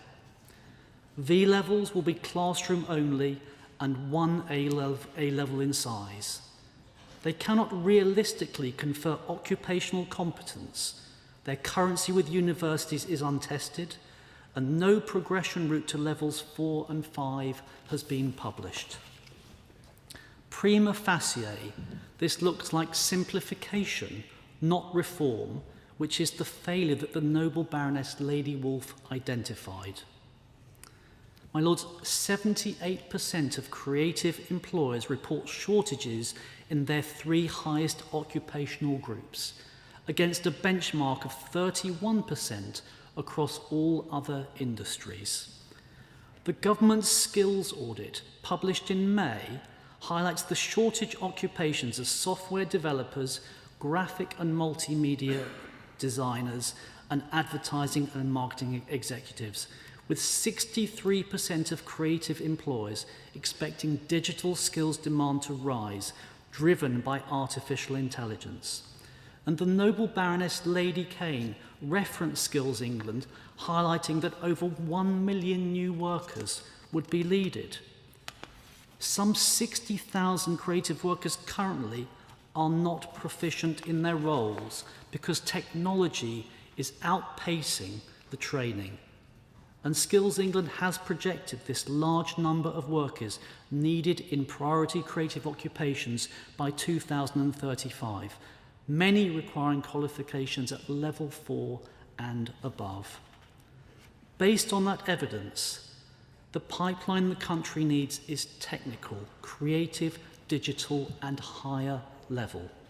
Yet, with all due respect, nothing the government have published maps creative V-level or T-level to a shortage occupation. And surely the right course of action is to build replacements that are demonstrably better. Both T and V levels should offer this, and yet at the moment neither does. The noble Baroness Lady Keeley talked about the 2-year UAL extended diploma, and in terms of transition, the University of Arts London extended diploma in creative media production and technology is defunded from autumn 2027 due to a suggested overlap with T-levels. The UAL itself disputes the merit of that in both content and approach and is appealing against it. And the noble Lord Vasey quite rightly referenced the last carriage of the train, the back of the queue, because creative V-levels will not arrive until 2030, which means a 3-year void with no large creative qualification. The reality is that providers act on defunding dates years in advance. Courses close, specialist staff leave, and recruitment collapses ahead of the deadline. The noble Lord Vasey talked about West Everton, parents, carers and disadvantaged students. The noble Baroness Lady Garden talked about disadvantaged people. And Lord Isaac flagged that students may not achieve the grades they needed. And we should also be asking what will happen to those students who will be displaced. T-level entry requirements commonly demand 5 GCSEs at grade 5 or above, including English and Maths. However, the Association of School and College Leaders has confirmed that the students on these qualifications are disproportionately special education needs pupils, as referenced by the noble Lord Addington, or disadvantaged pupils without those level of grades. My lords, what will happen to them? Would it not be fair, reasonable and sensible to first undertake a mapping of courses with the labour market. Which shortage occupation on the government's own audits will each creative V-level and T-level serve? Secondly, to publish the progression routes for students. What articulated routes to levels 4 and 5 will be attached to each qualification? And thirdly, to understand and publish whether any new qualifications will be accepted by employers and universities before, not after, the existing qualifications are switched off. We would also suggest addressing the communication problem seemingly reflected in T-level uptake rates. A 2% uptake rate indicates they are not as widespread as they should be or the government hopes they will be. And finally, my lords, the noble Baroness Lady Kane repeatedly, quite rightly said, what does this mean? What exactly does it mean? The noble Baroness Lady Warwick said, pause. Pause for thought and reflection on what will happen. And the noble Lord Watson and the noble Lord John said, do not change it without full analysis. And His Majesty's Loyal Opposition believes that the measure of this reform is not just the number of qualifications to be streamlined. The question is whether a talented 16-year-old in 2028 will have a route into that workforce as good as the one that is now being taken away. And if the answer is yes, that is a great result. But if the answer is no, which appears to be the case based on many noble lords' reflections this afternoon, we would hope the government will address the constructive challenges from all sides of your lordship's house on this incredibly important issue for the creative sector. My lords, can I start by thanking my noble friend Baroness Keeley for bringing forward this debate today, and also noble lords around the House for congratulating me on maintaining my role. I am absolutely delighted about it, not least of course, because what would I do on a Thursday afternoon if I didn't have the opportunity to engage in excellent debates like we've been able to do today. And this discussion has rightly focused on a matter of great significance: how we ensure that all young people, regardless of background, can access high-quality routes into the creative industries, while also building a qualification system that is stronger, clearer and fit for the future. And my noble friend Baroness Kingsmill was absolutely right, as were others, in identifying that the creative industries are one of the United Kingdom's great success stories.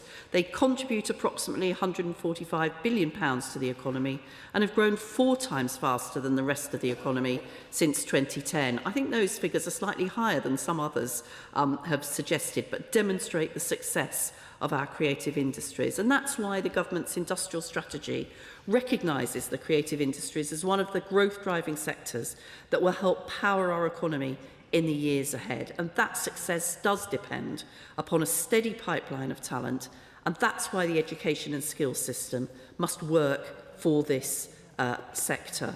I will just, before we come on to some of the other creative areas, I will just point out, and I think this was a point made by the noble Lord Effingham, that of course many, a significant proportion of the skills that are needed in creative industries do fall within that digital and technical area, as Skills England has demonstrated. That's one of the reasons, of course, why digital is both a successful T-level already. It's why it will be one of the first V-levels to be introduced, and it's why in the Growth and Skills Levy, digital areas and artificial intelligence are some of the very first apprenticeship units to be developed and offered.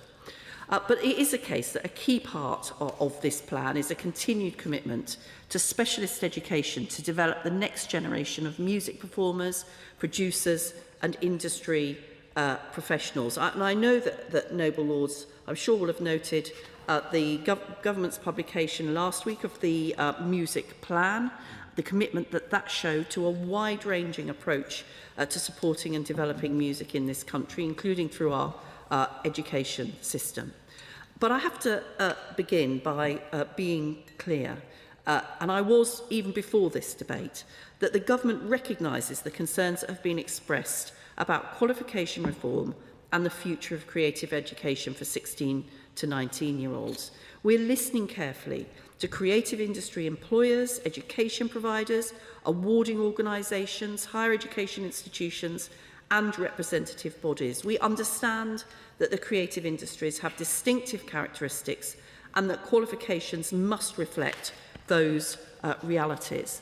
And in thinking about the wider reforms that we're engaged in, first of all, can I say that the objective here is not at its heart simplification. That would never be enough. And also, these are not the reforms of the former government, which were too narrow and didn't recognise vocational breadth, precisely the point made and recognised by my noble friend Baroness Gill.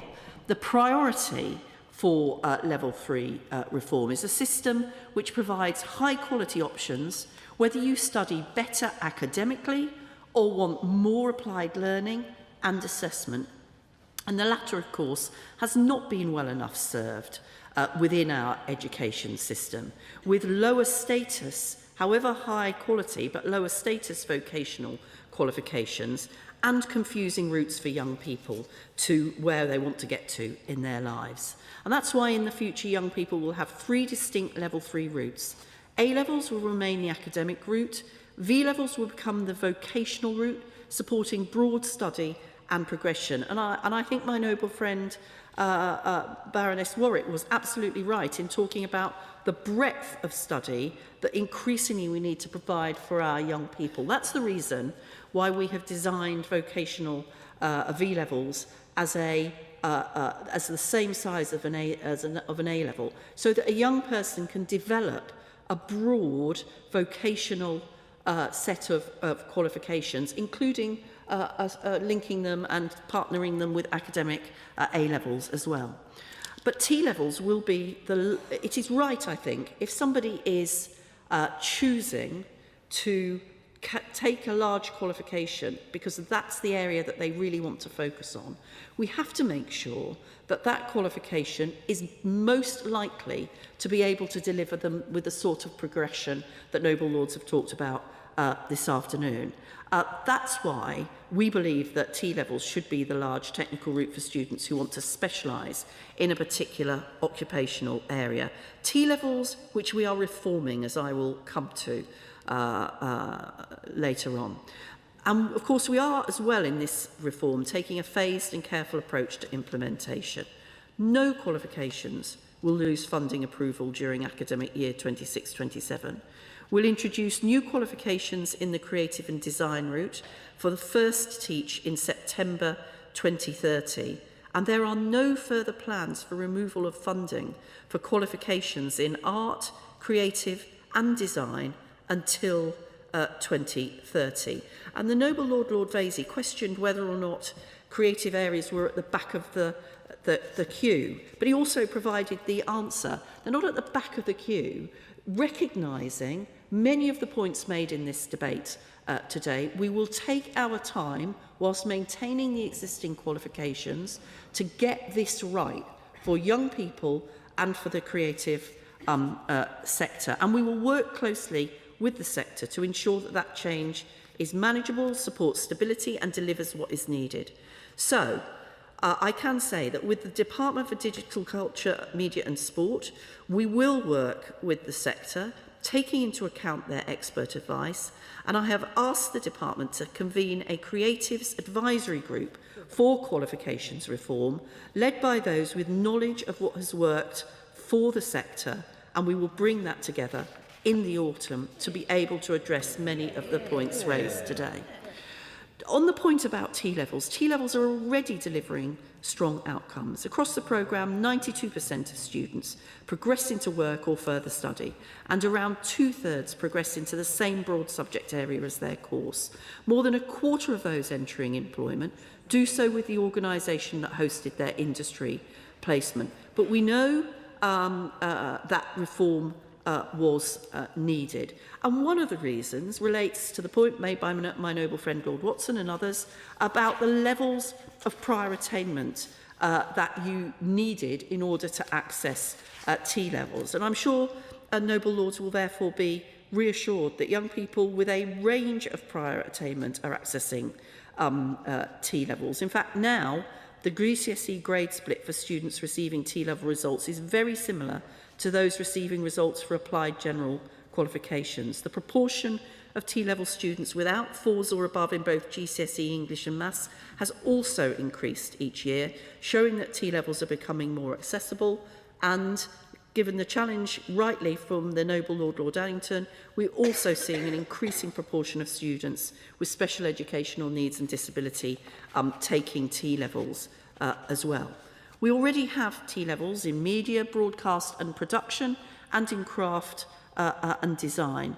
And here, whilst relatively small numbers, because this is the very first cohort, we will see them completing their qualifications and getting their results this summer. The National Theatre supported the shaping and the rollout of the new creative T-levels. They report that T-levels are helping to engage a younger generation and strengthen talent pipelines into the sector, with flexible industry placement models, providing hands-on experience across departments and projects, and developing specialist skills within the theatre, such as lighting, AV and sound technology.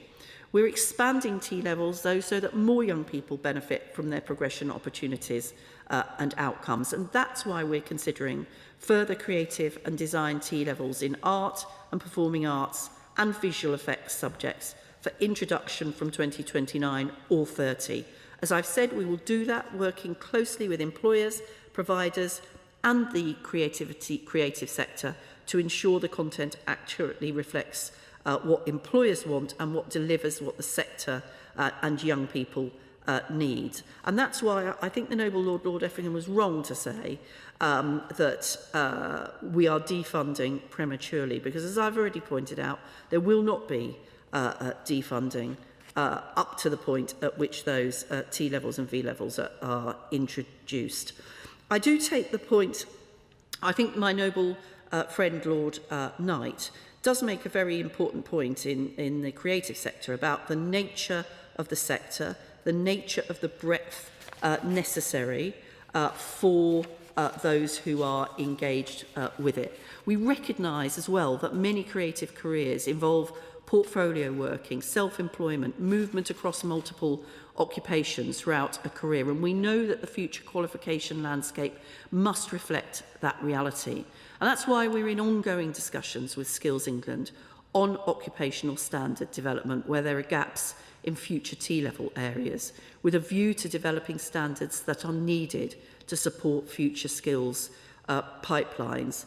It's also why and my noble friend Lord Knight and my noble friend Baroness Kingsmill made the point, as did others I think, about the nature of assessment. Whether or not in V-levels or in T-levels, of course it cannot be right that there is only a traditional exam focus in courses that are precisely about more practical application and different styles of learning.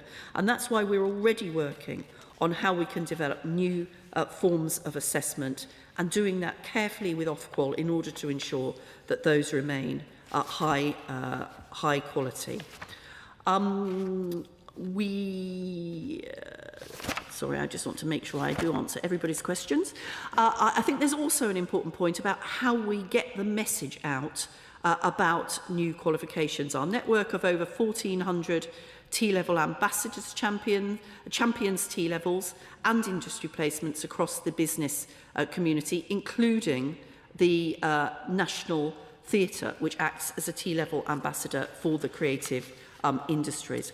Quite rightly, several noble lords, including my noble friend Baroness Kane, the noble Lady Baroness Warwick, the noble Lady Baroness Gill, talked about both the benefits and the challenges of developing sufficient industry placements for T-levels. That's the reason why we have and we will introduce significant reforms to industry placement delivery already. They are providing, I have to say, fantastic opportunities for students. Around 25% of students who progress into work get jobs actually with their industry placement employer. And I've already identified how the National Theatre, for example, speak very positively about the benefits of hosting T-level students. But we recognise that a conventional placement could be challenging in the creative industries, and reforms to industry placements already introduced will allow providers to better tailor provision to meet the needs of the sector, including more scope for remote placements, which help freelancers and SME employers. And we will work with the Creative Sector Advisory Group that I am setting up to consider whether further adaptations for placements are needed for these subjects. When it comes to V-levels, which will be the new flagship vocational qualification that supports young people who want more applied learning and practical assessment, we are in the early stages of the development of V-levels, and we're determined to do that, as my noble friend Baroness Gill noticed, on the basis of thinking about different routes and how we ensure that the system works together to provide pathways. I'm pleased that we have moved quickly to publish the national content for the first V-levels in accounting and finance, digital systems and data, and in education on the 9th of July. And these V-levels will be taught next year in September 2027. We're working with Ofqual, who've consulted on assessments and grading for V-levels. Their proposals, as I've already suggested, aim to give students more opportunities to show what they know and can do through a mix of different types of assessment taken over the course of their studies. We have already set out that we're exploring future V-levels in art and performing arts and in creative media and design. And I know that these won't necessarily be appropriate for those who want a large qualification, but as I've said, given the breadth of the creative sector, they may well be appropriate for people who want to put together a set of qualifications to recognise that breadth. First teaching for these is planned for 2030, and the nationally set content there as well will be developed in partnership with partners with deep experience of the sector. And importantly, once again, existing qualifications will continue to be funded until replacement qualifications are introduced. The Noble Lord Addington suggested that people don't know much about V-levels at the moment. It is a fair charge given the earliness of the development, but that's why, to ensure providers are well supported through this transition, we've established a group of qualification pioneers, providers who will play a vital role in supporting our work to support provider transition plans, share effective practice and advise on the support required to help providers successfully navigate this change. It's why we've provided information, graphics and resources to schools and colleges and to careers guidance to help to explain V-levels. It's also, of course, as Noble Lords have pointed out, important to ensure that the curriculum pre-16 delivers in the areas of arts and music what is necessary in order to create that pipeline. That's why there is considerable work going on as a result of the curriculum and assessment review in order to ensure, for example, in music, that this is now, from the Key Stage 1 to Key Stage 4, a rigorous but an equitable and inclusive curriculum that will support more people to be able to go on and take A-levels, because I understand my noble friend's concern about the fall-off in the numbers taking A-level music. And of course, it will also be supported by continued investment in music hubs and the new National Centre for Arts and Music Education, which will help schools deliver new curriculum content effectively. A-levels we have also touched on today. What I can say there is that, of course, there are A-levels in art and design, dance, drama and theatre, music, music technology, design and technology and film studies. Whilst uptake varies between those creative subjects, entries have grown steadily in areas such as art and design and media and film since 2019.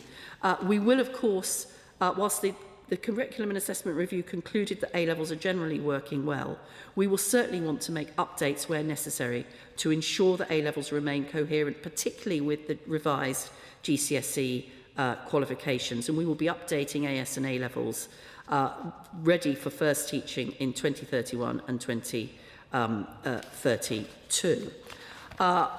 I will also say in relation to higher education, because I share the view that it's really important that new qualifications have good progression to higher education, that remains central to our thinking. Almost 200 higher education providers across Britain accept T-levels for at least some courses, including the majority of Russell Group institutions, and 81% of T-level applicants secured a higher education place in the 2025 admission cycle. But we will continue to push HE to recognise T-levels, and we will develop V-levels and V-level content with higher education in order to ensure progression, and to the point made by the Noble Lord Effingham, to ensure that there's progression onto level 4 and 5 courses as well.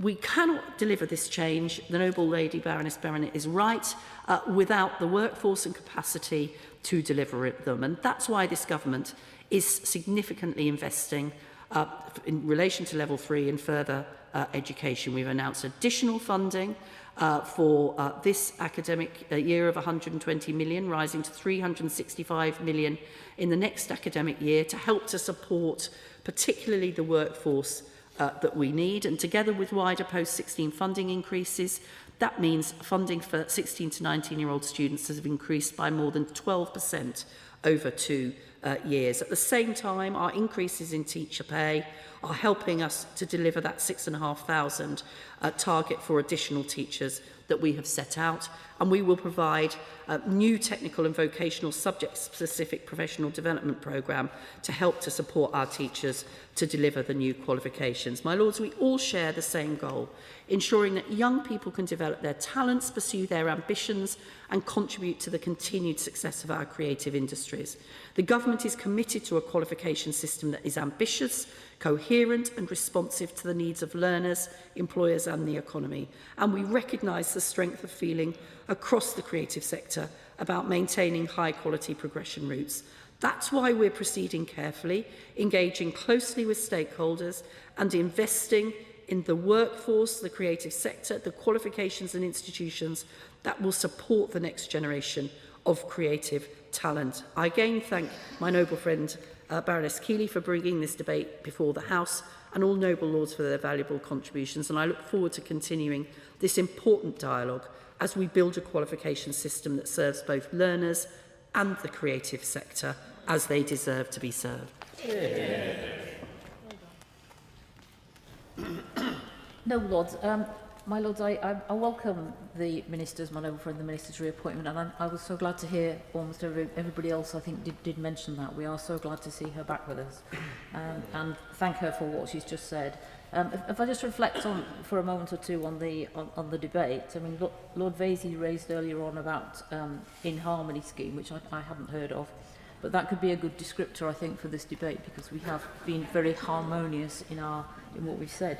We obviously think across the piece that the Brit School is wonderful, and the creative industries are vital for the economy, as evidenced in successes in places like the Brit School, and I'll hazard, although I haven't been there, the In Harmony scheme as well. I didn't know about the issues in City and Guilds, which the Baroness Gordon raised, but she did say, and it's quite important, that we should have extreme caution about replacing qualifications which have stood the test of time, and absolutely that has been echoed by very many noble lords. My noble friend Lord Knight has illuminated us about his role in Oliver and founding a company with Sam Mendes, which is another theme, it seems, for today. But he was very clear-headed about the category error, that T-levels are technical and creative skills and careers are not, as many others have said too. My noble friend Baroness Warwick had another theme, that the creative industries are vital, and so we can't afford to get it wrong. I think there's been very many contributions that have made that point, and that we need people who can work with fluidity between disciplines. She made the point that arts and vocational qualifications have already been squeezed by earlier policy decisions. And I should congratulate Baroness Bennett on squeezing in the subject of first past the post and the Nuffield report on the position of women working in the creative industries. I think that was very creative in itself. I very much want to thank both Lord Isaac and Lord Knight for their work in gathering information that went into the briefing. That was very useful. But Lord Isaac made the point, echoed by Lord John, don't let's damage successful qualifications. Baroness Kane brought us a very extensive experience in the creative industries, and particularly in screens, and said that one size fits all is the wrong approach. She asked, and I think it's quite important, what does removing funding from existing qualifications mean for instance, the screen industries?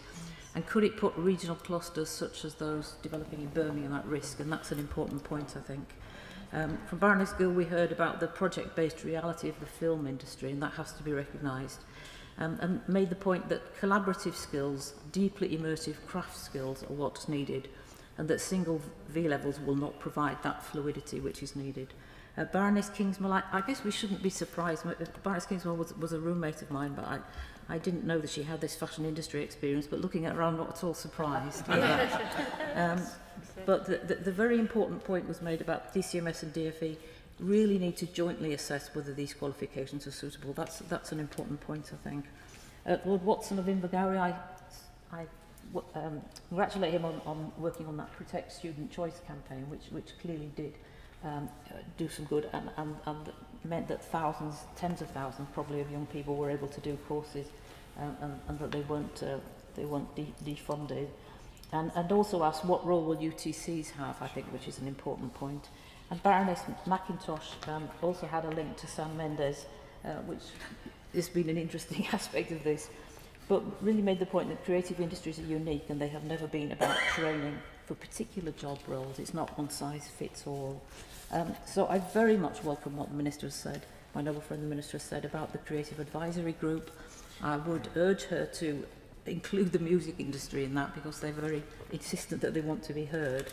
But I welcome the other points she made about it's not just about simplifying qualifications. Final word is perhaps back to what I said earlier about from the Brit School. Future qualifications should not move away from the characteristics that have made our vocational creative education so successful, and we don't want to narrow the pipeline of talent which we so value in our creative industries. This motion be agreed to. As many as are that have been will say content. To the contrary, not content. The contents have it. Well, my lords, in writing to adjourn, I hope that the House will indulge me in just wishing all noble lords, the clerks, the staff, especially the doorkeepers, everyone involved around the House, a very happy and restful summer recess. My lords, I beg to move the House to now adjourn. And can I echo that? Have a very well-earned rest. That the House do now adjourn.